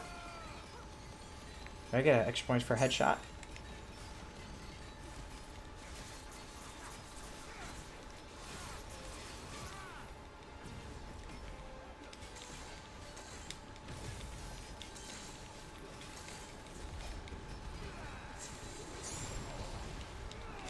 Ah, shit.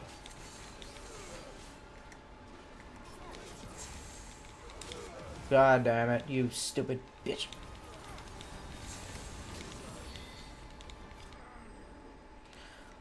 Whew. Not even that hard, he just has a lot of fucking health. Scarletite more? I don't think I need that. Where's the next dipshit? Can't remember his name.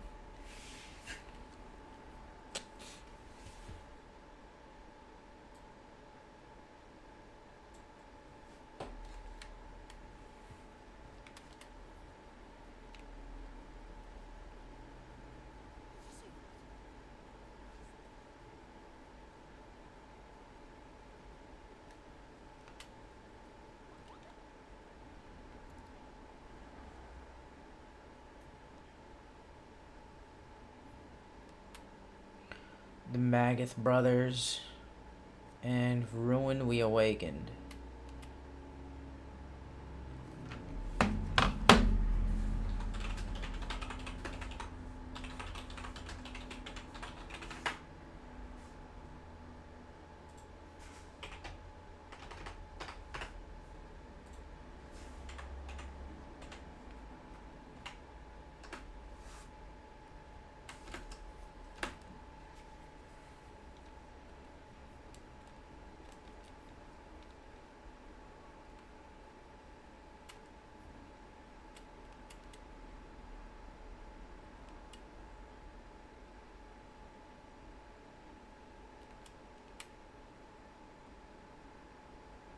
Oh, right there. I was like, what the fuck?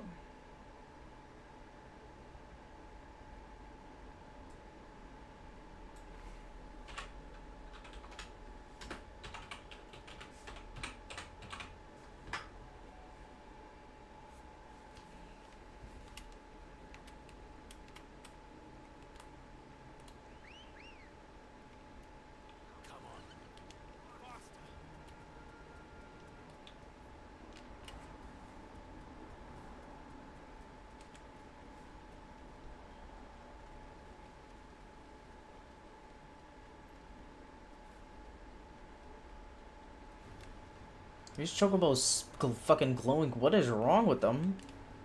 Akashic chocobo? I didn't even notice that before. Thought I was just killing regular chocobos.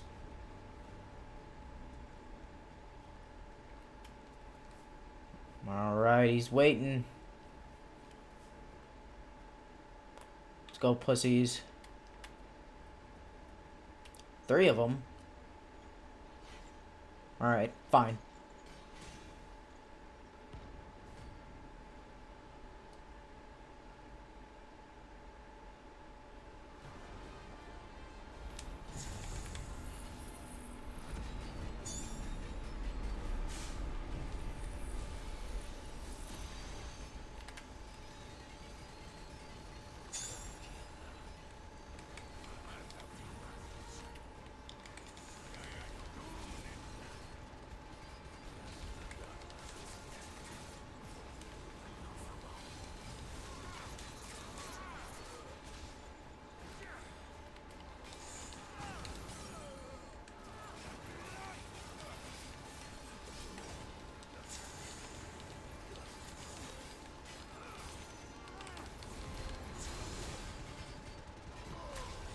I'm going limit break. I don't have time for that shit.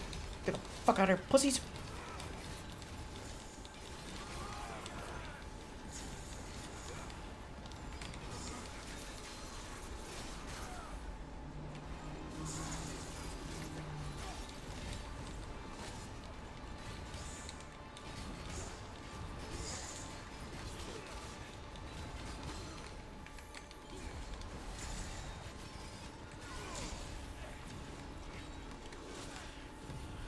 Oh, got them all lined up.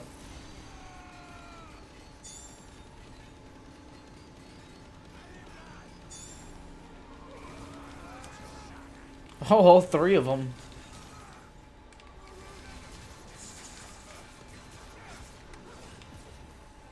God damn it. Let me get that one in back.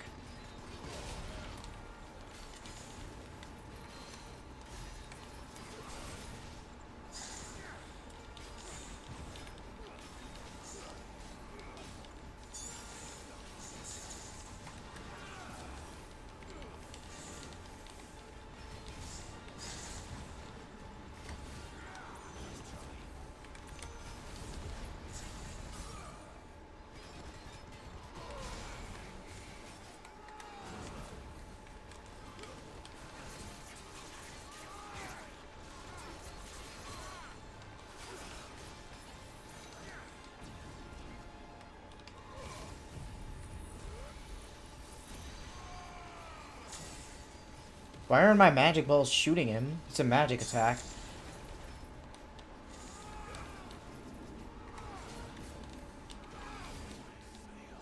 Oh, I'm fucking dead? What the fuck is that? God damn it.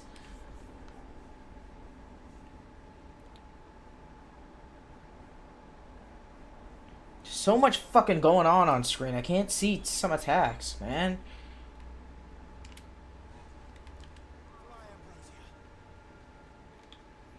God damn it, fucking asshole. The last one.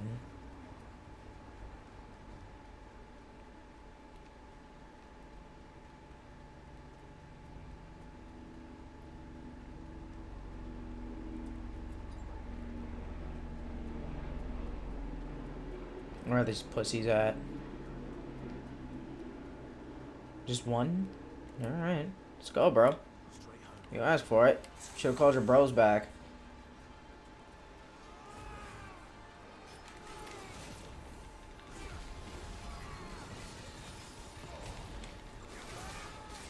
Yeah, I don't care. I'm going all out.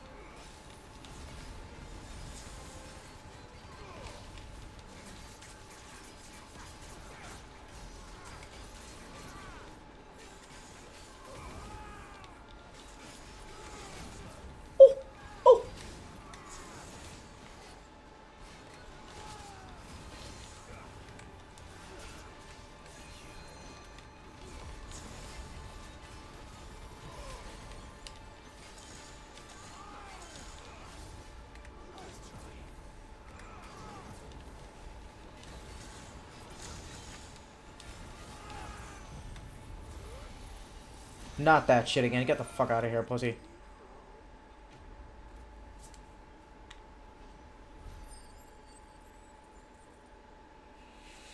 Nice. Bye, bitch.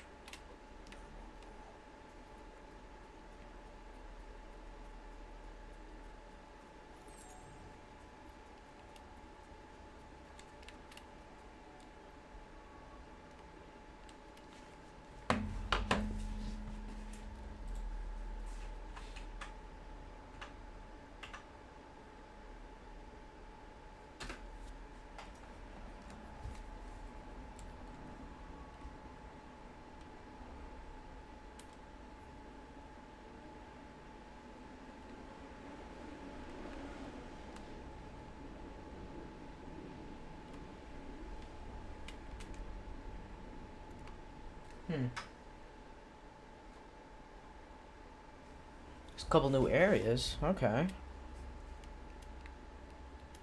think that was blocked off before.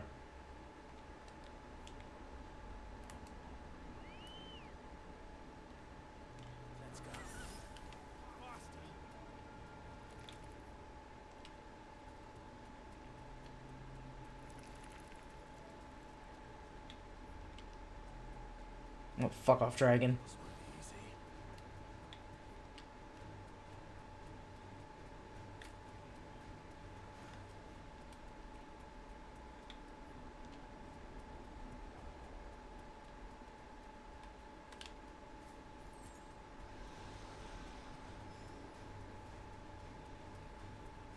Yeah, it's open now.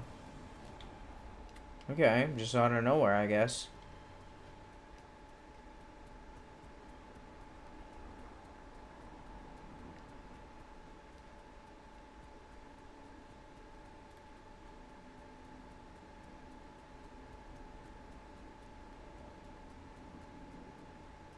The fuck is this thing sitting back here for? Is that an enemy? Oh, it's a thing. Ring of the Marksman.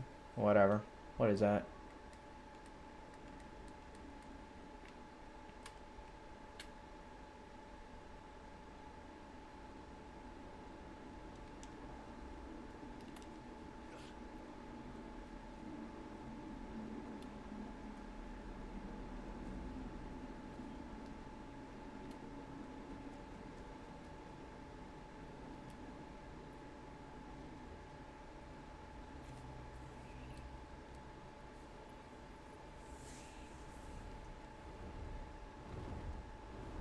Oh, you just sensed I was here? Thank you for meeting me here. This boy's gonna be chunky. I'm gonna hit him with that mega flare. Come on.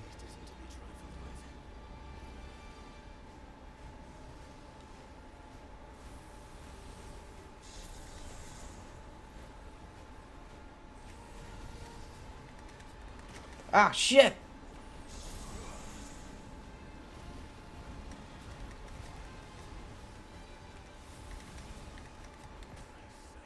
Holy shit! Bro one-shot me with that thing. God damn. Can't fool around with this asshole. The bounties are actually the hardest enemies in the game. I'm gonna use some of my stone tonic. God, that guy is strong. What the fuck? Fuck you, dragon. Going to kill your mom.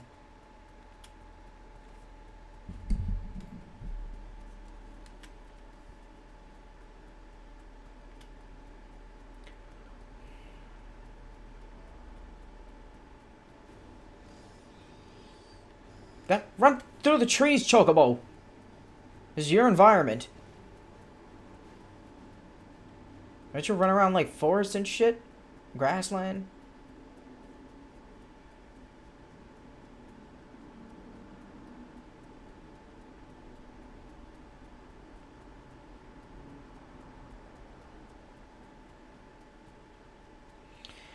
Alright, this guy's gonna be dangerous.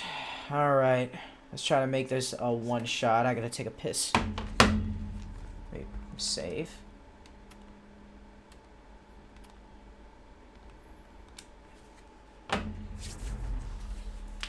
Alright. Manipulation station. Yeah, whatever. What up?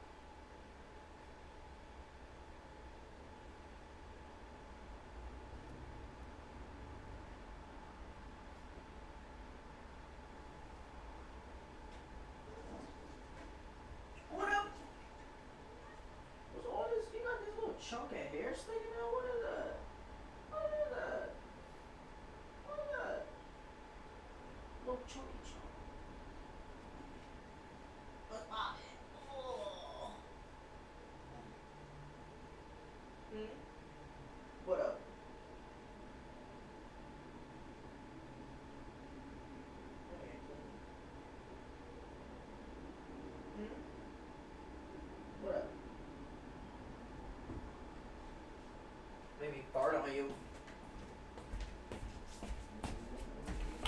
I was about to fart on my cat. Alright, let's go, bro. This guy's a fucking animal.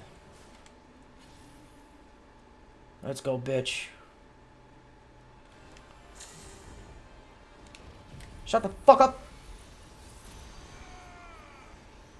Damn, look at that health.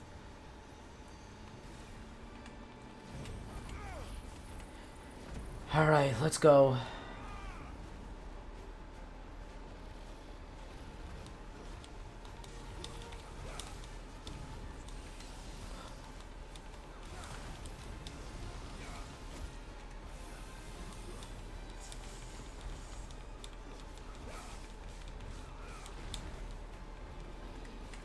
Oh shit, fuck.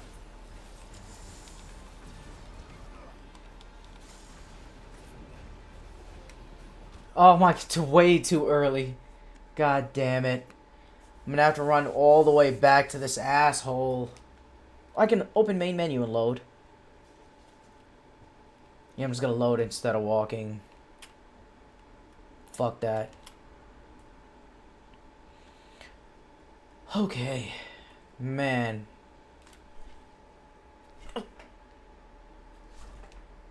Fuck. God damn it. Little bitch. Alright. You get him, boy. Shut the fuck up. I'm gonna doze all over his body, hit those legs.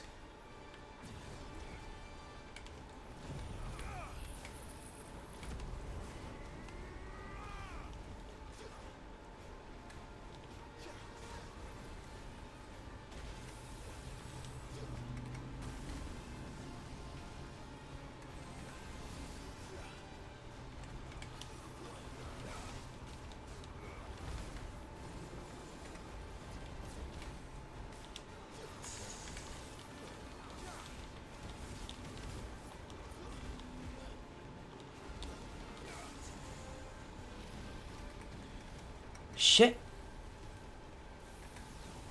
Shit.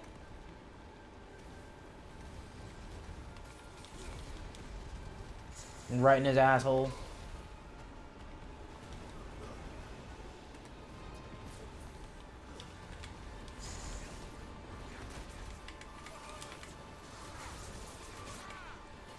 Oh, this charged up again? Take this.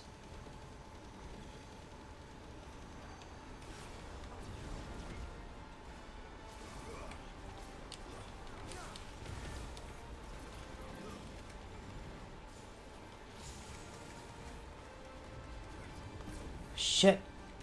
Just got lucky with that spam. Oh god, that was quick. Get down here, bitch.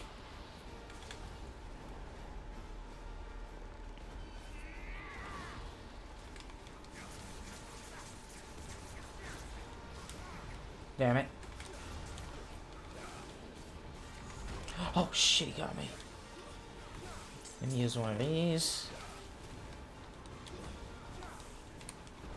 Oh, fuck me.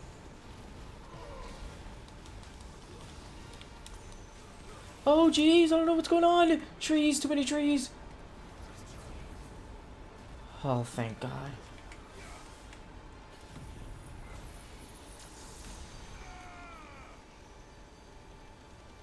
This is 320. Oh, 260 said it does do more damage on his head. Oh, fuck.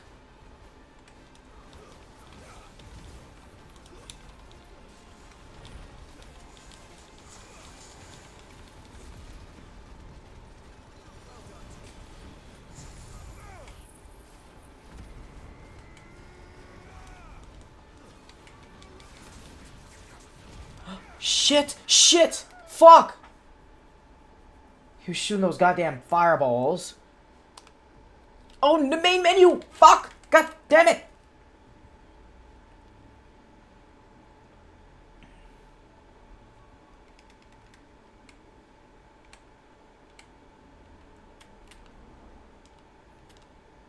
No, why would I save?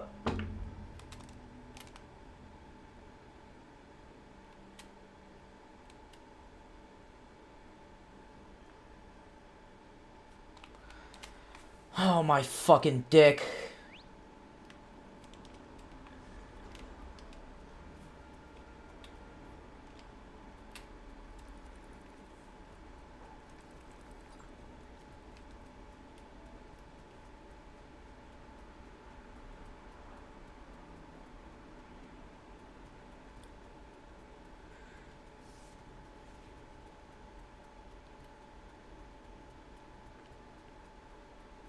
Excuse me, assholes.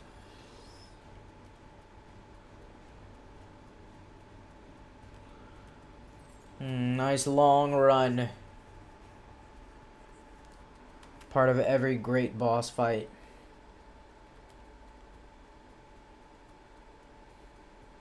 Fucking sick of him doing this shit in video games. Just give the man an arena. Give me a teleport close to him. Goddamn run all the way here every single time. And you know it's a motherfucker I'm gonna have to fight over and over. You put the obelisk all the way over there. I like it saved. Let me save it here.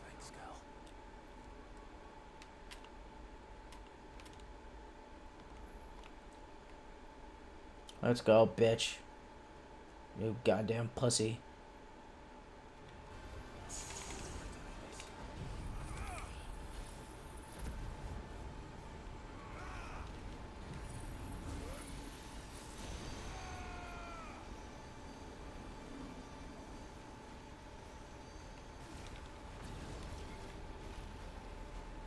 God damn it, this shit.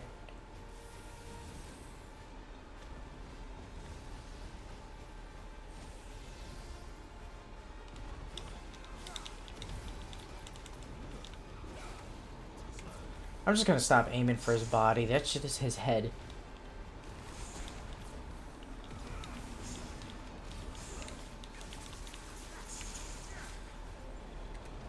What the fuck?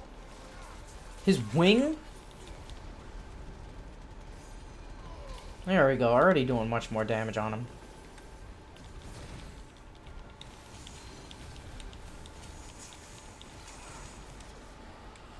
Fuck over here, bitch.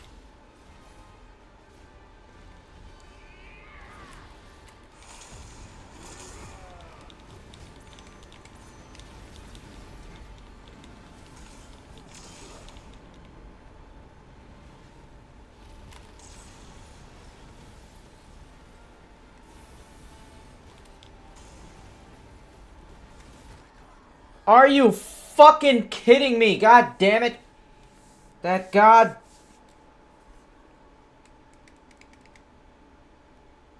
Wait, what happened to that fucking item that revives me when I KO? Where is it? Last elixir. What do you mean unavailable to use? Upon KO, automatically restores all HP, fills limit gauge, and increases attack power by 10%. The fuck you mean? No. Fucking put it in my slot, just... What? That's a bullshit. Suck my dick, dragon. System. What do you mean system? Where the fuck is load game? Are you kidding me? This is fucking ridiculous. Open main menu option here to look at all your shit. And not use your goddamn potion we gave you.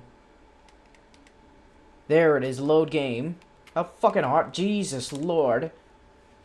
Convenience! Is that a fucking thing? I didn't mean to call it chocobo. Stay back there, bitch.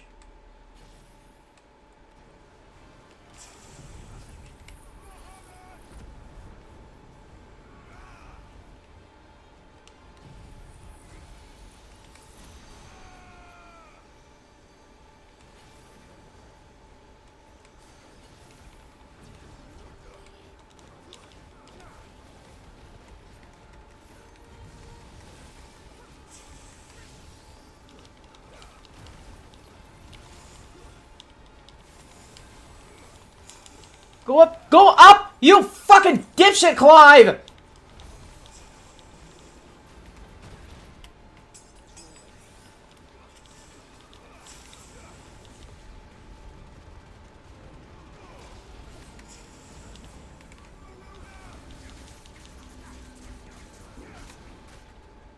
What the fuck was that? Little bite.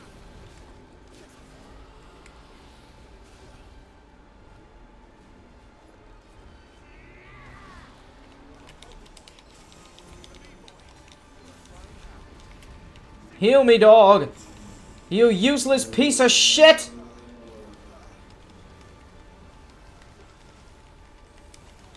Oh, shit!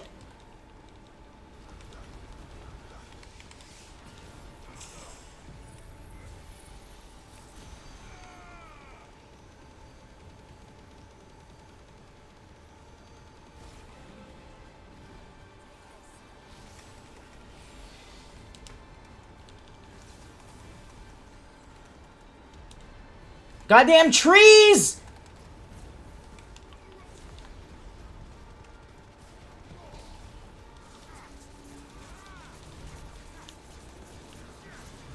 Fuck.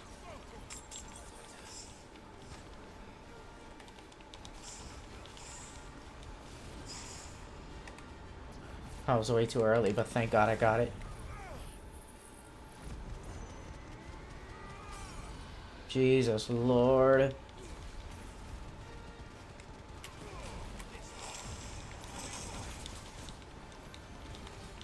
Get him, boy. Jesus, this guy has so much fucking health.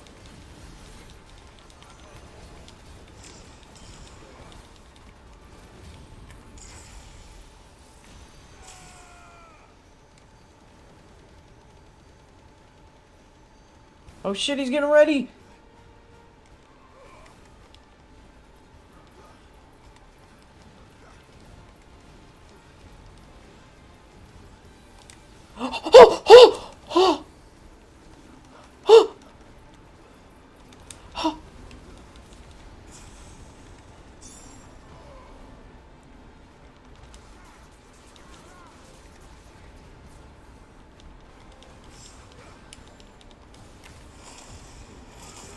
You got him smash down.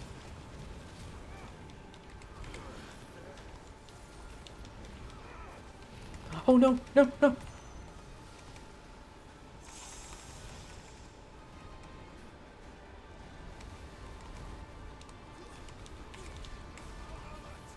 God, fuck me.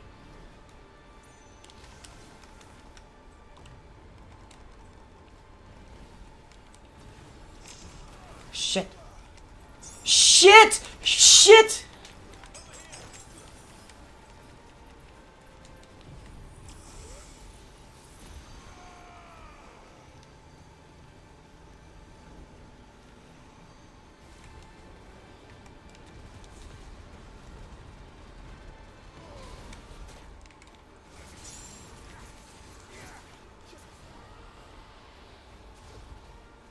I did not do that much damage this round.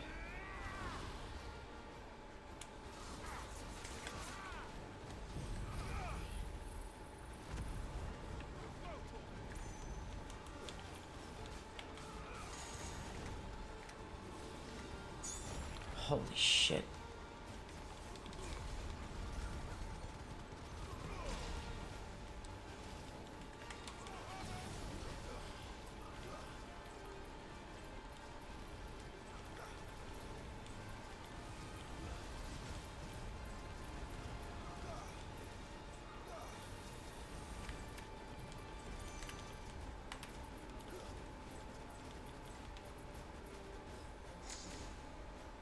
Get back here, bitch.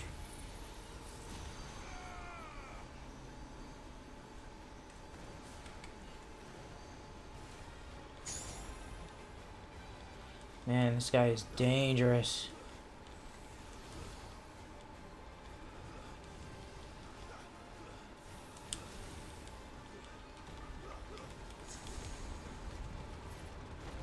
Shit.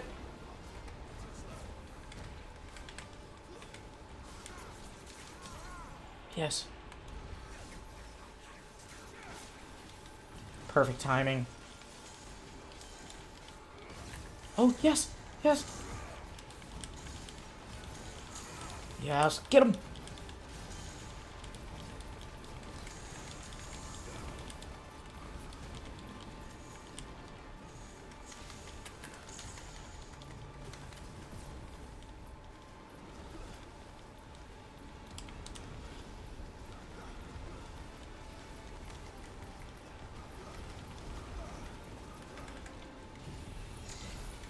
This guy is nasty.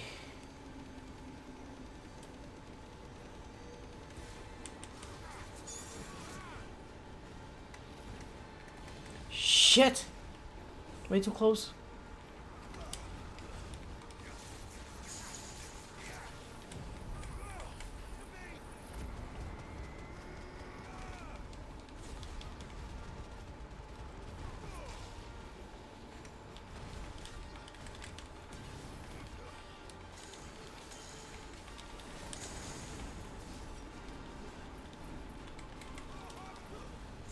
Oh shit.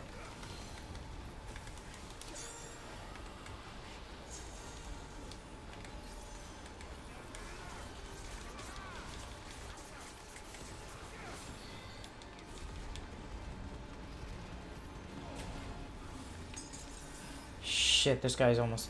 I'm almost dead.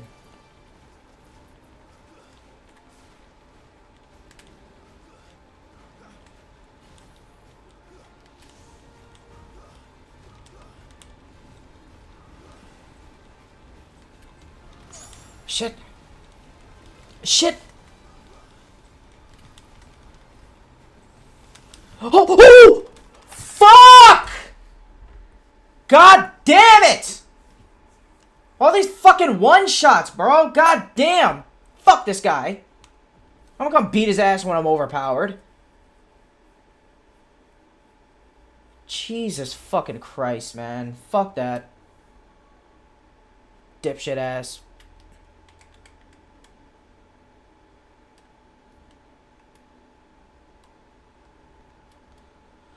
Alright. Fuck.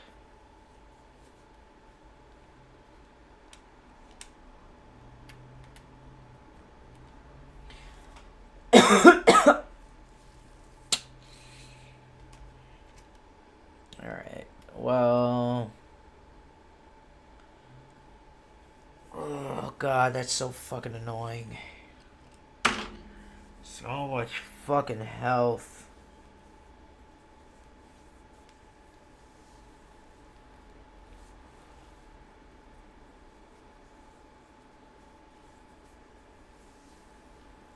What the fuck is with giving enemies so much goddamn health instead of making them just tactically difficult? Oh my god. That is the one thing I hate about all these new fucking cool boss fights that are in video games. The enemies have massive fucking health pools. God, just make them hard to fight. That's much easier to deal with. Other than perfectly having to dodge their shit for like 30 minutes to kill them. Ah, fuck. Hate that shit. Yeah.